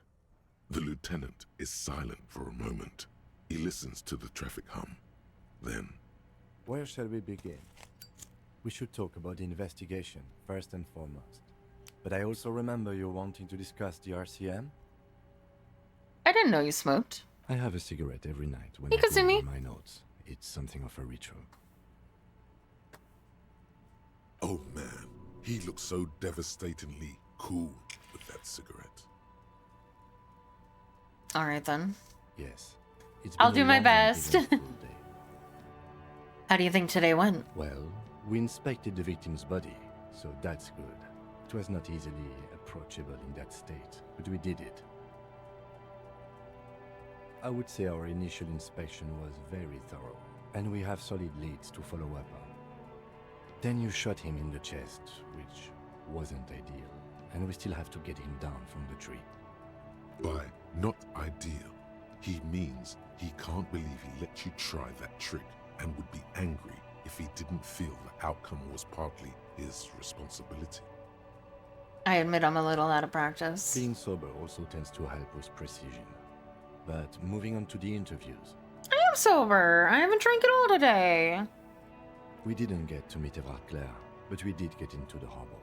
It'll be easier to reach Well, him tomorrow. I mean, Kim missed, so I had to try. We tried to interview the Wild Palms rep, but she asked us to do something for her first. Fine, so be it. I have a feeling Joyce knows how dangerous the situation really is. We have to get her to talk to us. If Kim is emphasizing something this much, it really must be important. Above all, though, today was exhausting. What's with all the running? You run a lot. Is that a standard Precinct 41 practice? I don't like to waste time, you know, my mind moves fast, the rest has to try to keep up. It's impressive, especially for a man your age. And in those heels. Nice shoes, by the way. I like the green. Goes with the orange. Shut the fuck up. So what are our powers exactly, the RCM? They're quite limited, actually. The power officers of the Ravachol Citizens Militia exercise most frequently is imposing fines of up to 1,000 real for offenses, in accordance with an interdepartmental schedule. Would that be an easy power to abuse? Yes, although indirectly, as citizens can always request records from their local station. Officers of the RCM have been known to take bribes of less than the prescribed fine amount. It undermines trust in the RCM. Okay, what else? We can arrest people, of course, but rather than bringing someone in directly, it's preferable to serve a station call slip. It prevents confusion and overcrowding. Wait, how can you be sure the arrestee will show up? You can't. Those who don't show up become fugitives, though, and have fewer legal rights when they are eventually caught. It's about power projection. Thus far, they seem to mostly show up. I see. And if someone resists? As you may have gathered from the fact that we are expected to carry a record of our kills, like the one in your watermarks, we are permitted to use whatever force is necessary, and strongly admonished not to abuse that power. What happens to the people we convict? We don't convict. We arrest and send them to coalition government courts in Courant and La Delta.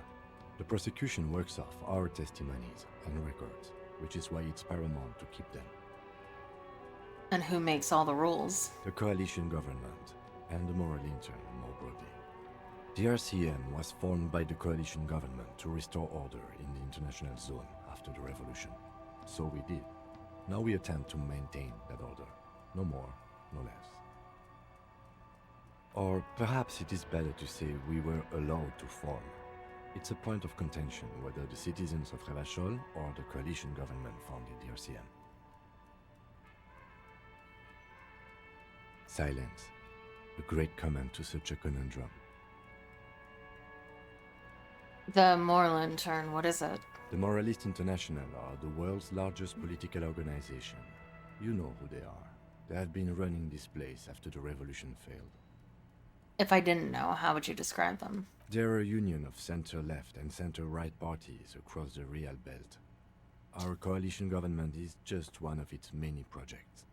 They also run the ICP, EPIS, most intergovernmental organizations in the world. What do they believe in? What do they believe in?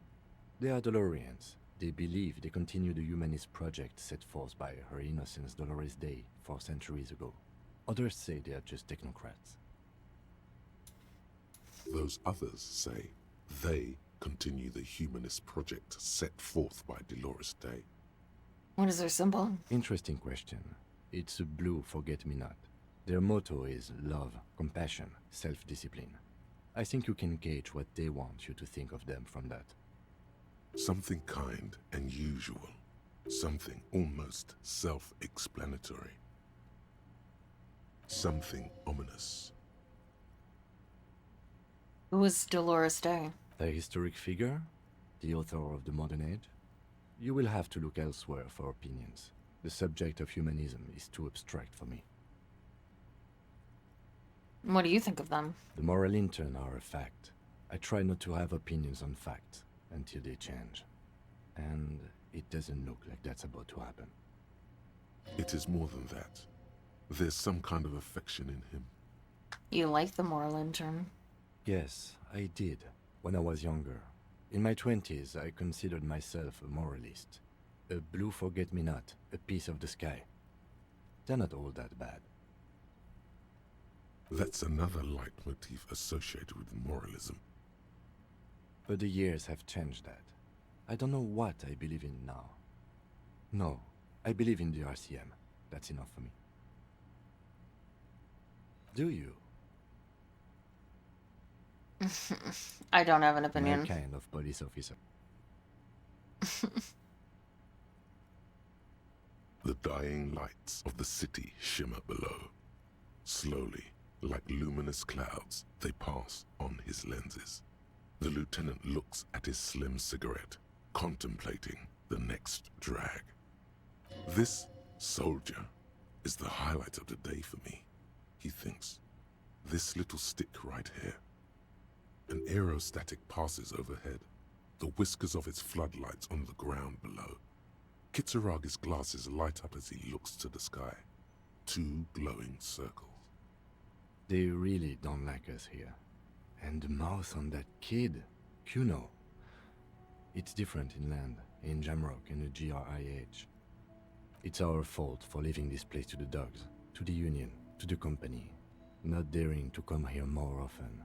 It's like I told you, this place is an orphan, fallen between the cracks. And in Jamrock and the GRIH? We run this city. West of the river is RCM land. It's incredibly hard. Human beings are... But we are in control, and it's worth it. The organization works, our systems work.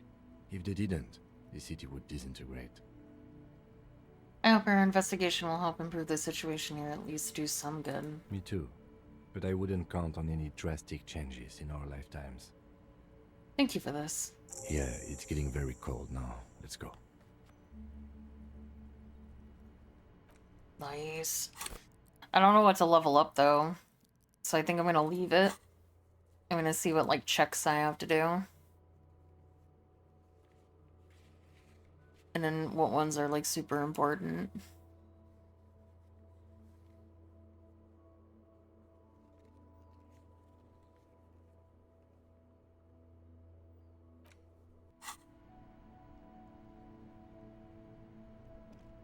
Alright. Time to go to bed.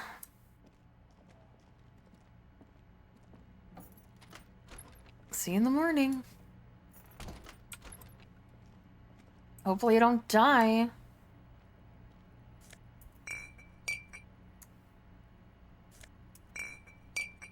I'm gonna collect.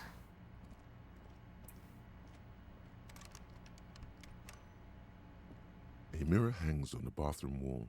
In it, your face, now without the expression.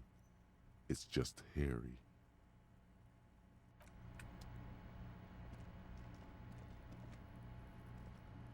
The fan stands still. The bed is cold and not particularly inviting, but it's yours. The sheets look awful. Going to bed with my crowbar in my hand. Feel at once coarse and clammy against your skin. The bed sags beneath your weight as you stretch out and finally close your eyes. And then sleep doesn't come. But I want to sleep. Obviously, you're in bed with your eyes closed, but it's not happening. Why? Maybe it's the bed's fault. I roll over to the other side. It's a little better. Colors, scenes, and half-formed phrases still litter your mind. Part of you is still trying to solve the case, isn't it? Who killed him? Who? Something to do with, what was it that the lieutenant said? Union? And it's gone again. Your thoughts lost between the slowing brain waves. I mean, it seems pretty obvious that the people that the guy sent home are the ones that killed him, right? No more thoughts. Sleep now. Your breathing steadies. A great silence washes over you until your eyelids twitch in your sleep and images start forming.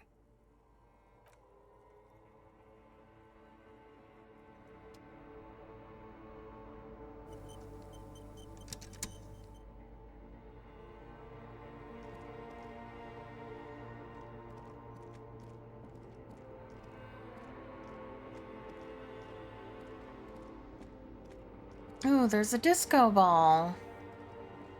Oh, hey, it's me. Hi, me. Do you remember the scent of your childhood? What is this? What it says on the can, Harry. Answer the question. I remember nothing. Do you remember your wife's hand on your face?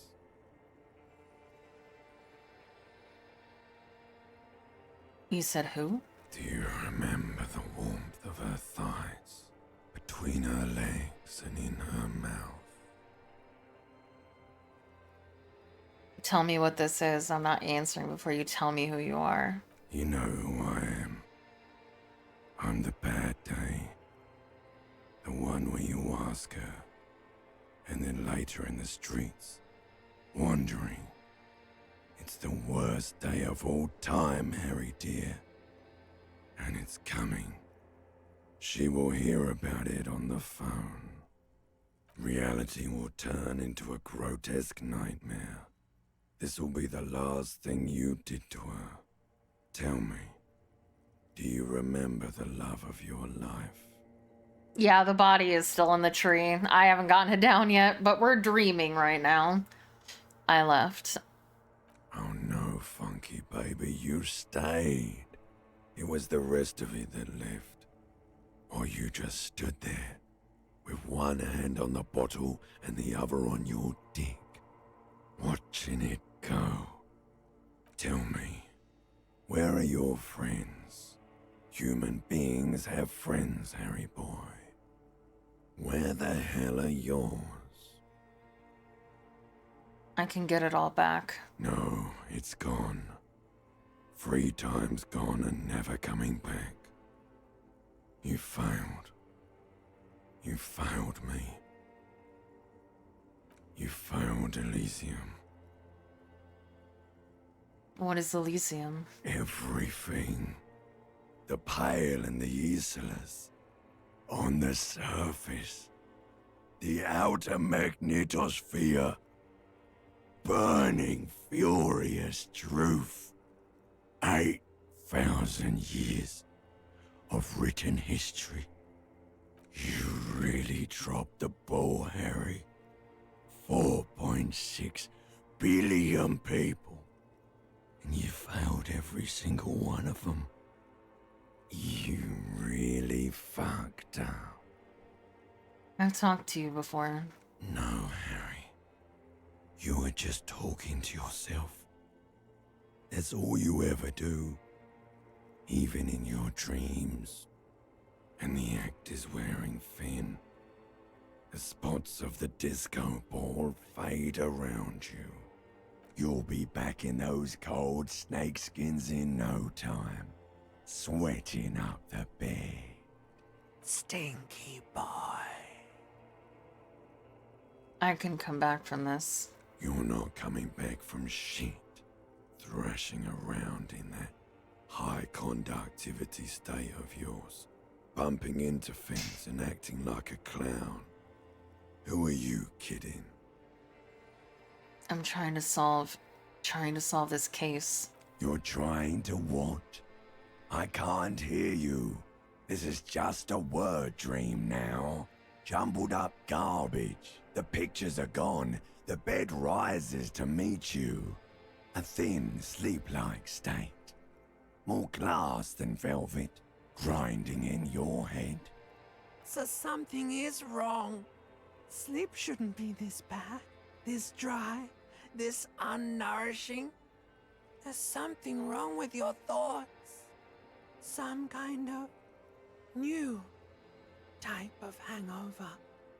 God, there's another type. Oh yes, party boy, and it's worse than the one before. Just think of the shit you saw. Here it comes too, so soon already. A silent alarm goes off in your head like clockwork, barely let you sleep at all. Time to get those clothes on, Harry. Time to go to work in the shit factory.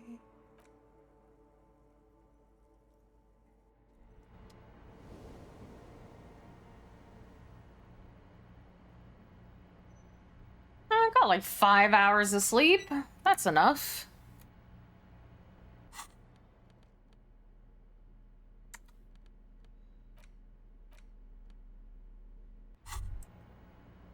Good going, buddy.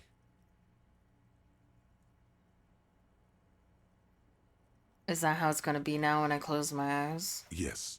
Wait till you see the one with the chick in it. It's gonna be a good one. You feel even worse this morning than you did last night. What the hell's going on with me? You mean, why are you so tired? Too tired and down to even think? It is worrying, isn't it? You can't be a detective like this. Detectives need to be able to think. Why is this happening? It's just that your heart has finally pumped all the speed out of your system, Buster. Time to get some more.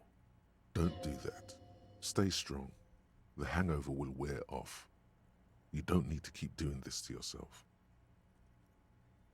No, I can take this. I'm not gonna go looking for speed. Are you sure? Ready to live as this pathetic shell of yourself for days? Basically, a week.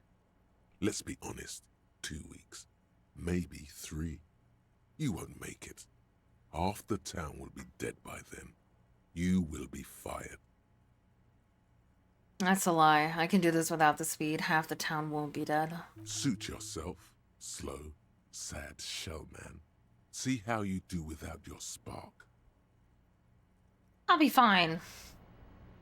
I don't need it.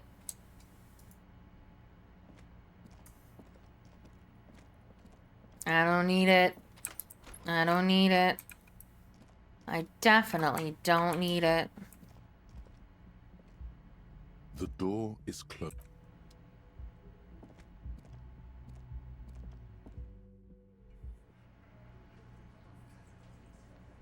Where am I? Oh. All the people are here.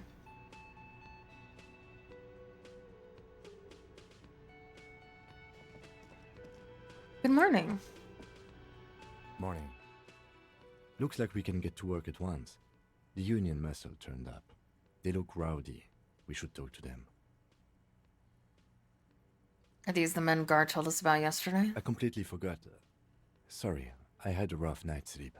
It's them by the looks of it. Loud and nasty, just like the manager said.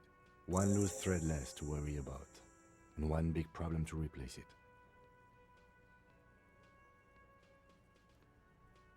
What do you mean rowdy? I mean ungovernable. Martinez isn't exactly enthusiastic about the RCM being here. They prefer to be policed by the Union. These men here. Oh shit, I gotta pay fucking rent. I mean, okay. Men who drink beer for breakfast? There's talk of an armed wing of the Union called the Hardy Boys, who are responsible for state policing. I think it's them. There are so many of them, maybe we should call in reinforcements? That would just escalate tensions. No captain would sign off on it. Solving one murder isn't worth a conflict between the RCM and the Debarders Union. In fact, even the death of 2 detectives might not warrant an all-out war. So let's keep a cool head, okay? Why do we need to talk to them? Everything points to the Dock Workers Union. The belt used for hanging him, tracks in the mud, the circumstances in Martinez, my preliminary information. Which may, of course, all be wrong. But we still need to talk to them, and it won't be easy. One more thing before we do. We don't have to talk to them immediately. We can walk right past them, continue with our business. Good. A power move. Purposefully concentrate on something else first. Yeah, streetwise. Zoom right past. Do it on your own terms. But aren't you curious to know what they have to say about the murder? They're in no hurry to leave. They think they own the place. Anyway, I leave that choice to you. Whatever you decide is fine by me. Okay.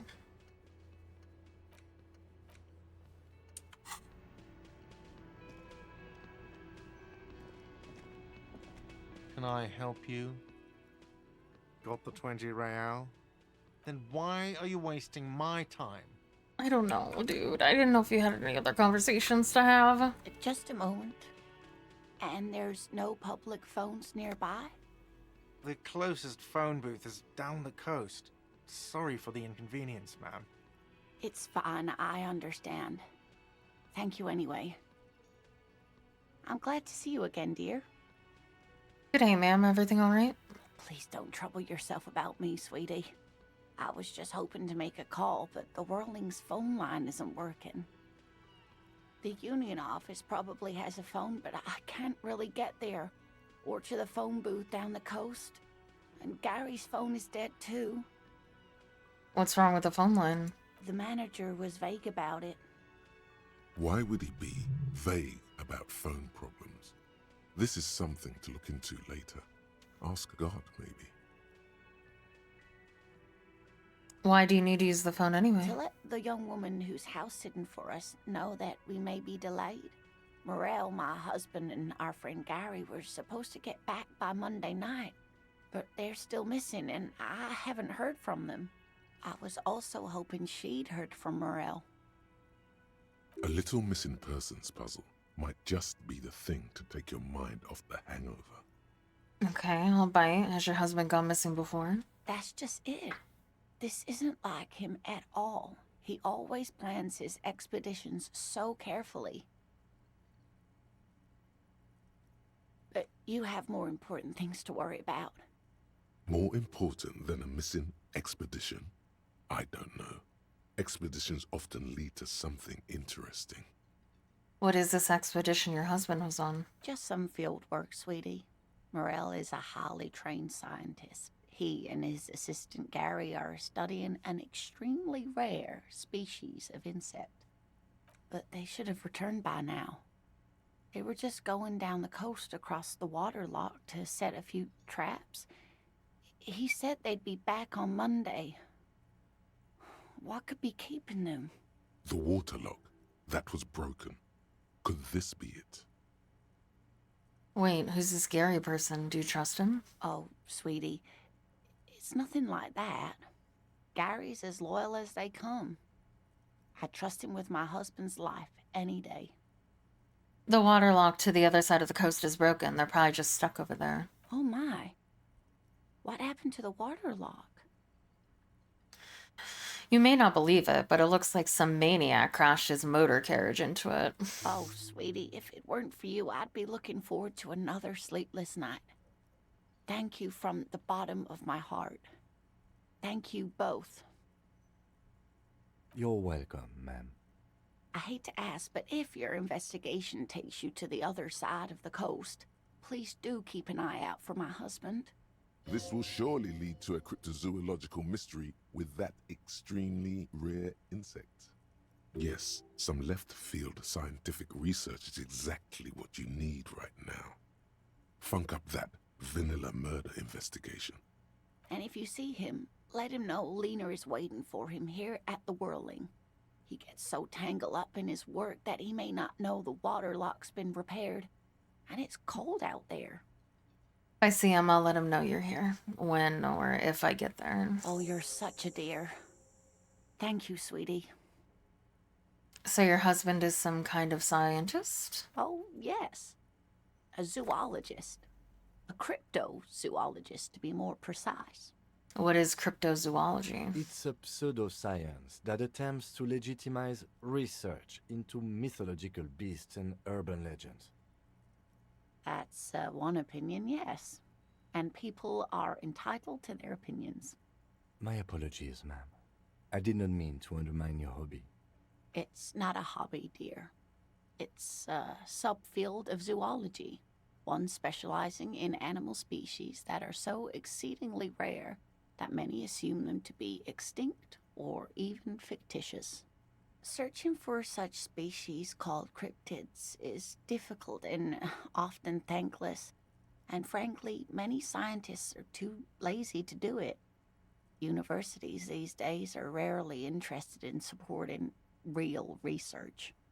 The quality of research at Revacholian universities has been on the decline, but you doubt there was ever a time when cryptozoology was embraced by the academic elite. She's completely internalized her husband's struggles. They are her own. Tell me more about Morel. Looks, character, your relationship. Oh dear, I'm not sure where to begin. What does your husband look like? Well, his expression is slightly grumpy, but his eyes are always bright and curious, like a small boy's. And his palms are quite coarse from all the field work, but he's quite gentle. You can't go around Revachol feeling grown men's hands. If you want to find her husband, you'll need more concrete information. It's always a challenge to describe the person you know best in the world. Let's try again. Why don't you try describing him as you would one of your cryptids? Oh, well, he's a bit shorter than you, but with a larger frame, and he has longish white hair, usually a bit uncombed. You might say wild, even. The lieutenant pulls out his notebook and begins jotting down the woman's description. One other thing, he'll likely have all kinds of field gear on him, even if he's not out in the reeds, you know, just in case. And how long have you been married? We'll be celebrating our 16th anniversary this autumn. Not the most numerically satisfying anniversary, but I like the less obvious milestones even more somehow. How did you two meet? By a dating agency, I'm ashamed to say. I was looking to get back into the scene after recovering from my accident, and he'd just divorced. We hit it off, and, well, here we are. She's skipping over some important parts. Perhaps you'll find out more later. I hope I've been useful. Tell me more about this rare insect your husband is looking for. Oh, sweetie, it's fascinating. But I shouldn't bore you with entomological minutiae. The lieutenant gives you a sideways glance. No, I want to hear about the insect. Well, It's a phasmid, technically, but Ah yes, Phasmatodia, a diverse group of insects whose bodies resemble twigs, leaves, that sort of thing.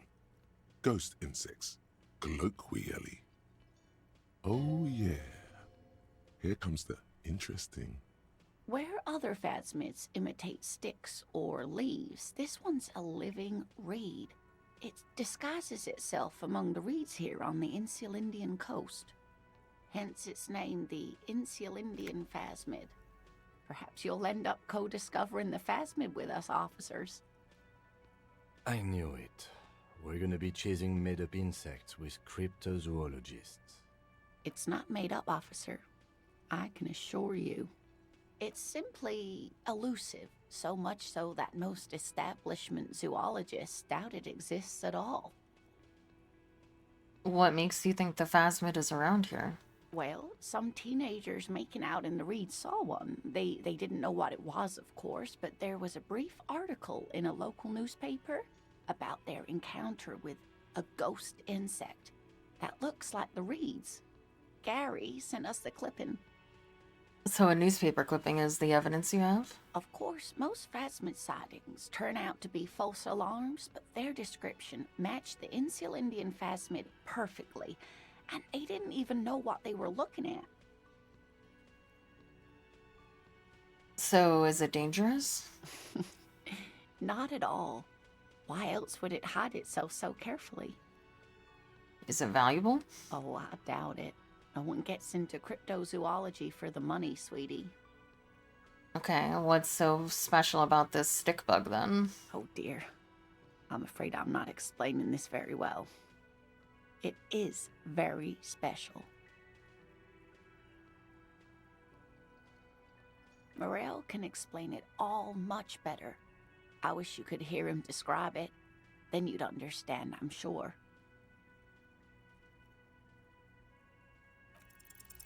You're an enthusiastic idiot. Oh but my you're still god. an idiot. Tell me about a narrator. I want to know everything about cryptids. Living cryptids, extinct cryptids, marine cryptids, land cryptids. Bring it on. We don't have time for Cryptozoology 101. Let's get back to work, shall we? Okay.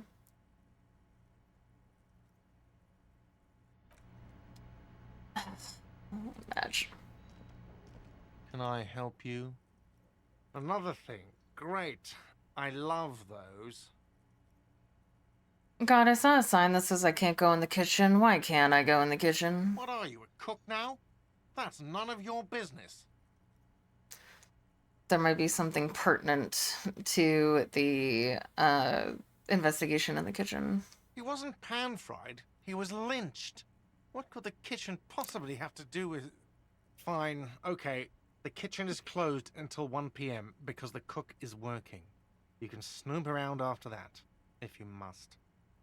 So the phone line is dead? Yes, and the phone company is taking its sweet time sending someone to fix it. Losers. That's pretty strange. It's not strange, it's inconvenient. Is it true that there was some foul play? Who told you that?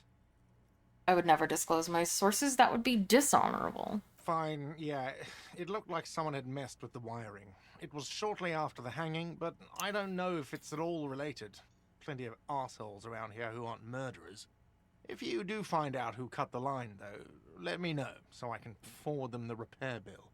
Yes? Okay.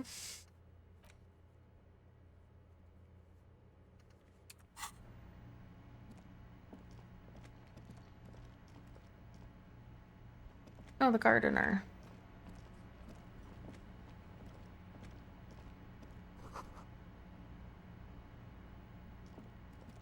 You see a heavy steel door with a prominent dimpled lock.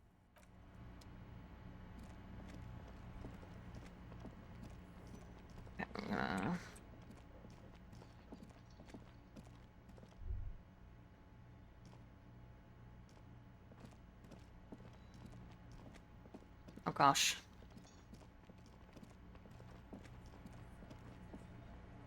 Let me handle this. You seem a little different today. less hospitable. You are far from home, lieutenants. This isn't a district known for its love of self-proclaimed militiamen. I mean, no trouble. I'm here to do my job, that's all. Not a muscle moves in her face, but her eyes trace yours, stern and perceptive. You are looking for Titus Hardy, who you think has information on a murder the RCM is investigating. You want to interview him. That's Titus. Talk to him, but know this. I'll be keeping an eye on you. No strong arming, nothing official. The District of Martinez does not recognize your authority to make arrests. It doesn't matter if you recognize our authority. We will make an arrest if we have to. She says nothing.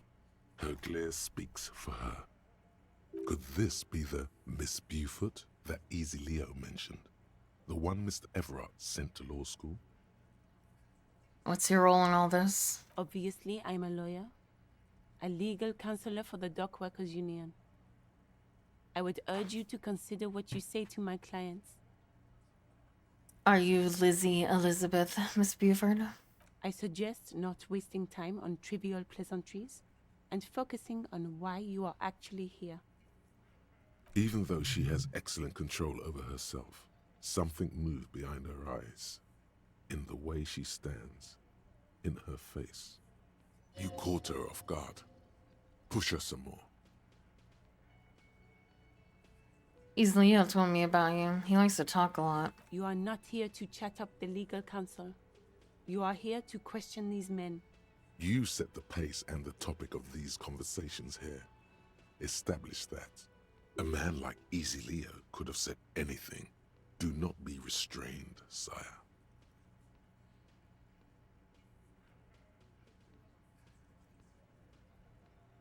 He said Mr. Everett sent you to law school? I represent the union and these men here. Don't make this personal. A very minor victory. What if I want to talk to you, not Titus? What you want is of no significance, officer. Don't test your authority. In Martinez, you are no one. What are you gonna do with me? What are we going to do to you? The union isn't going to do anything to you. It is not a crime syndicate. It is a labor organization. Goddamn right it is. If anything, it is the RCM who do things to people. But we digress. Why are you so aggressive? Aggressive? You make your living enforcing violence. These people are just dock workers. So you were spying on us, and now you represent murder suspects. Just dock workers. See you later, Dials. Listen, you moral intern lackeys. You're a mob, enforcing the unlawful privatization of Revachol. 20 fat men in the Occident are stealing it all, and you're their bodyguards. Fuck yeah. So ask what you came to ask, or get back to your commanders.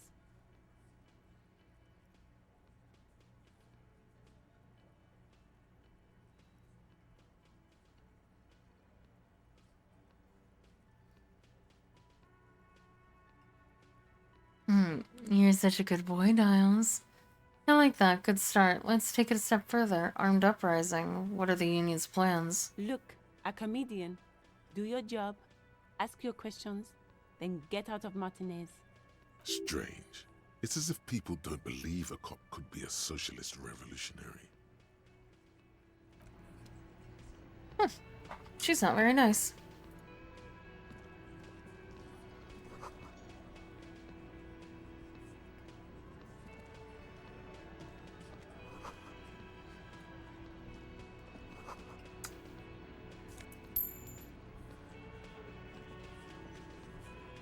Gotta pick up any change that I can so I can pay my rent. This is where you say your bit.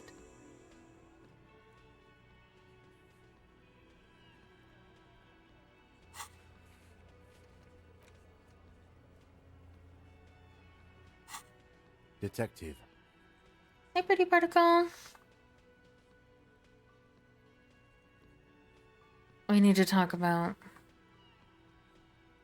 the man hanged out back. Oh, this is about him. A real looker, that one. You're sure taking your time, waiting for him to get ripe and pretty for you, huh? Oh, he was a real pretty boy by now. Real. I'm having a great time. I hope you guys are enjoying watching. Time to go to work in the shit factory!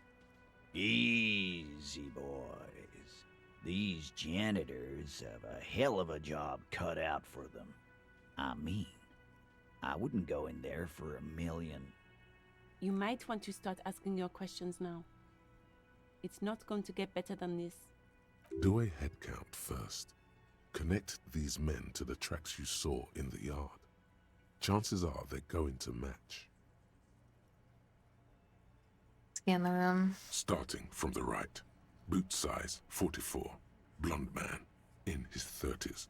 Overbearingly masculine. Sitting on his right. Standard working boots. Size 45 or 46.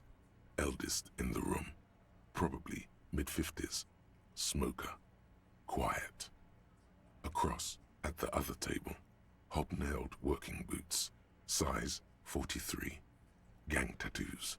Mesk or... He spent his youth in Villa Labos, a housing project in the Jamrock quarter. There were incarcerations. Oh, thank you, pretty hard to say particle. what else. The ink is fading. And then, standard working boot. Steel reinforced toes. Size 46. The big dick. Wide at the shoulders and lean at the hips. Rugby cap. Fingerless gloves. And numerous scars. A little under 40. The emblem on his vest says Rowing Club. A little patch below it reads T. Hardy, Captain. In the far corner, standard working boot.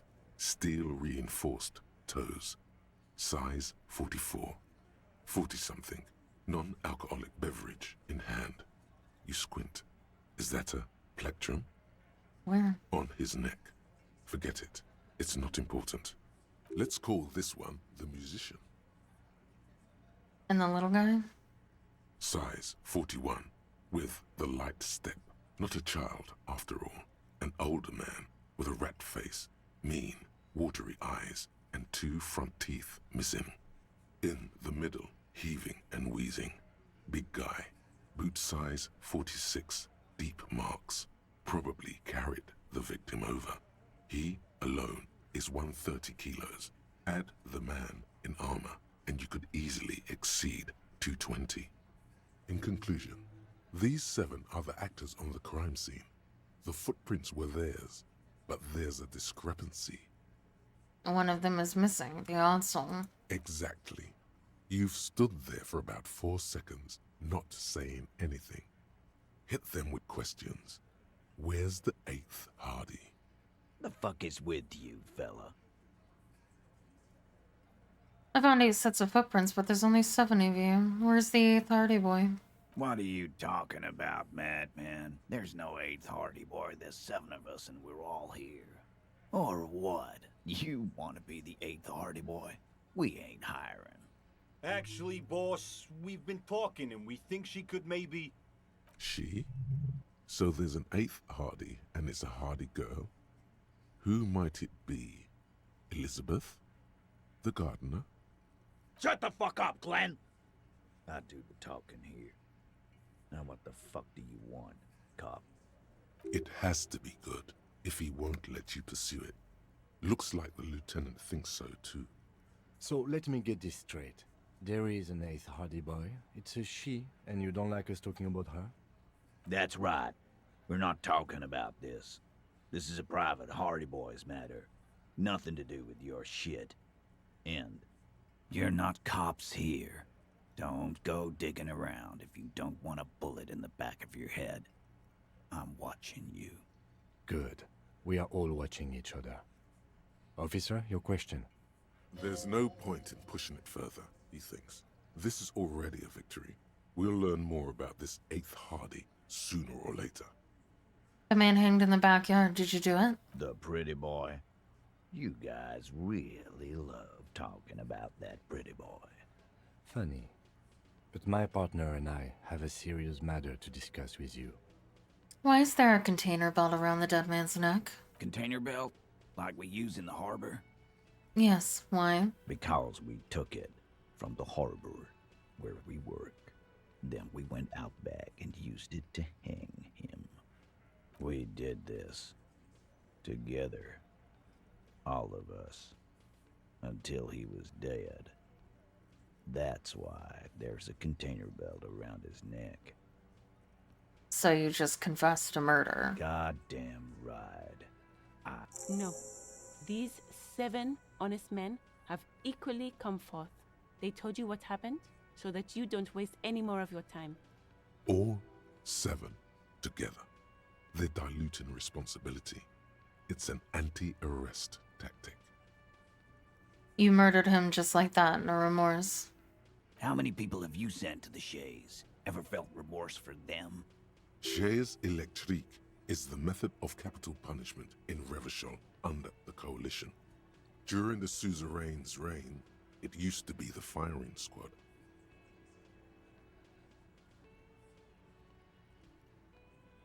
Or send them to Reunion to rot. For 20 years. For life.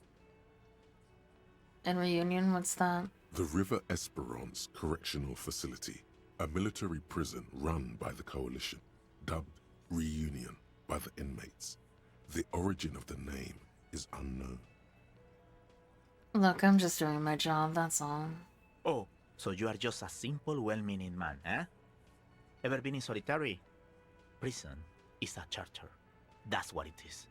He's clearly been in solitary confinement, and at a young age, nonetheless. So is hanging a man, slowly, without breaking his neck. Who called the shots that night? Are you deaf? There will be no singling anyone out. You can't arrest a Hardy Boy without arresting all Hardy Boys. And why can't I do that? Do you think you could do that? Do you think you could arrest them all? Yes. A trick question. Don't let her lead the conversation. No, but seriously, who calls the shots around here? Who do you fucking think does? I thought she did. It wasn't a question, dickwad. How fucking stupid are you? This asshole is worse than... Titus runs the Hardy Boys, genius. That's why we're called the Hardy Boys. Ain't that right, fellas? I think you got your answer, Mr. Law. Yes, there are some administrative differences. But on that night, they all acted as one man. When did this hanging incident occur? You don't have to keep answering his questions. I know, Lizzie. Relax. We killed him last Sunday night. Seemed like a good way to end the week. How long have you known this victim? Known him? We don't associate with scum like that, asshole. Yeah! Who do you think we are? Quiet. He came around about 3 weeks ago when that Pines cow first sailed into town. Happy? By the Pines cow, you mean Joyce Messier? The representative for White Pines? The same company you're striking against? No. I mean the Pines cow. The stupid-ass cow they sent in to fuck us over. But you know what? Why don't you ask her about the pretty boy? I'm sure she has interesting things to say when you ask her hard enough. That's enough insinuation for today, Titus. Officer, your interview is drawing to an end. Don't waste your last questions. Why did you kill him? No, how did you kill him? We hanged him up by his neck until he got real still. Wasn't that obvious, copper? Didn't they teach you anything at the cop school, idiot? This is where an autopsy would come in handy. You have to work with what you know. We need more. Did you muffle him? We haven't heard any reports of screams. Titus, you don't have to clarify anything. We overpowered him, dragged his unconscious body to the tree, put a noose around his neck, and hanged him till he was dead and steady. Then we left him for seagulls, maggots, and you fucks. Make them a bit more uncomfortable first, then see if it all adds up. Actually, they're admirably, surprisingly composed. The entire room. Given how many questions you've lobbed their way. All of them? Maybe one of them is fidgeting, cracking under pressure. Well, this one. But he's always fidgeting, so don't get your hopes up. Where did this overpowering happen? Right fucking here.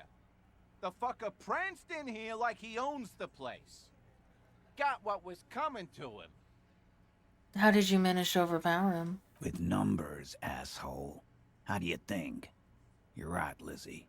I've done enough explaining here. No, he hasn't. Not yet. Like what, Copper? Why did you kill him? Why? 'Cause he was worthless mercenary scum. And he stepped out alive in my town. So he was a mercenary, that's it? And he stepped out of line. What kind of mercenary? The kind that shows up when you start a strike. The experienced kind, too. Had Cohoy and Semenine written all over him. Ex-Oranese Special Forces. A live grenade. Right here in our bar. This one has a special gripe with him coming here. I can't prove it, but I know he was sent by the Wild Pines. They hire merc shit like that. Story of every strike from here to Samara. How do you even know he was Special Forces? Cause one night he walked straight up to the mic and said, "I'm RNA's goddamn Special Forces, and I'm gonna fuck you all." Really? Yeah, really. Had a gin and tonic up there, sang some RNA's paratrooper song, and said he's gonna fuck everyone. We couldn't believe it either, but he fucking did. Right there. Like some kind of animal. Sire, the tale is true. This is a serious violation of the karaoke code. Right, but what did he actually do wrong? Wrong? He harassed women, raped one, harassed workers, threatened to kill some as a warning. From rape to harassment to threats of violence. Why the strange de-escalation? He regrets mentioning it. Hopes you didn't notice. To kill us all, if we don't open the gates, if we don't let the scabs in, if we don't bend over.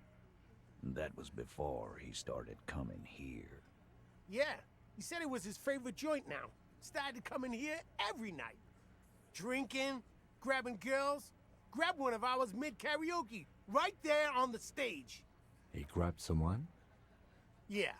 This girl's on the mic. A beautiful girl, young. Gets into the second verse of Lover Lake. The fucker grabs her legs, starts screaming. "Show me your cunt! Why don't you show me your cunt?" Then, he gets knocked on the head with a wine bottle. Doesn't even fall down. Was this the same girl who was sexually assaulted? Raped, you said? Aren't you fucking listening? My man is talking to you. He took care of it. They got the girl out before anything else could happen. Yeah, me and Eugene got her out. Aren't you fucking listening? There's something odd here. Seems like they don't want to talk about that rape Titus mentioned. Why not? This is a serious allegation. Make them talk about it. Right, but who did he rape then? That's a serious allegation. No. You're not getting the name. That's a Martinez matter. And I'm not discussing it with you clowns. So, what are you going to do now? Nothing. Your investigation here is done. Leave Martinez, go back to your stations where you belong. I think we're going to stick around, thanks. Some things don't add up here, Titus.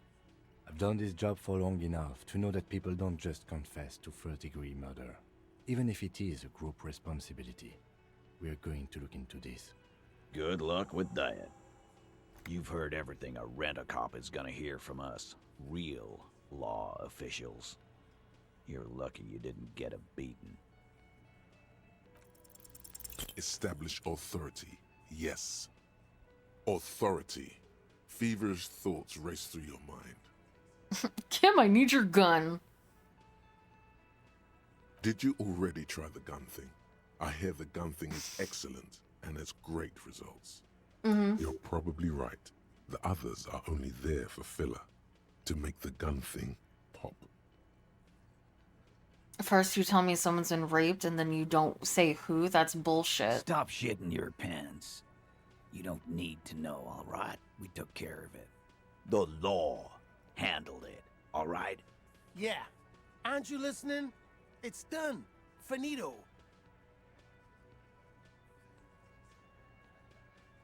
I guess we're both the law around here if you start to think about it. No, asshole. You're nobody. I'm the law. Stop yelling about the goddamn law in my establishment! We get it. You're all the law.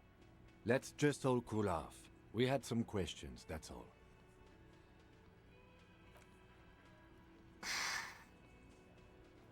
Damn it.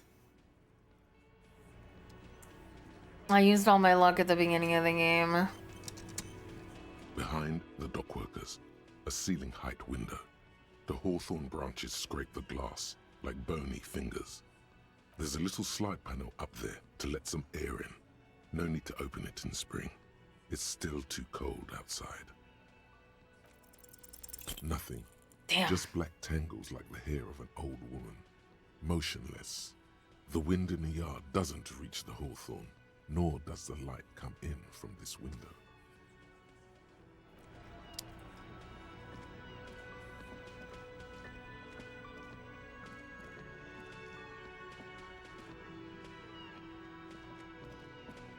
Okay, well.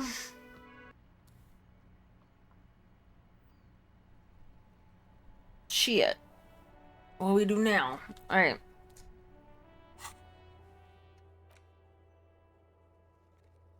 Yeah. I'm in charge.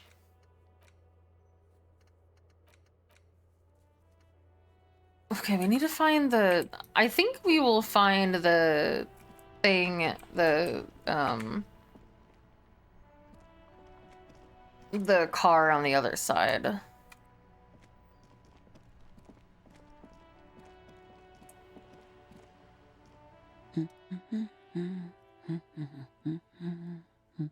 A good one?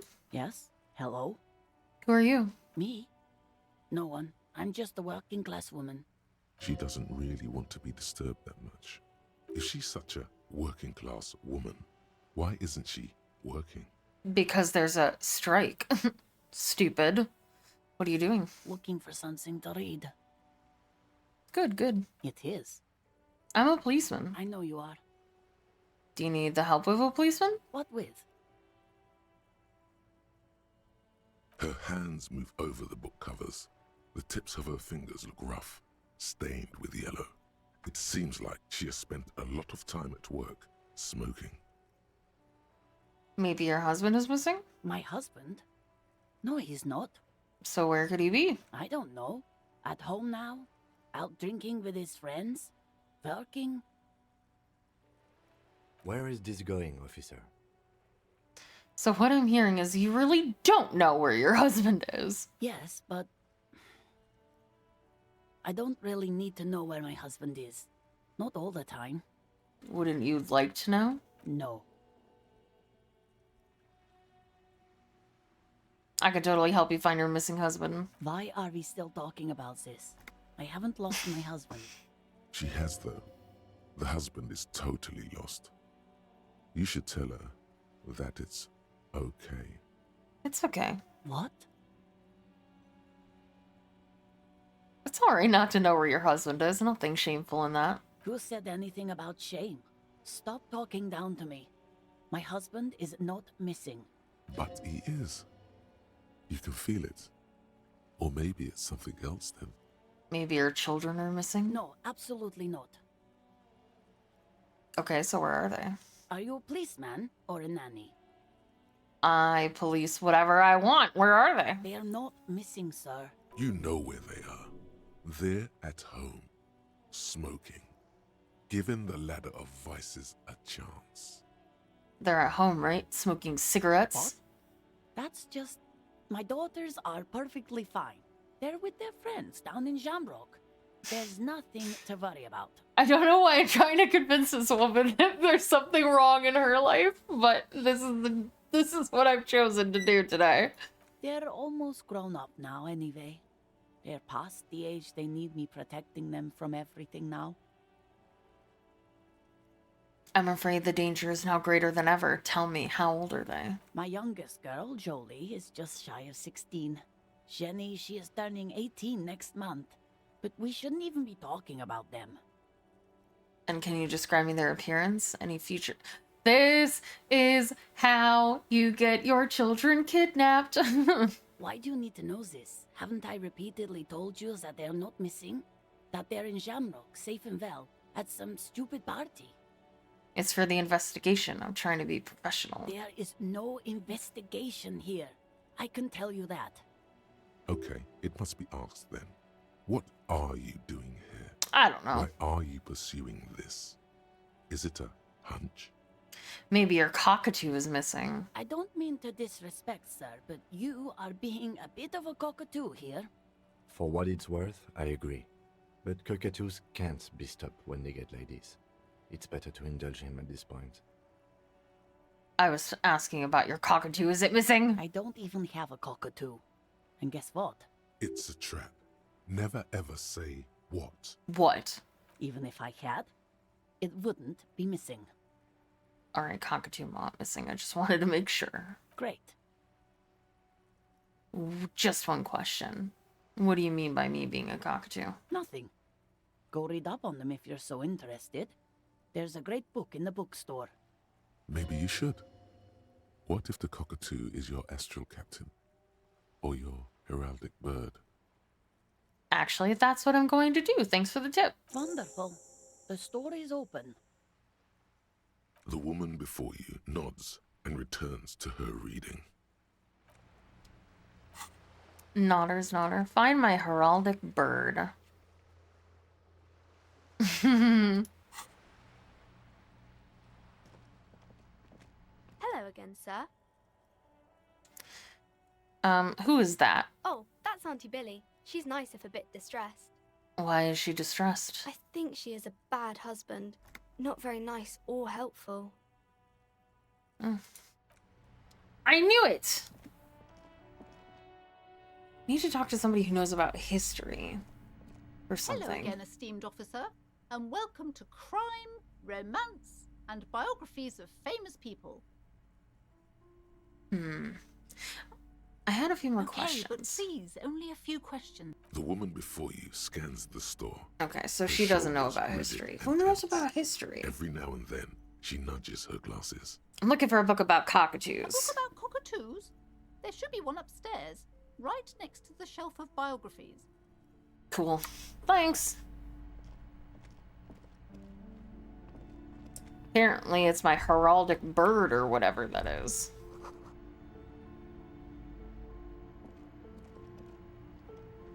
This bookstore is not strictly about crime, romance, and biographies of fame. I can't buy anything. Several maps. The maps look old and faded. Your eye catches a map of Insulinda, a map of Revachol, and slowly you move your hand toward the map attached to the board.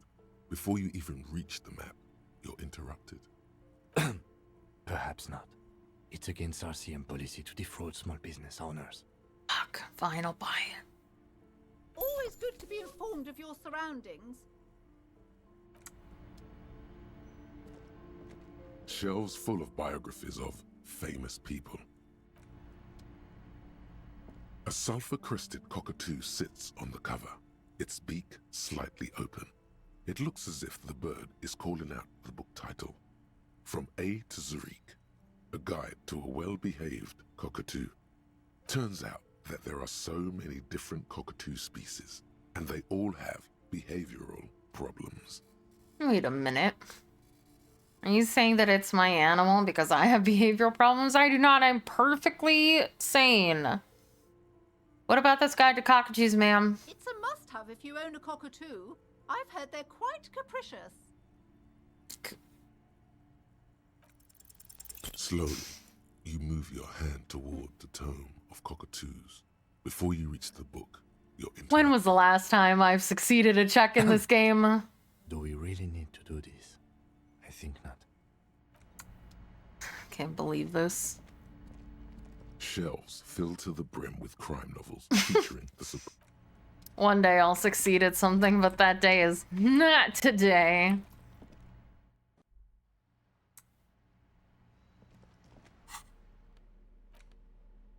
The worn map features the patchwork grid of the streets of Martinez, with directions to appropriately touristy locations. Year 48 resides on the upper right corner. Trace a path through the grid. Your finger moves through the various streets, across Rue de Saint-Ghislain and Rue Saint-Sipar, over Saint-Brun and Martinez North. Finally, coming to a halt on the spot where you are currently standing, although the map gives no such indication itself. For a more detailed view of the map, go to your journal and select the Map tab. I did it.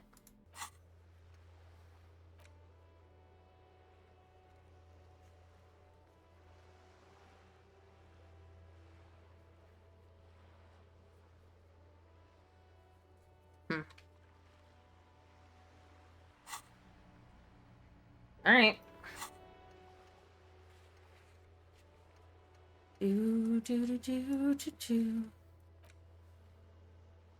Alright, I guess we go talk to the drivers. Also, I should go to the pawn shop. Try to sell some... Oh. There. Working class drunk. You know what this means, right? Okay, salt. Cracked it. All in a good day's work. Wait, what did I crack exactly? What do you mean, what did I crack? Look at how working class that drunk is. It's her husband, the missing husband. Yes, and you found him. Now go and tell the working class woman. Protect and serve, recruit. Didn't she repeatedly tell you her husband isn't missing though?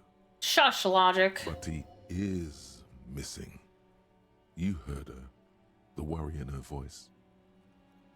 There's no need for champagne when there's honor, recruit. Go and tell the working class woman what you found right now. Alright. I'm doing it.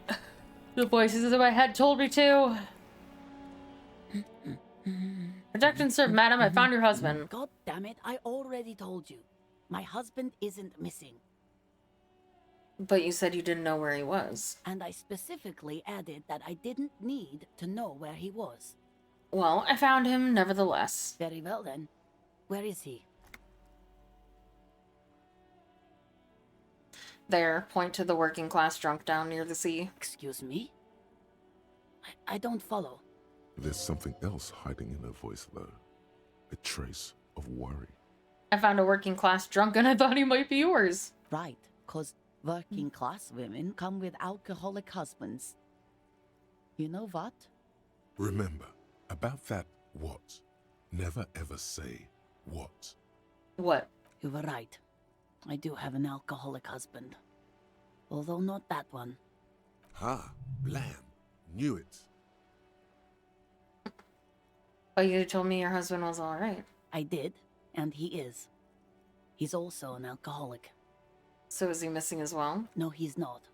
Or maybe he is, I don't know. He's probably in the park, or in Shamrock somewhere. Drinking with his friends. I haven't seen him for... Well, to hell with him. There. She's worried now. Kim, is it just me or do we have a missing persons case here? I wouldn't be so sure. Ma'am, just to be completely clear, do you want to report it to the police? Report what? He's just out drinking with his friends. I'm sure the police has better things to do than to chase down local goofballs. Not at all. The RCM is ready to chase down every goofball in town. We care about you. She sighs, but you can detect a slight hint of gratitude and relief from her face. All right, go ahead. Do you have any questions? What does your husband look like? Honestly, not that different from you. Like a late-stage alcoholic, then. That's one way to put it, yes. No offense. I'd also add he's a little bit chubby. I see. What else? What else? He was wearing a dark brown leather jacket with a bright blue inner lining. Blue. The lining is hand-sewn. I made it myself. It's his cool jacket. God knows it's too cold to run around in this, but he refuses to change. I even tried throwing it away once, but he just dug it out of the bin. Can you believe it? Well, if that jacket is really that cool, then I could totally understand. Well, what can you do? I hope that at least that extra lining helps him keep warm at night. I wouldn't like him to catch cold. She's thinking about him out in the cold, in some park, or on the coast. And it's making her more and more worried. When did you last see him? Yesterday morning. He went to the library. He went to retrieve my book, and he promised he'd walk straight back home. Because we talked about this. We talked about not wandering off again.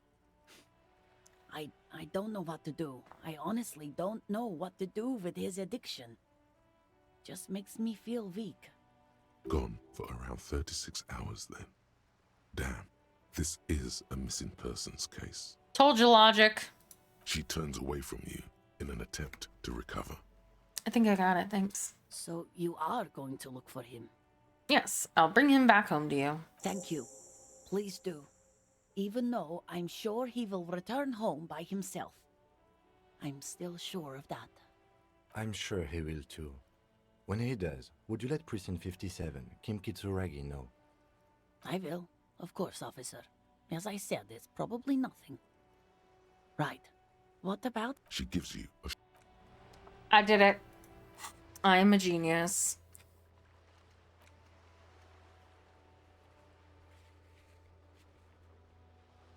Ba, ba, ba. You just gaslight enough and it turns out it's all true.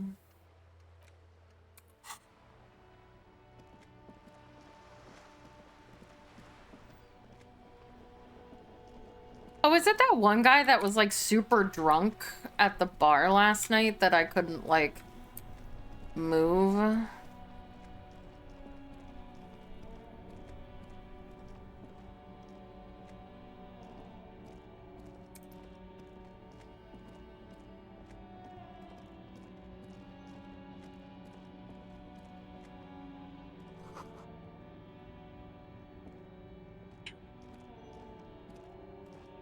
An old monument stand.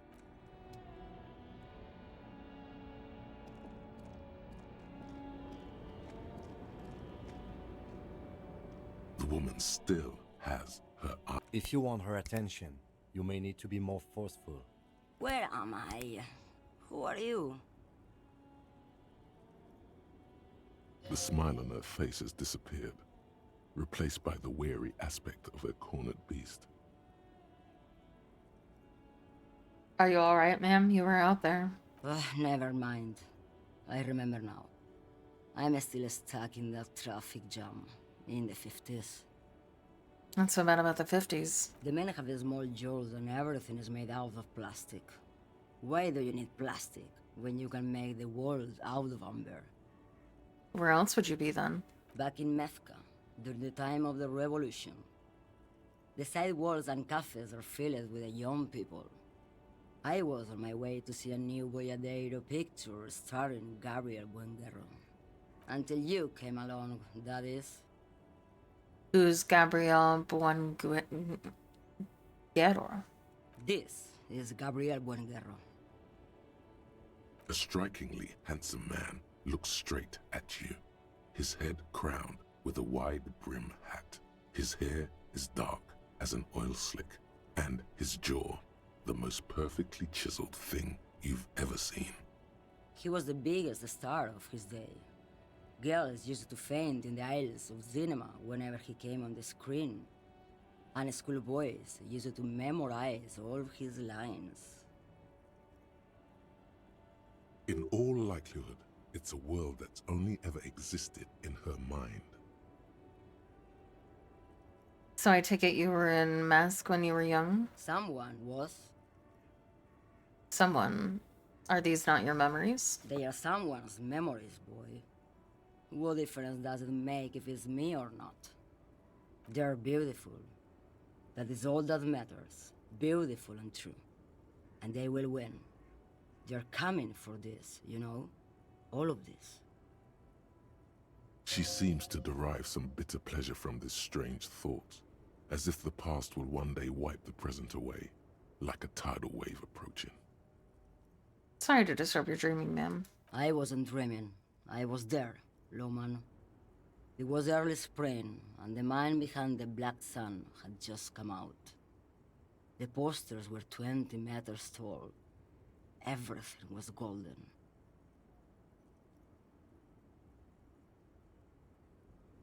While you, people, were tearing each other apart over your petty little revolution, in Methk, it was a golden age. The Republic of Mesk is a massive confederation on the Isola of Muindi, the world's largest state by territory.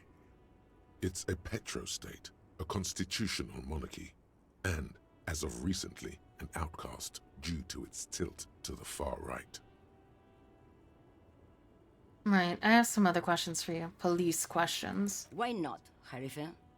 It's not like I have anything better to do in this hellhole. There's something off about this woman. Tell her to show you the soles of her boots. Maybe she was at the hanging somehow.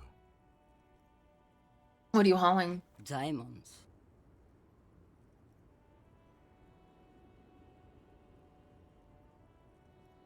Diamonds? Really? Of course not. But wouldn't it be marvelous if I was?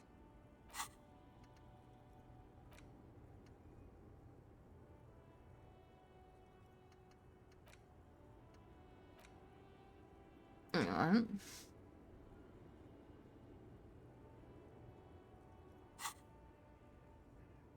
Okay, what are you really hauling? Whatever stupid things they put in the lorry, I imagine. So you don't know what you're hauling in your own lorry? I quit concerning myself with that a long time ago. Besides, I don't drive the lorry for the cargo, if you know what I mean. What if the cargo is contraband? Then it's contraband, Loman. What? Do you want to take an old woman in? Be my guest. Lock me away like Bad Hand Hermenegildo. Bad Hand, Hermenegildos's bad hand, strangled 300 people. What can I say? Some people just really like strangling people. I still don't really understand this whole boyadero thing. Of course not. To truly understand the boyadero, you need to listen to on the Western Plain. The boyadero, boya for short, is a cowherder from upstream Magritte, the great steppes of northern Mesk. He is a rugged individualist and explorer. Okay, what's that? It's an old ballad about a young girl who falls in love with a daring boyadero. He promises to marry her as soon as he returns from the Western Plain.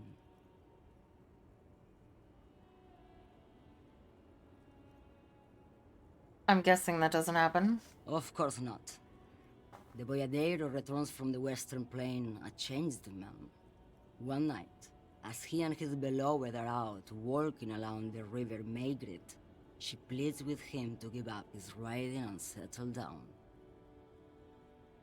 In the background, you can hear the orchestra swell as the screen fills with the maiden's imploring eyes. So he gives up his riding and settles down, right? No. The boyadero strangles his beloved and throws her body in the maigret. Then he rides off, because the western plain is calling to him. That's not where I thought that was going. You have to understand. A true boyadero needs a whole horizon to himself. He can't be tied down by man or woman. His beloved was selfish. She didn't know what it meant to love a boyadero. Before I came, you seemed away. She's just a distracted old woman. We should maybe let her get back to her things. So he doesn't think she's a smuggler. You hear that, Lowman? I don't think your partner likes you spending too much time with me. Wait, why is that, Lieutenant? Nothing. I just don't think she's connected to anything. He doesn't want your frail mind caught up in something here. Something unconnected to the case. But connected to this woman tuning out like that. Should you drive a lorry if you get like that? Oh, don't worry about me. I'm one of the best camioners around. I drive routes no one else will. What routes? Lomonosov's Land, Udachnaya Zemlya, the Western Plain, the Transcatolia Magistral, U41A, Autostradas do Mirador, all the good ones, the deep trenches, where the bluebirds fly.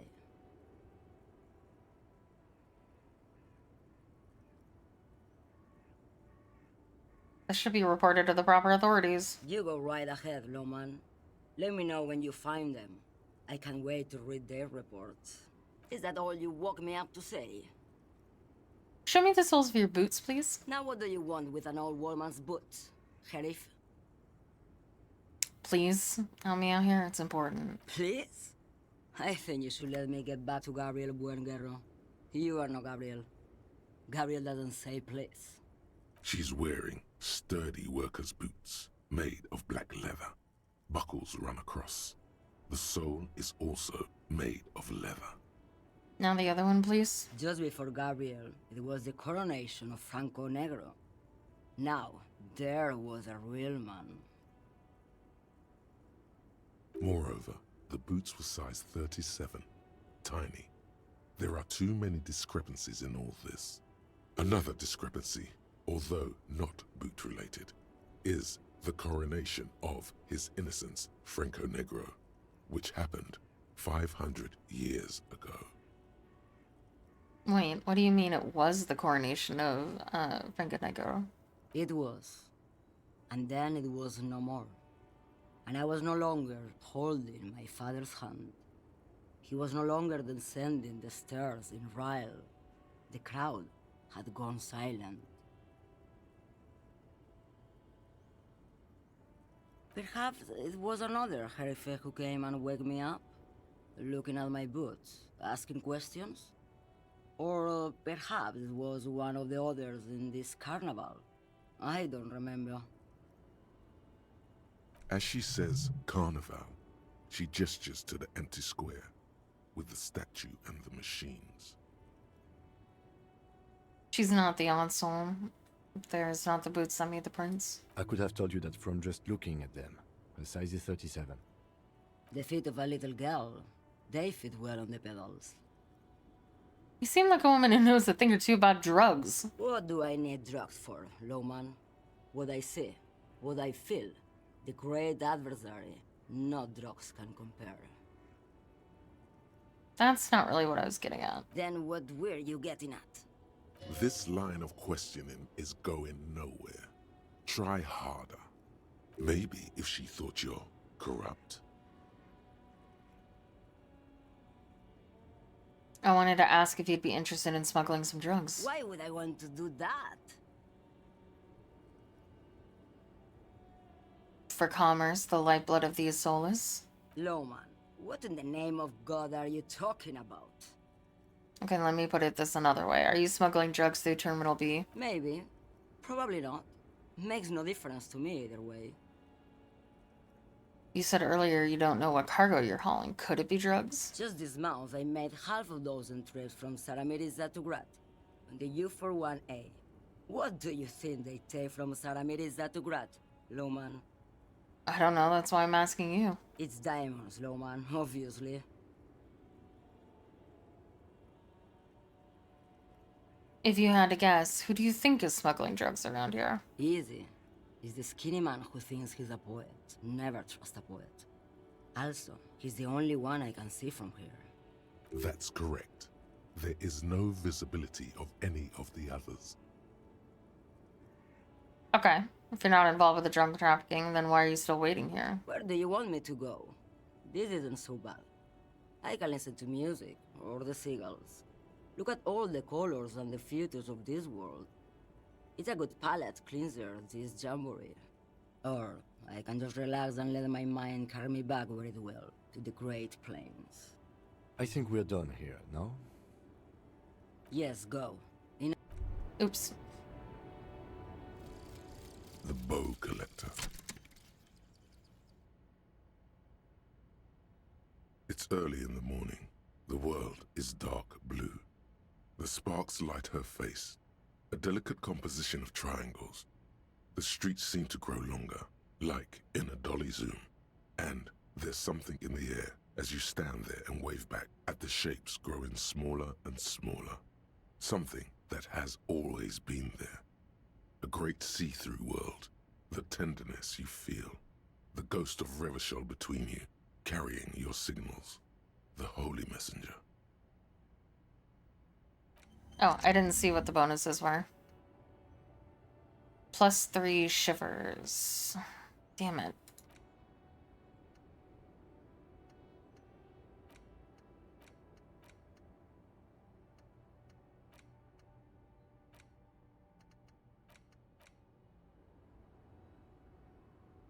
Ooh.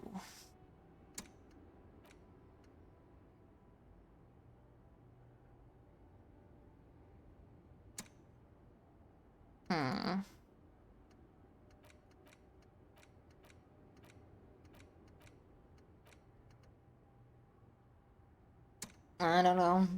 I don't know. Well, we can save our game and continue this tomorrow.